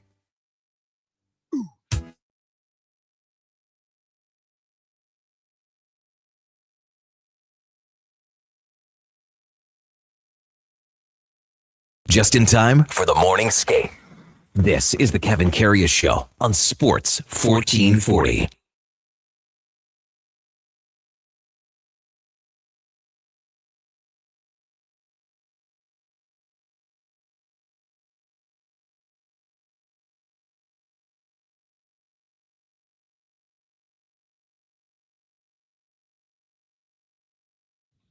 All right, welcome back to the big program, 1044 in Edmonton, the home stretch of the Kevin Karius Show. So with the Duke and Josh here in our palatial Sports 1440 studios at West Edmonton Mall. Text 833-401-1440. Nail says, Eddie probably prepared tuna and onions with boiled eggs to warm up in the convenience store to eat before his flight. Well, that's probably par for the course, standard. Have to mention, I got a text from Leah Pezzer. And Leah Pezzer, I'm sure some of our listeners know, is the director of athletics at the University of Alberta. And Leah sent me a text, and this is incredible news for Alberta Golden Bears and Pandas hockey fans. I think most people know that the Bears and Pandas are going to be out of Clare Drake Arena for the upcoming season. They've got some renovations to do, some plumbing, pipes, etc. A fair bit to do at Clare Drake. So they're going to be playing at Silent Ice Center in Nisku for this season. Now, there was some concern about start time of games on Friday and Saturdays for the Bears and Pandas. They have rectified the situation, and the puck drop for the Golden Bears and the Pandas is going to be 7 o'clock, just like it was at Clare Drake on Fridays and Saturdays. Well, I'm not sure about some games possibly on a Saturday or a Sunday. Sometimes they've had to push back a game, and maybe it's been in the afternoon for a Pandas game, etc. Not sure about that, but I can tell you that for the most part, 7 o'clock puck drop, which was massive. There was concern because when this deal was done and started to get some legs and things were being released, that the start time was going to be 8:30, and that wasn't no good. Can't have 8:30 start times for Golden Bears and Pandas games for hockey. So thanks for that text, Leah. That's great news for Bears fans, Pandas fans. So now it's about shuttles and things like that. Is there going to be, a fan bus? For students, think about that student corner down, just to the left of the opposition net in periods 1 and 3.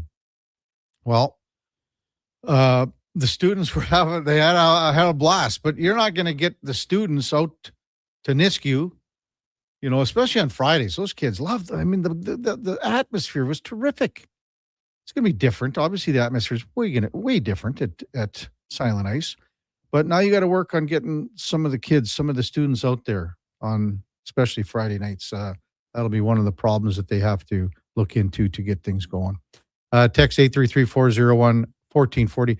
Duke, I do not recall the pronunciation of a country getting as much traffic as on our text line by me saying Qatar, which is what the locals pronounce it, as the amount of people texting. And Bobby says, British guy said Qatar.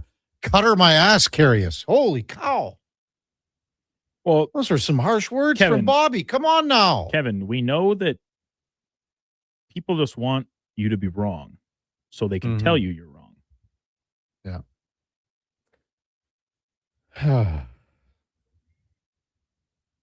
You know what they're going to say on the broadcast, dude? They'll be saying Qatar because that's And so after we had this conversation yesterday, I actually did a little bit of research. Reading up on the topic.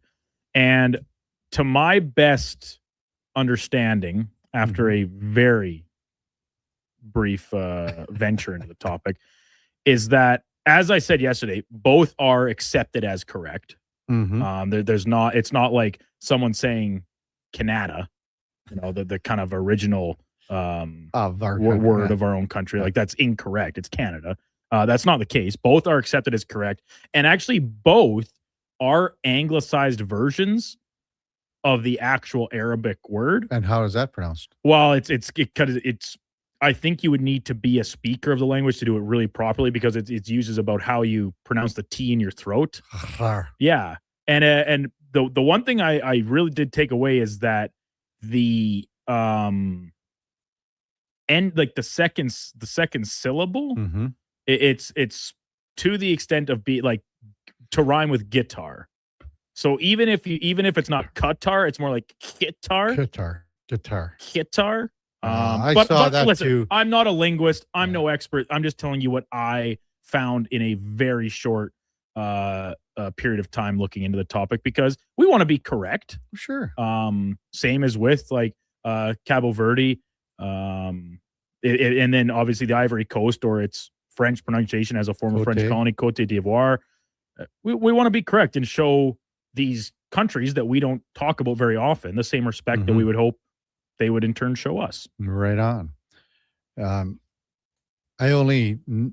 knew this last night, Duke, in Major League Baseball, because I have him in our Fantasy Frenzy baseball draft. Okay. Colt Keith, 3 home runs for the Detroit Tigers.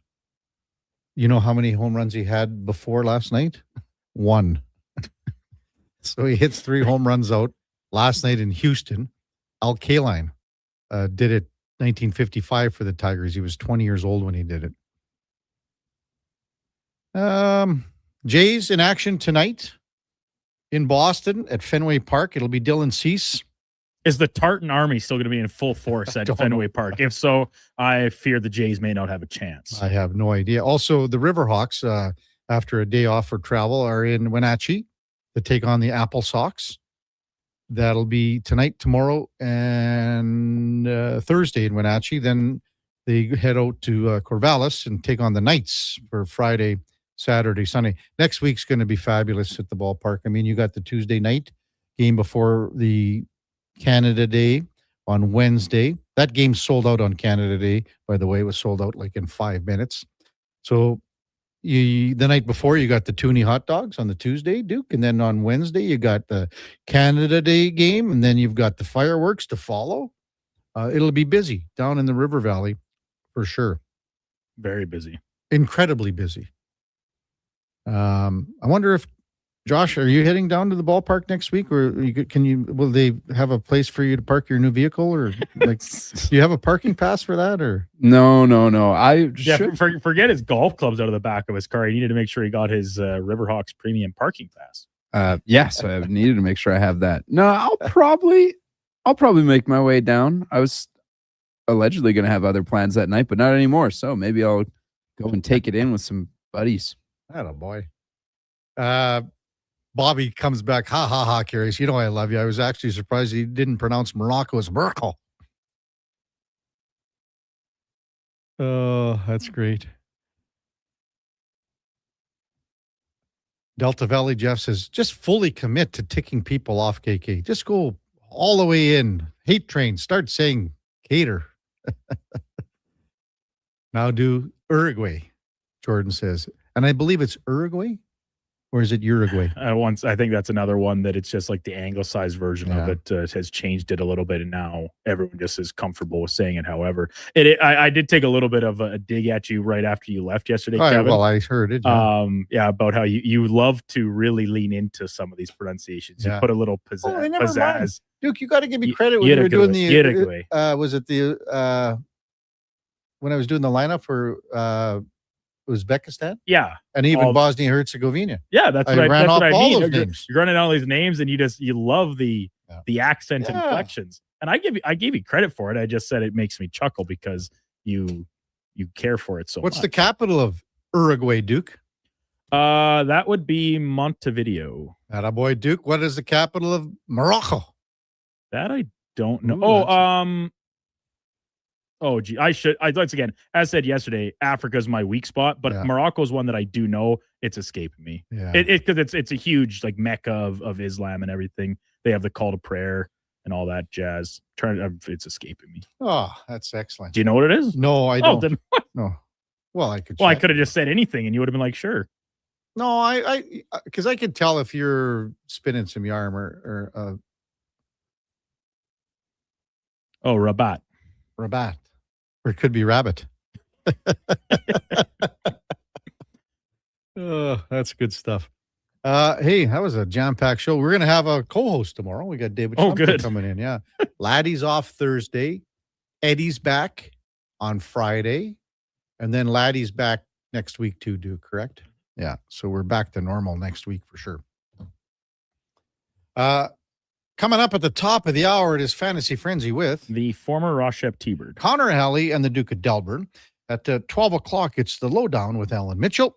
At 2 till 6, it's the Jason Greger Show driving us home. We'll join Blue Jays baseball. They've got an earlier first pitch, but we'll get to them right after the Jason Greger Show. Again, Jays and Red Sox joined in progress right here on your AM radio dial on Sports 1440 AM. Before all that, time now for Sports 1440 update brought to you by All-Star Construction. They shape and build Edmonton communities, specializing in underground utilities like power, gas, telecommunication, and street lighting. That's All-Star Construction.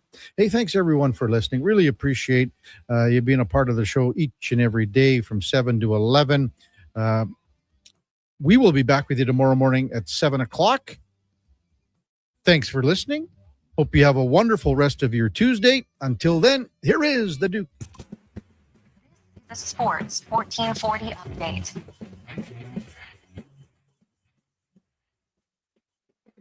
Some more breaking news out of the NHL this morning as the Vegas Golden Knights have announced that John Tortorella will not return behind the bench for the team in the 2026-27 season. Tortorella went 7-0-1 with the club down the stretch of the regular season and guided the Vegas Golden Knights all the way to Game 6 of the Stanley Cup Final. Out east, Toronto Maple Leafs executing a trade with the Flyers. Toronto bringing in goaltender Sam Ersson, defenseman Emile Andre, and a third-round pick in the upcoming draft in exchange for Joseph Woll and Simone Benoit, who are headed to Philly. World Cup action today will be a star-studded slate of games. France and Kylian Mbappe will kick things off at 1 o'clock against Senegal. Norway up against Iraq at 4. Lionel Messi likely his final World Cup, and the Argentinians will play Algeria at 7. And then at 10 o'clock tonight, Austria taking on Jordan. In the majors, full slate of games today, including the Blue Jays kicking off a set in Boston against the Red Sox. Dylan Cease taking the hill for Toronto. First pitch coming at 4:45. You catch that game right here on Sports 1440. Joined in progress at the conclusion of the Jason Greger Show. Elsewhere, White Sox are in the Bronx against the Yankees. Mets play the Reds. Padres up against St. Louis. Cubbies continue their set hosting the Rockies at Wrigley. Orioles are in Seattle, and Tampa playing the Dodgers in the nightcap. Edmonton Riverhawks kick off a 6-game road trip with first of 3 in Wenatchee against the Apple Sox tonight. And the Edmonton Elks with a couple of transactions, adding offensive lineman John Bossy and O-lineman Joe Cooper to the practice roster. Coming up on Sports 1440, it is Fantasy Frenzy with Hallie and Douglas. I'm Brandon Douglas at your Sports 1440.